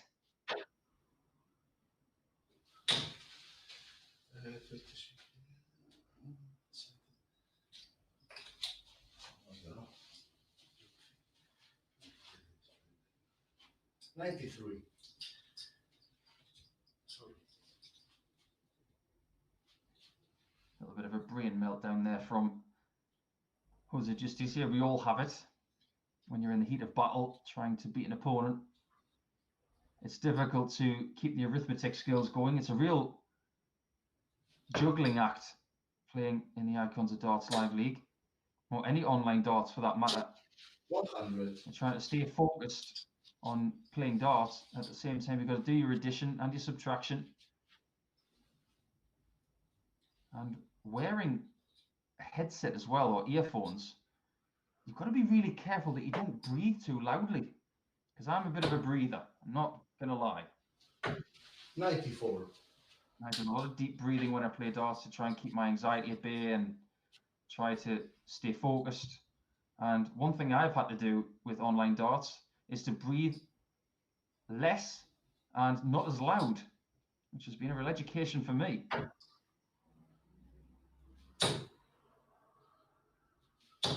95. By trying to keep the volume down, you're trying to respect your opponent and not have them distracted when they're throwing. But we've had all sorts of background noise, building work, mopeds, children, pets. We've had the lot. Okay, in 2. Jose gets the lot there. 17 darter for a 4-1 lead. And he's looking very, very good for the win here.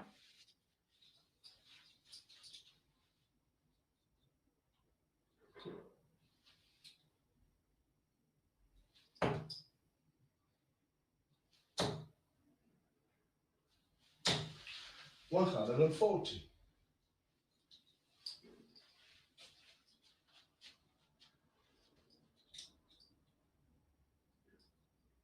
Jose's average of 87 is around about his best of the day.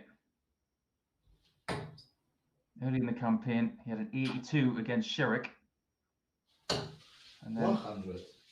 sank to a 77 in losing 5-4 to Keelan Kay, but an 86 in both of his last 2 matches.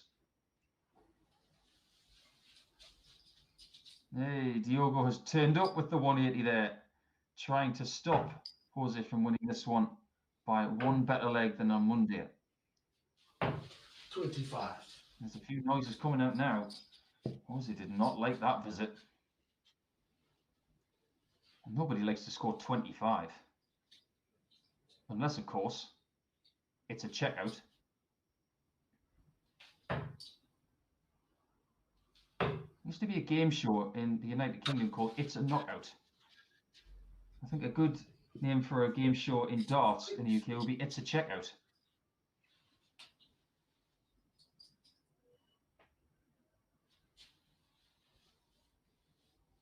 When the adrenaline is starting to fail you, your arm will do some funny things. But Diogo still recovers to get a shot at tops. And he will come back for another crack at it. 57. Tops then for a 16 darter. Gets the 10s. And gets the same number of darts for the leg as Jose did in the previous one.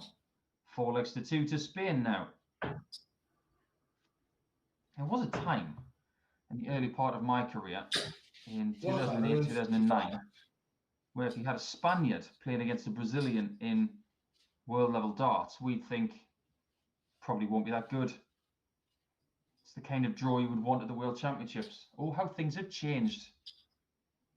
Both of these guys have played at the PDC World Championships, of course. Both have played well on the stage. 140.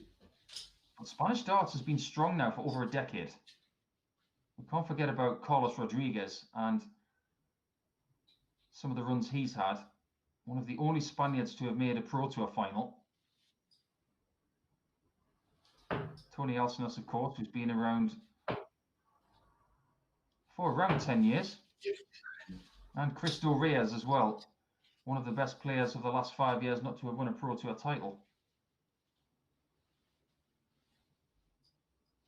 You do wonder, though, where the next generation of Spanish players are coming from. It's all going wrong for Diogo, though. 97. Justicia is strolling towards this finish line to finish his day on 4 points. And if he was to win 5-2, he would have the same leg difference as Monday, but 2 less points. 70 for the win. Oh, Oh, he's missed the pause. Just a little bit of too much exuberance there from Jose. But he will expect a return. And he will.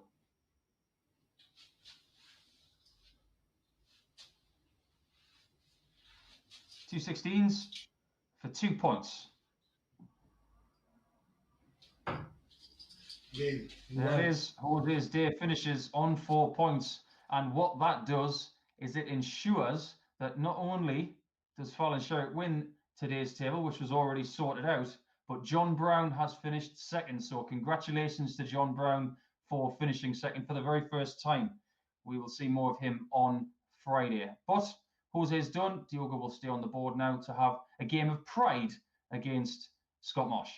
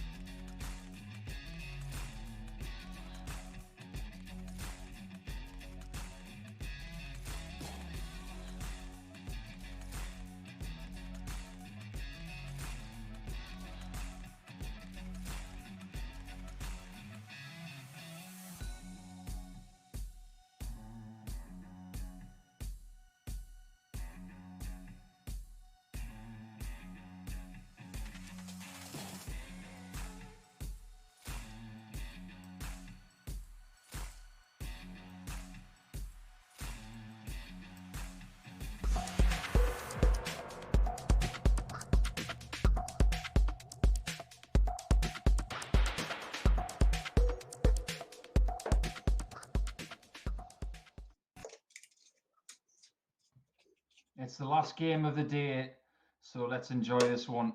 It's not for the league title. It's not for second spot. It's to see who finishes bottom. Whoever loses this game will finish at the foot of the table. It's a straight shootout. Side. It's not about the leg difference. It's not about the points. It's just about this game. Because Diogo Portilla and Scott Marsh have the same points and the same leg difference.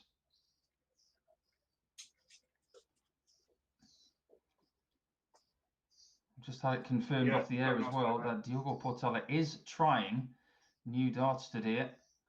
New barrels, new stems, new flights. Whether he uses them on Friday might come down to this game. You just don't know. I can't remember the last time I saw a match where both players were 139. using kite-shaped flights. Honestly, can't remember. It's a shape of flight that isn't used by a great deal of players. But it's something that Scott Marsh has been using for a while. But it's something that Diogo has just started trying. 40. Neither of these want to finish bottom of the league, I assure you. But Fallon Sherrick went from bottom of the table on Monday to winning today. Scott Marsh loses this game, he'll do the exact opposite. He'll go from top to bottom. 60. Oh, the complexities of darts here. And professional sport. It does your head in.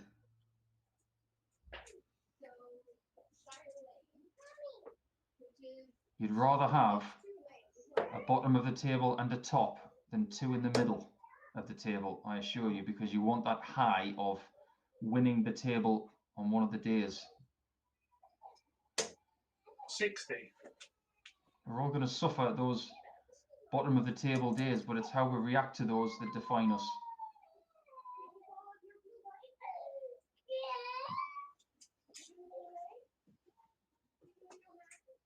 Diogo does well there to halve his score. It's now up to Scott to find his range because he hasn't found it since the first visit of the match. 55. Advantage Brazil.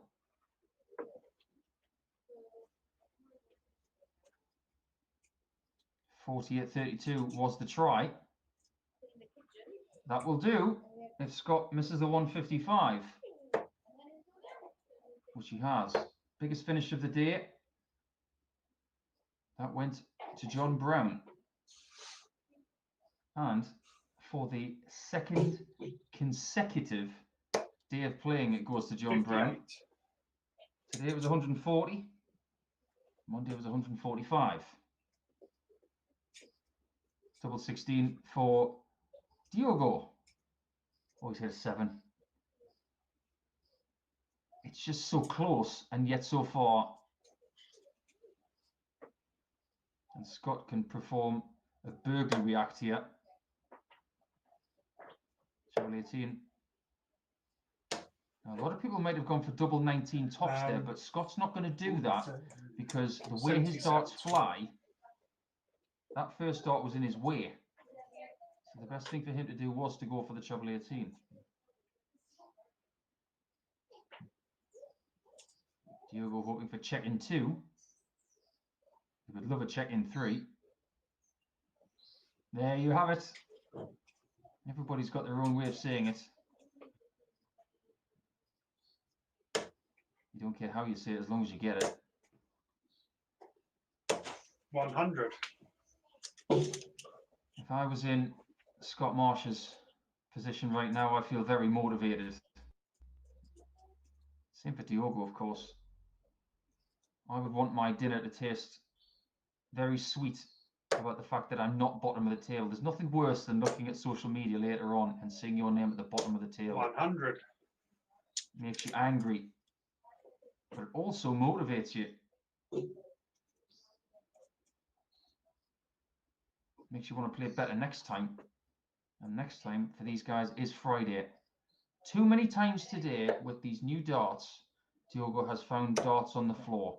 So that needs to be addressed, whether it's a weighting issue, 85. whether it's the size of the stem, or how the darts fly through the air and how they group in the board. It does need to survey what's going on. Choosing a set of darts is not just about how they fly individually. It's how they group together when you're trying to score. 60. Not a problem with Scott's darts, they nestle really nicely.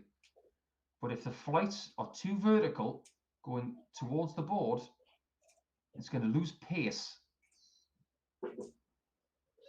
No problem there.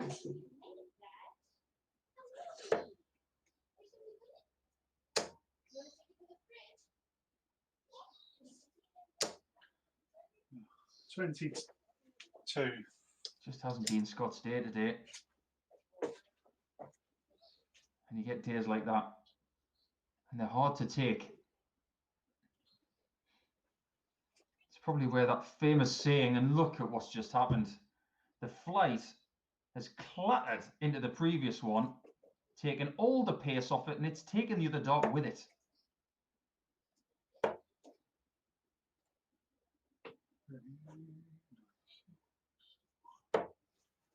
$98. Lovely layout there from Scott. Taking advantage of that really unfortunate visit for Diogo.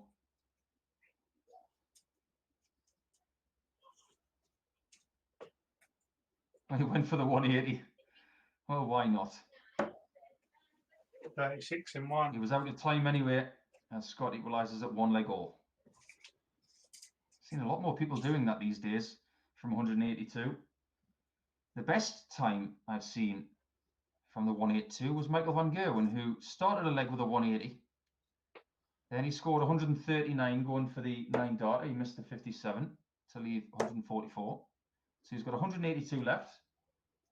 Then he hits another 180 and he hits double one for a 10 darter. He's done that on more than one occasion.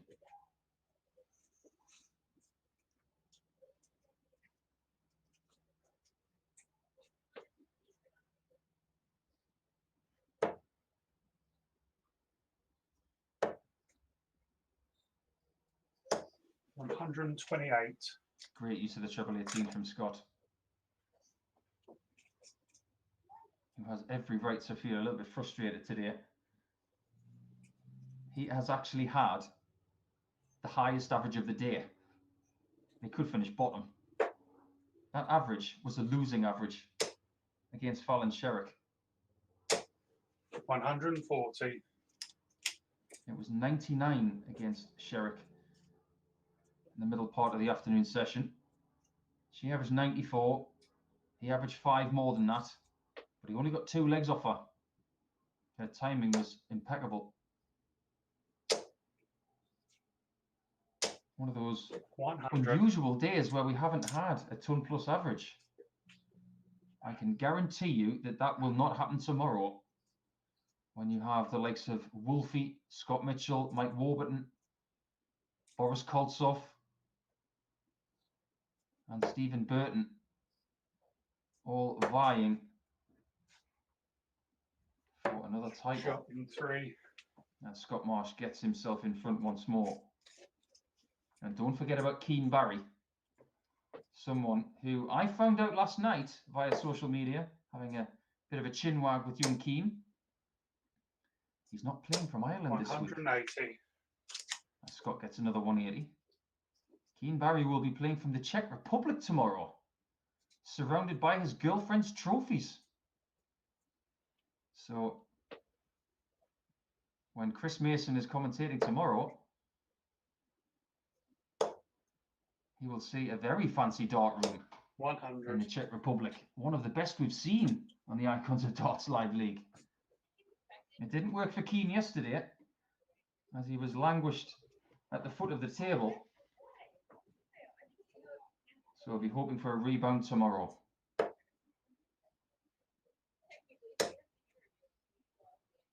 Scott is starting to get his act together, and his rhythm has 40. been so much better, but he gets a bounce out off his own dart. What's been going on here?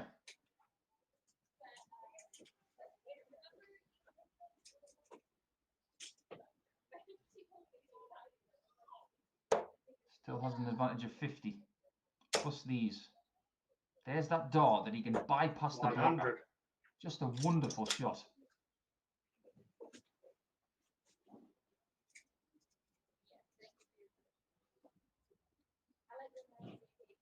We'll stay there now. 2-3-1. He starts on 19s. If he gets a single 20 with dart 2, then he goes to the 25 to leave himself on a finish. That's really good thinking. But now it's the bullseye. Just not coincidence. It's almost a half-hearted attempt because he didn't know where Diogo was to start with. And when he realized he was on a finish, he was always in motion.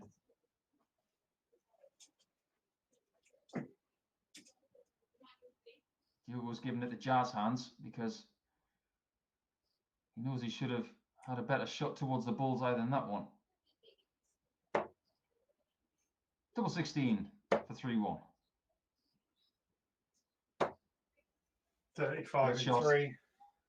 3-1 up, Scott Marsh, and he's looking favourite to finish in 5th spot out of 6.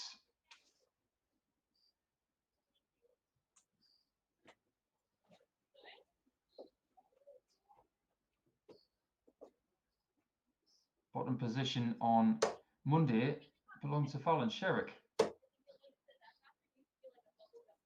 5th spot 60. belonged to John Brown. How things change. It's almost like they've turned things upside down. Brown is 2nd today. Sherrick is 1st. Keelan Kay was 3rd. He is 3rd again today. 97. So he's consolidated his position. Justicia's got 4th.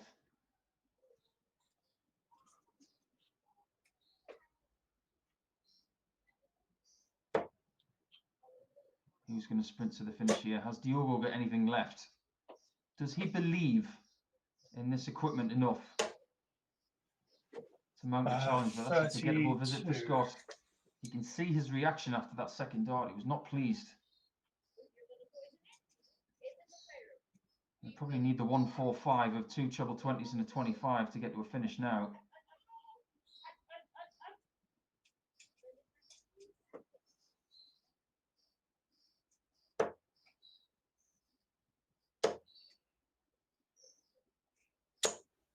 $60. 30-60, but Diogo is in charge in this 5th leg.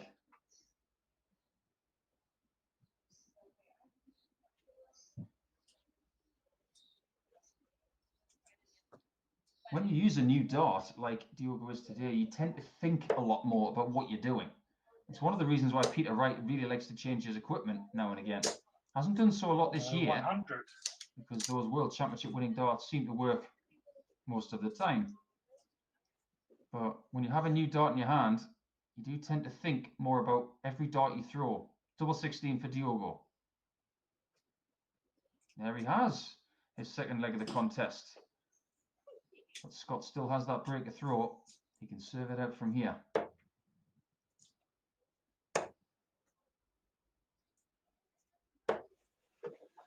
$39.45. Just doesn't feel like Scott is playing comfortable today. It is very, very hot in the southeast of England. Could well be playing in an atmosphere that is a bit full of the heat. 95. I can testify, living in the southeast of England and growing up in the northeast, it's like living in a different country. The climate is very different. Some days it's a difference of 10 to 12 degrees between the 2 locations. And it does take a bit of getting used to.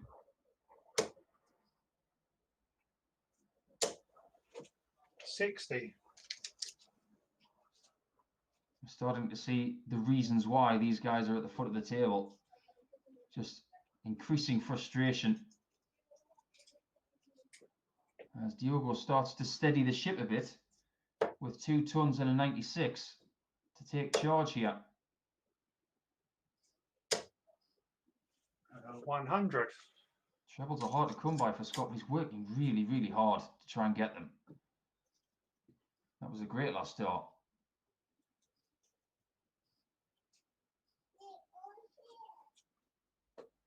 This is one of Diogo's best legs in a while.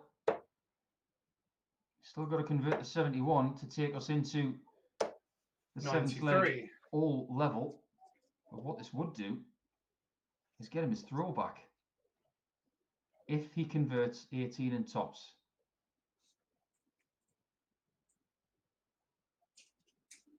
Now this is not out of the question, 108. Now the treble for the double. 72. So by the reaction of Scott there that maybe he was expecting to miss that one, but the disappointment will be etched on his face if that one goes, and it does, as Diogo gets the throwback, and he is now favourite with the momentum after winning the last 2 legs.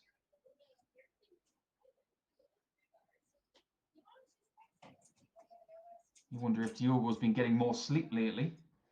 He is a new father, of course.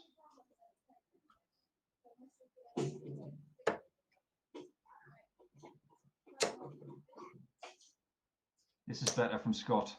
180. No one's going to trouble the 180s that Fallon Sherrick hit today. It was a fabulous, fabulous effort. In 5 games, she averaged 2 180s a match, which is very handy. 140. Thought Scott was going to put himself on 141 there after 6 darts. Would have been a fantastic return considering how he's played the last couple of legs.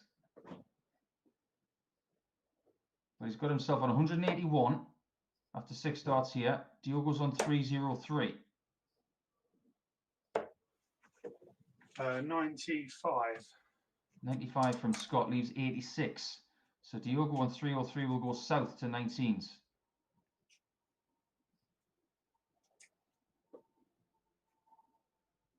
He's left the 170, but is it too late with Scott on 86? 18 and bull. Now that Diogo's on a finish, surely. Bullseye. 38 left. Not that close. Left himself on a double at the bottom of the board, which might suit his throw. But Diogo's on the 170 and it's possible. Oh, so close. He gave it a chance. He really fancied it. I haven't had one of them this week. 38 for Scott Marsh. 38 and Great 1. shot. And it is a re-break. I like And that Scott one. can now serve it out to win 5-3. But holds of throw are not guaranteed. It was a fabulous leg from Scott, though. 100. 15 darter should get it done, you would think. The averages tell a story. You aren't going to win a table averaging between, say, 79 and 83. Today, Sherrick winning the table started slowly with an 80 average against John Brown, but she improved to 91 in the next match, then improved to 93. She then went back to 87, but then her best average of the day was in the game that she needed to win, which was against Scott Marsh, where she averaged 94.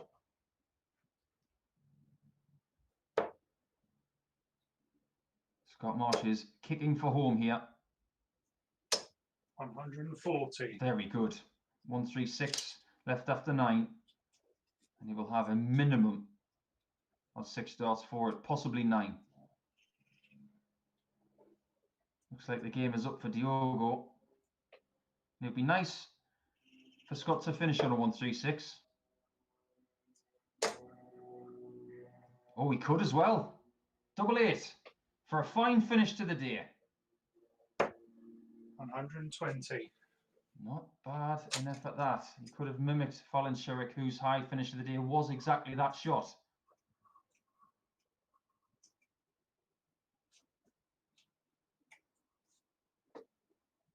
So Double 8 to get it done. Now double 4. 8. Oh, he's missed all 3. He did need 9 from that position of 136. Might not be 9, might be 7 or 8, but it was 3 visits. Can't afford to miss again. Diogo trying to go out with the last 180. But that's a bad dart. It's in the way. Yeah, even 2. Well, it wasn't, as Scott Marsh finishes the day in 5th position and demotes Diogo to number 6 in the table. Congratulations to Fallon Sherrick for her 2nd daily title today, and congratulations to John Brown for finishing 2nd for the very first time. They will be back, that cluster, on Friday for more action. Tomorrow, you'll be treated to some great action with the likes of Scott Mitchell, Martin Adams, Mike Warburton, and the rest. So enjoy that with Chris Mason, who will take you through everything from 10:30 in the morning British time. Motorsports would like to thank you for your company today. We will see you tomorrow, however you like to tune in. Adios.